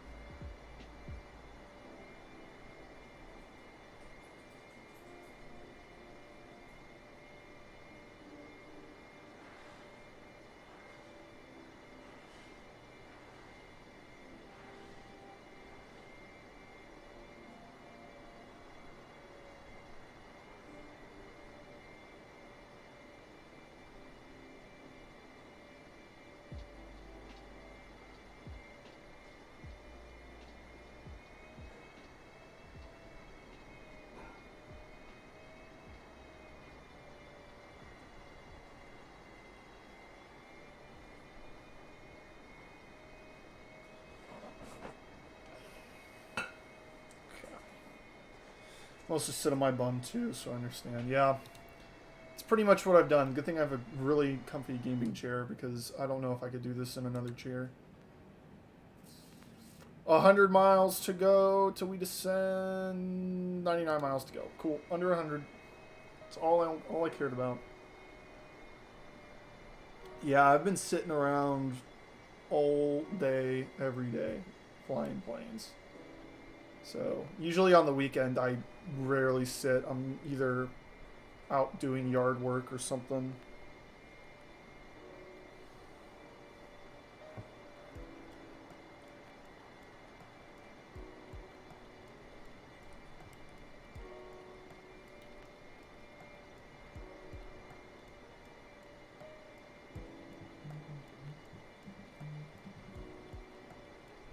Hello? No, it's not. That's not. Mark is not a real person. Mark is a prank caller. Mark is a robot. It is wasting my time.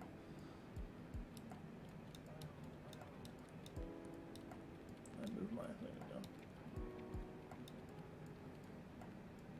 This is gonna be fun. We're gonna be landing right at that time of the day where there's like a small, tiny gap in my blinds where the sun shines straight in my eye. It's the most annoying thing I've ever encountered.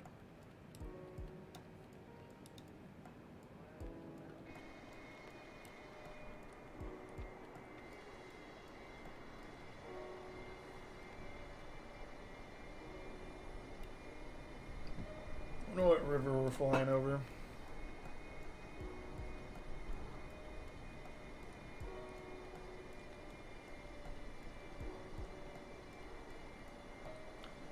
We might be coming over southern Nevada right now. I don't know.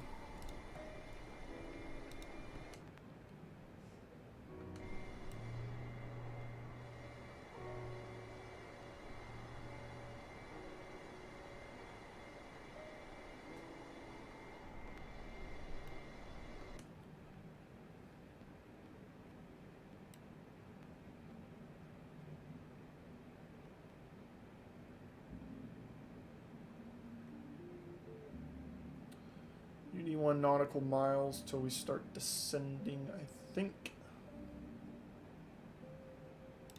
So we need about 40 to slow down to.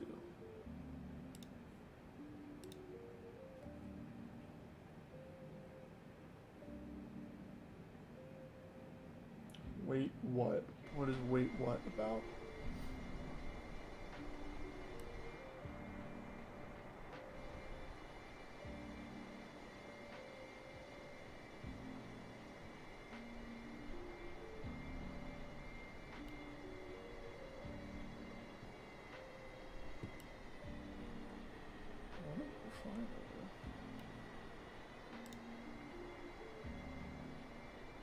McCarran's to the north, so this is southern Nevada.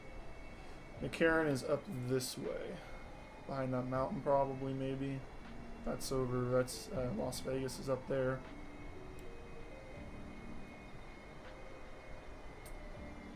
Mark? Mark? Who's Mark?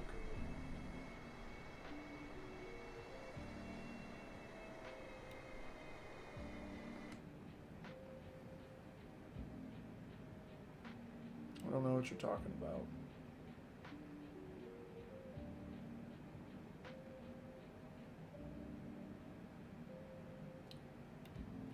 Oh man, 68 miles to go before we descend.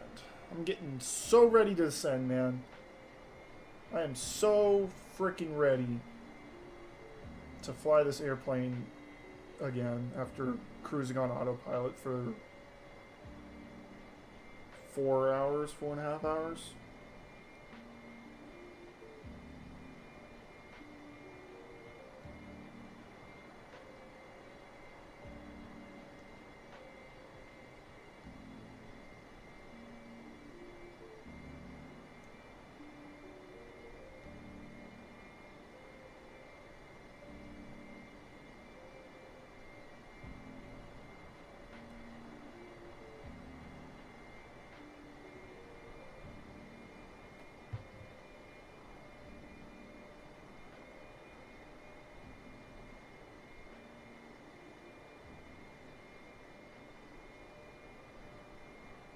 Check your phone, so hello, and mention Mark. Yeah, sorry, I had a robot call. It said, hi, this is Mark. And I was like, no, you're not Mark. You're not even a person.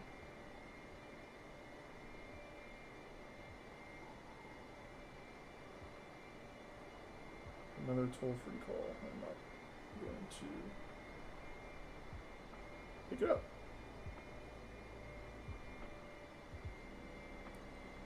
Not gonna pick it up.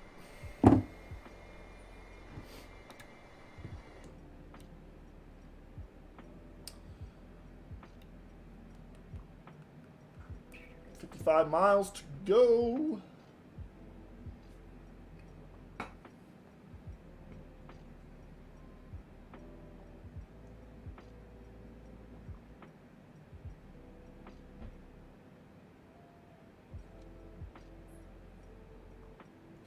I wonder if our landing page is changing.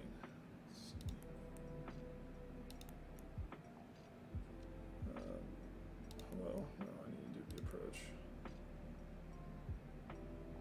See how this keeps dropping because we're losing fuel? So I'll replug all that in as we get closer, because as we burn fuel, the plane gets lighter, so we can land slower. So we don't need to mess with it right now. Time to stand. Dude, I literally just stand up. I don't understand my watch sometimes.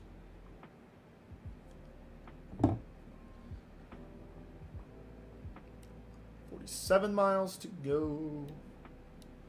Because from, let's see, from the smash points, 31 miles to Sally, from Sally to Glesson is 11 miles. So that's 42 miles to slow down and get down to 240. So we've got time. Oh yeah, we're almost on the page too. Wow. Pronounces Elipika, Elipika, Kamealoa. Kamealoa. Alipika Kamealoa. Well, nice to meet you. That is a cool name.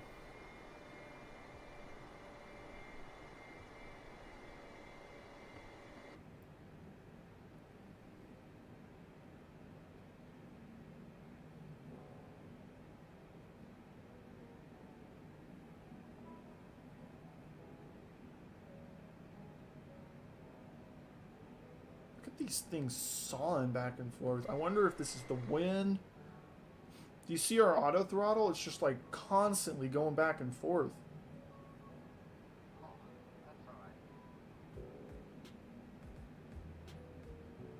Man. Dude, what? They left me a voicemail for 24 seconds? AT&T DirecTV. No, you're not. Stop it. I hate prank calls. Or robot calls.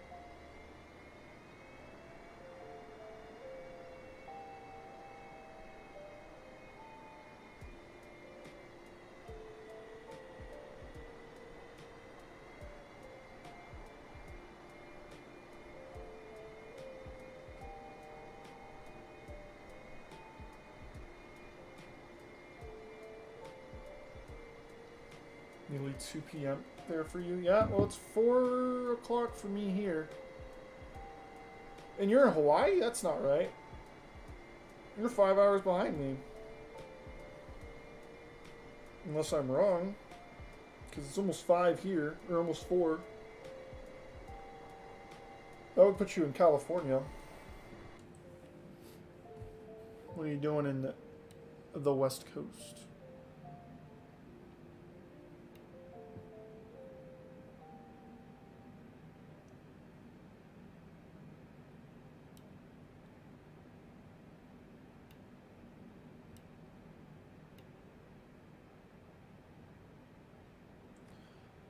Miles till we descend.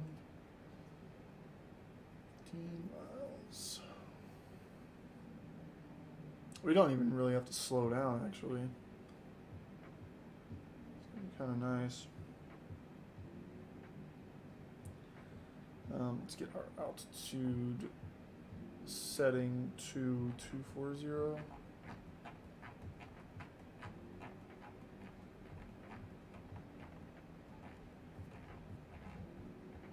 Oh, this thing is annoying. Just give me 2 dials so that I can select 2 at the same time. So stupid. 240. And we'll probably switch this over to speed.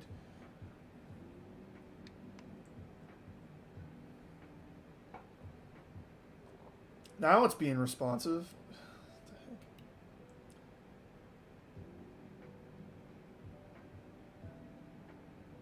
An hour before Pacific PST.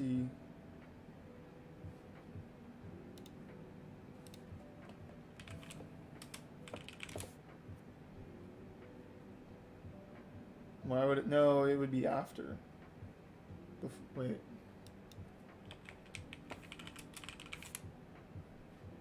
Yeah, right now it's like 11 a.m. in Hawaii.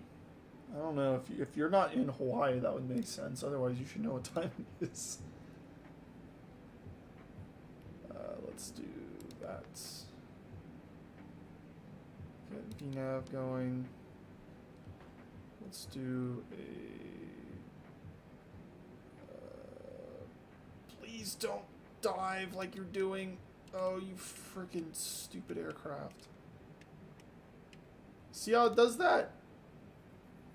I'm like, hello, I would like you to descend at a rate of 2,000 feet per minute down to 24,000 feet. And it's like, cool, I'm going to nosedive.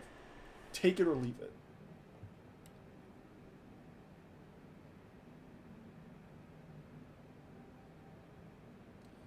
Such a nightmare.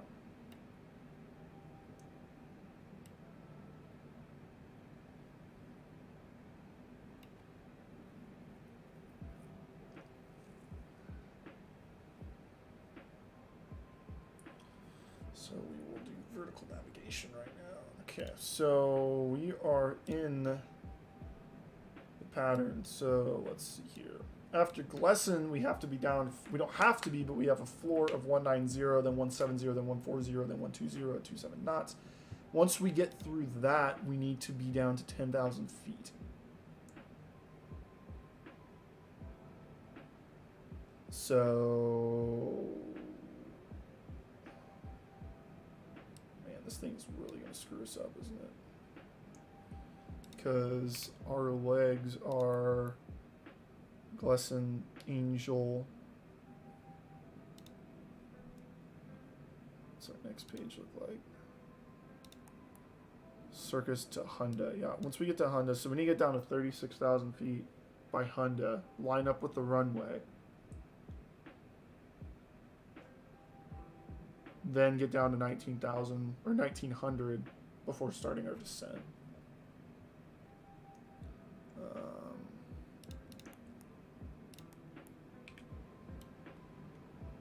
Still going 2,000, 1,500. Let's go down just a little bit faster.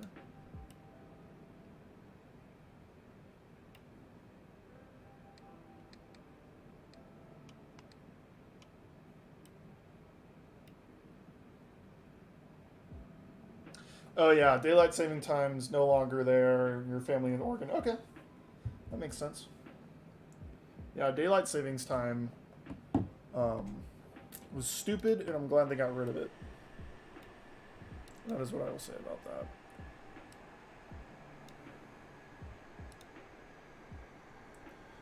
I really wish this had our navigation points correct for our entry pattern here, because this thing is going to be real goofy going in.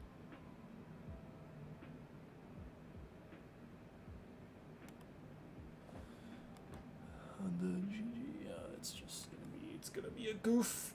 It's gonna be a nightmare.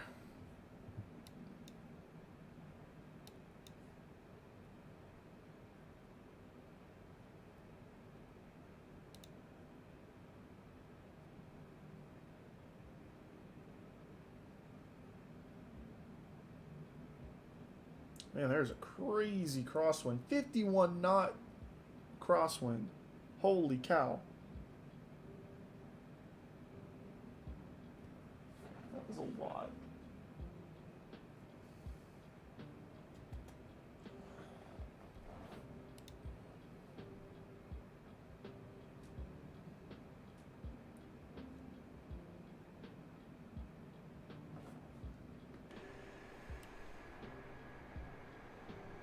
This is gonna be fun. We're gonna go over a frickin' tiny mountain here.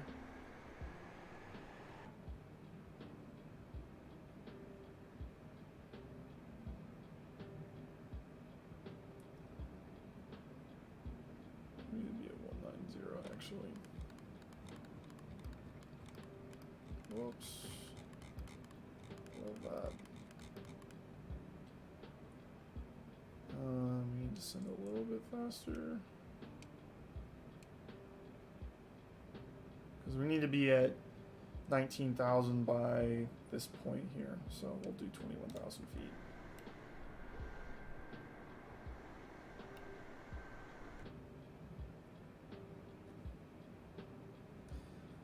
So we should be good to go here.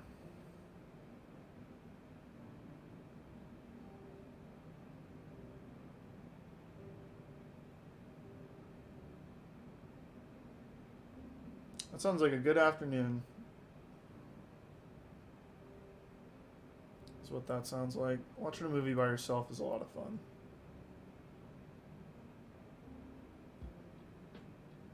Is this catching the IL? This cannot be catching the ILS for the LAX already. That would be so far out.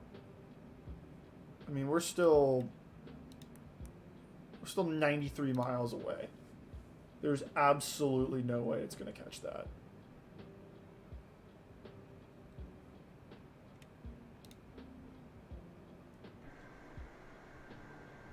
I wonder what it's picking up.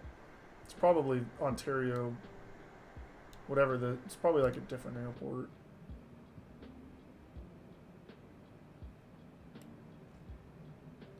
So it doesn't tell you, like on an A320, it tells you what point it's picking up when it starts using an ILS or it starts using a localizer. It'll say the megahertz. This one's not doing it. I guess that's just a Boeing thing though.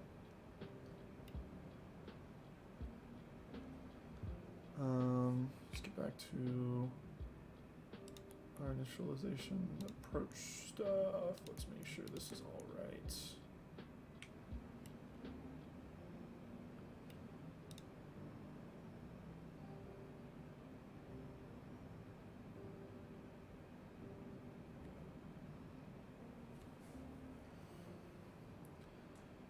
Okay, once we're through this point, we got to be down to 7,000 feet. Looks like we need to get down to. Punch that in. Nope. Punch it.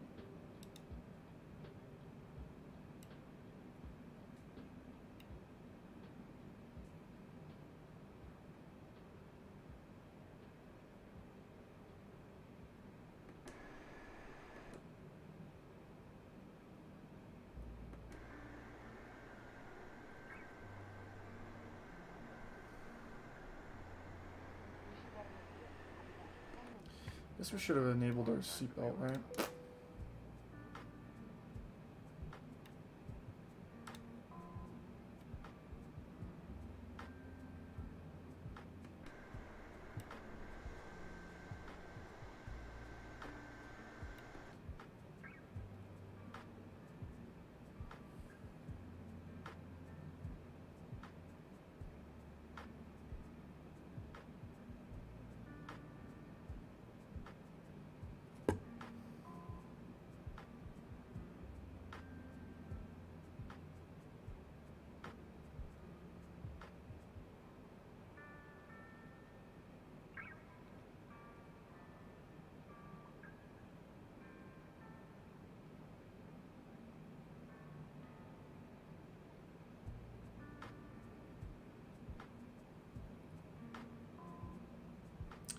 Alright, we're going through 22,600 right now.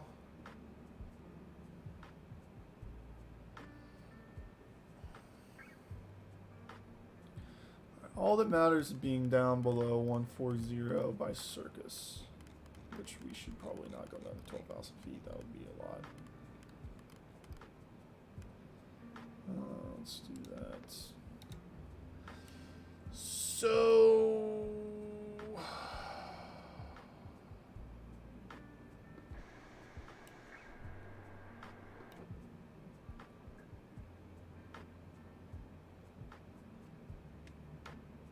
this thing does not work.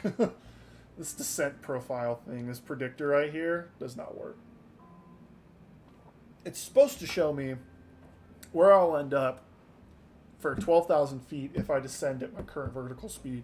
It's not working that way. Because it's saying I'll be descended in time. I won't be. See how it's kicking itself out again now? Yeah, it's being all goofy because we're going over a mountain. That's the one thing I don't get about this game is how turbulent mountains are. Like, I'm going like 10,000 feet, not 10,000, I'm probably like 8,000 feet over where the mountain is. Like, I'm not over there, I'm over here in the foothills. Like, I shouldn't be experiencing turbulence like I'm going 400 feet over the ground. It's stupid. Hold on.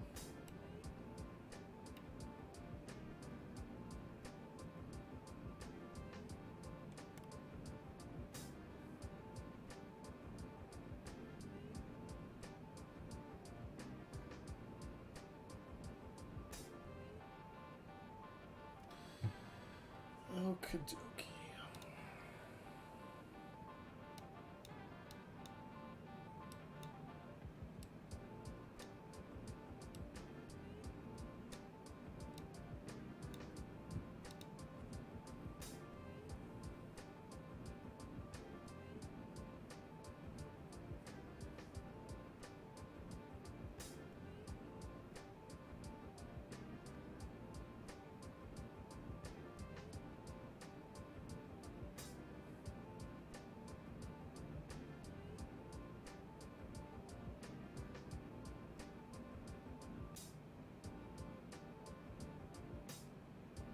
Alright, there's 16,000.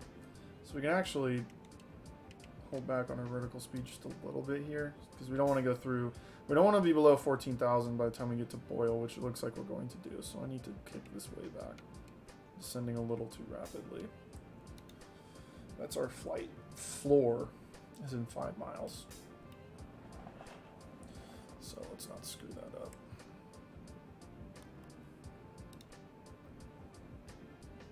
Oh, it's got our alternate and everything. Okay. Or our go around speeds.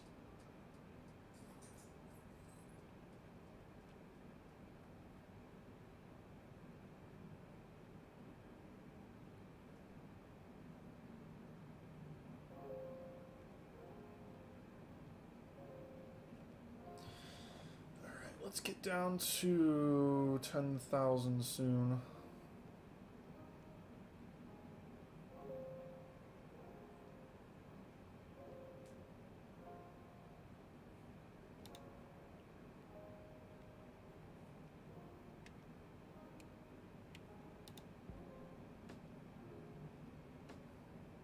Really wish this thing included the flight steps. It's going to be kind of tricky without it.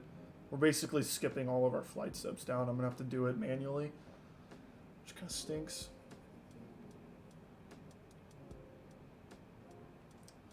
We're going to have to slow down manually too.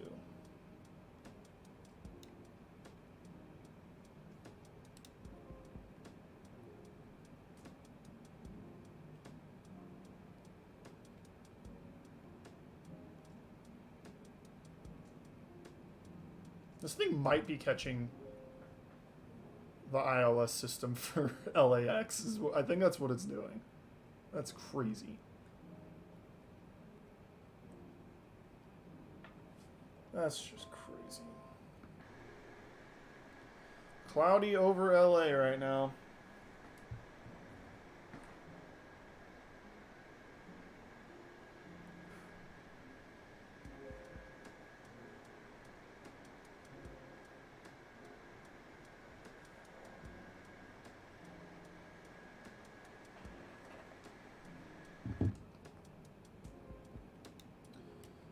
There's 12,000. Let's get down to 10,000 now.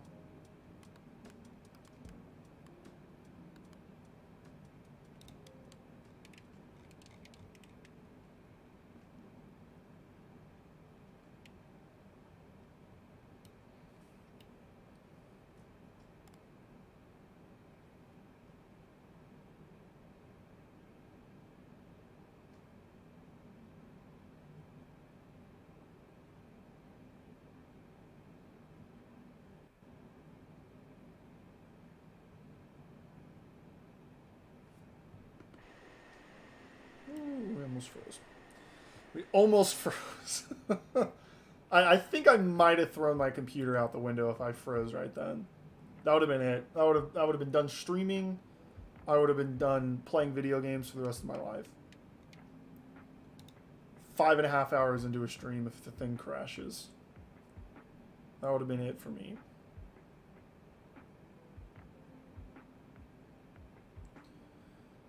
Let's do 9,000 now.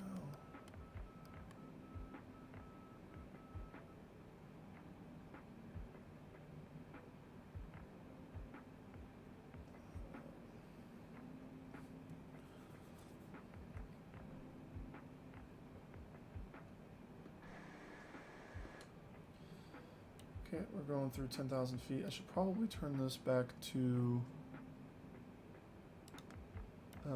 not standard. That. so I can get my freaking altitude to be right, because that would be really cringe if it wasn't. Let's get all of our lights on.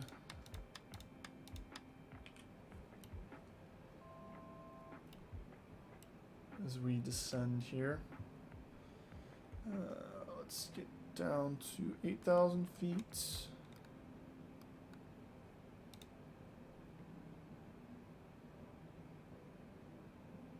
What if I just like turned on approach mode, you know? Like, what if I just goofed and did that?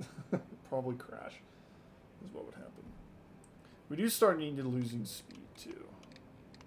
Probably need to go down to about I'd say probably like probably 200. Why not? 200 knots works.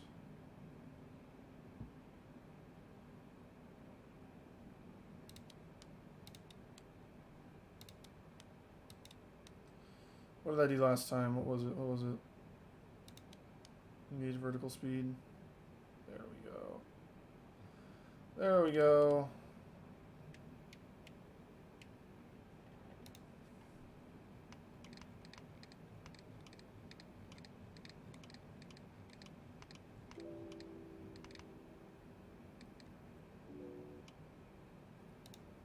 Come on.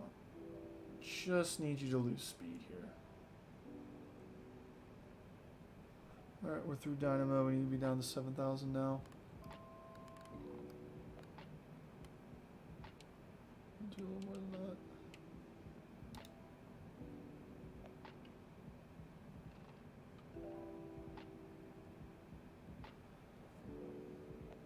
Okay.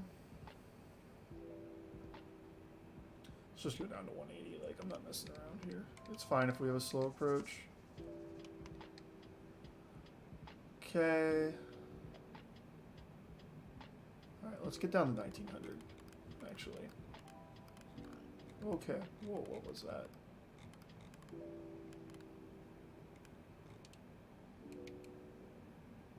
I want to make my pattern entry. That's what I want to do.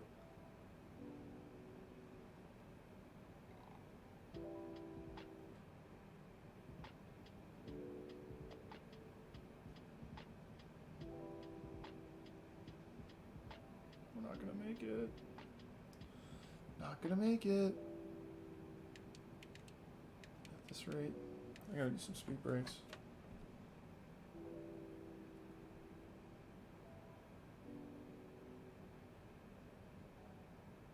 Just a little bit. We'll do flaps 1.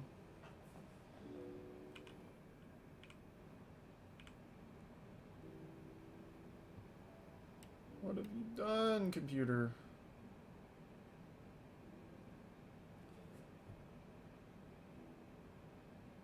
Okay, what's going on here? Almost to flaps 5. Can I just turn on approach mode? It's gonna take me in. Totally is. Let's do 175. Kill that. We'll do...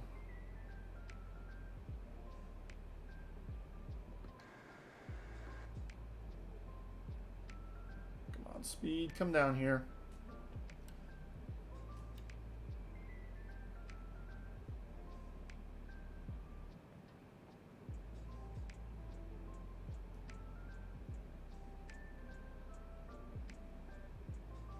Come on, man, line me up. We're so far over where we're supposed to be. We're supposed to be at 3,600 feet right now. I thought my approach mode caught.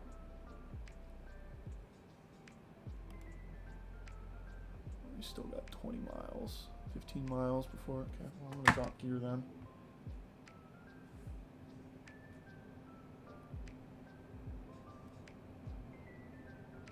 Turn off auto throttle.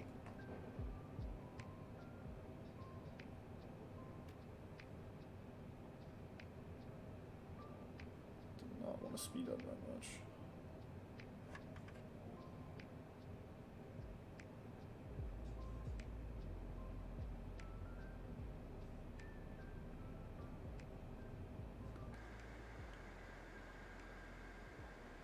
Can't even see the airport yet.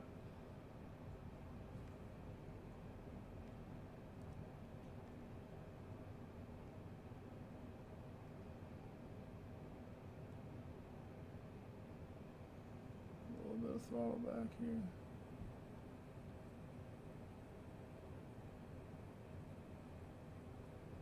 Dude, if we actually catch this glide slope, I'm gonna lose my mind. I'm gonna be so happy. I know auto throttle's disconnected. I don't need it. Okay, flaps 5. Did we do that? Did we get flaps 5? We did. They're steady here.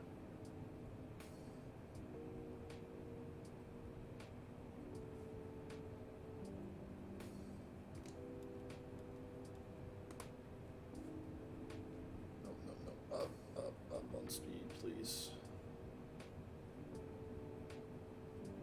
Up on, no, that's fine, flaps 10.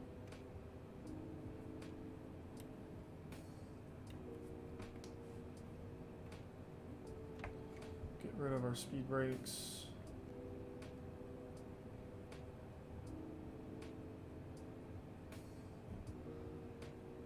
Okay, we got gear down.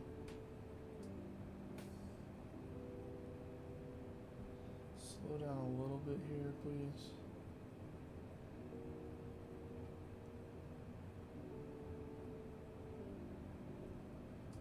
Just a little low.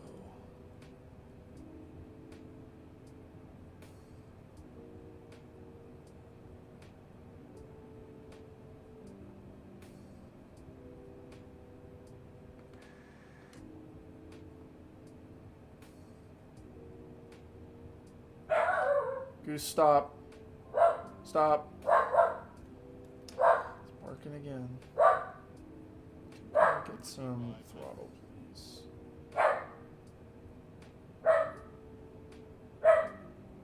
Dude, I don't get it. I have literally no throttle on. Like, there's none. Throttle's all the way back, and we're not losing any speed right now. So we're just gliding. It's because it's trying to maintain... Yeah, we were still high on the glide slope. Can I get some more speed brakes? Would that help?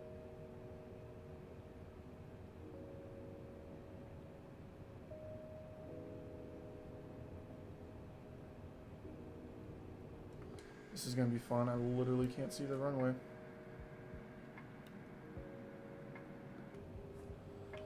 Got all our lights on. On. Okay. Alright. Let's get flaps 20. Oh no. Okay, let's not fall out of the sky here. Let's go flaps 25. Right. Yeah, not 30.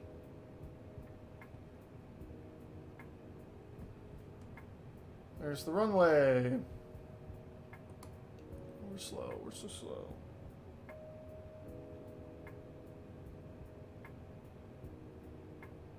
We're like stalling.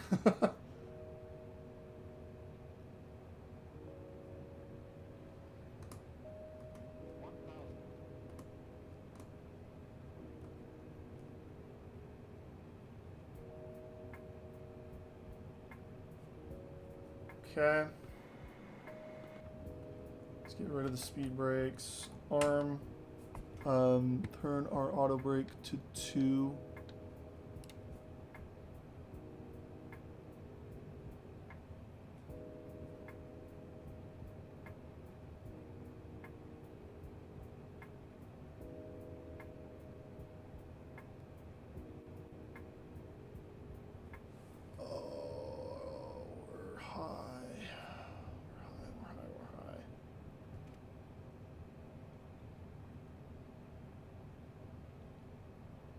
Come on, plane.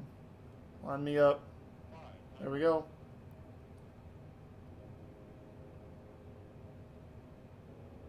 Why are we so far off?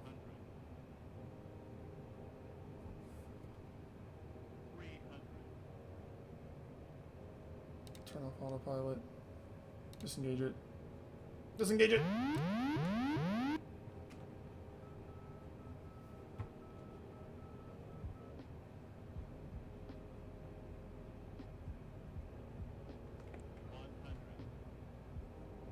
Alright, neutral throttles. Holy cow, I didn't even realize we landed. Oh, we bounced. We bounced.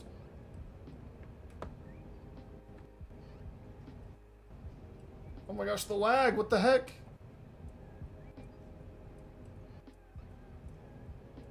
The lag is insane. Turn off our reversers. Turn them off.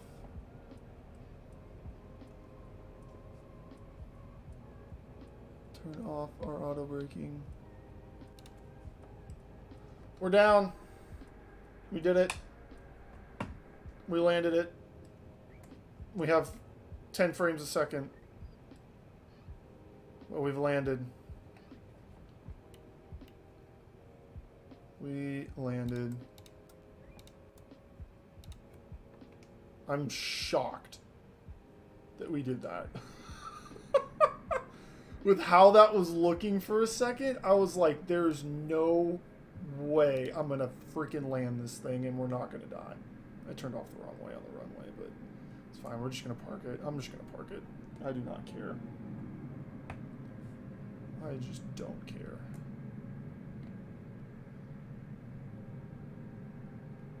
Holy cow.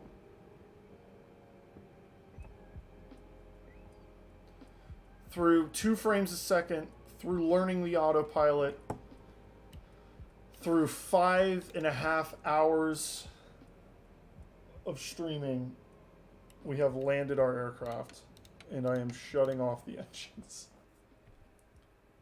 Kill them. Done. Oh my gosh. Total time of flight, 1 hour and 18 minutes. That's not right. This is 101 hours. This is 96. This is probably it. 4 hours, 52 minutes. 2:11 a.m. Says we're in an A320. Couldn't be more wrong. Wow. I would say about 4 hours, 52 minutes is probably what our total flight time was. But holy cow, thanks for joining me if you stuck around the whole time. Probably won't be doing this anytime soon again. That was a lot. That was a lot of endurance, but it was fun. Remember, I will not be streaming tomorrow or this weekend at all because MLB The Show 22 is out, and I'm going to be grinding that. So, for everyone that stuck around, thank you for being here. Make sure to like and subscribe. Hit the little bell notification thing so you can see when I go live. I'll be live on Monday.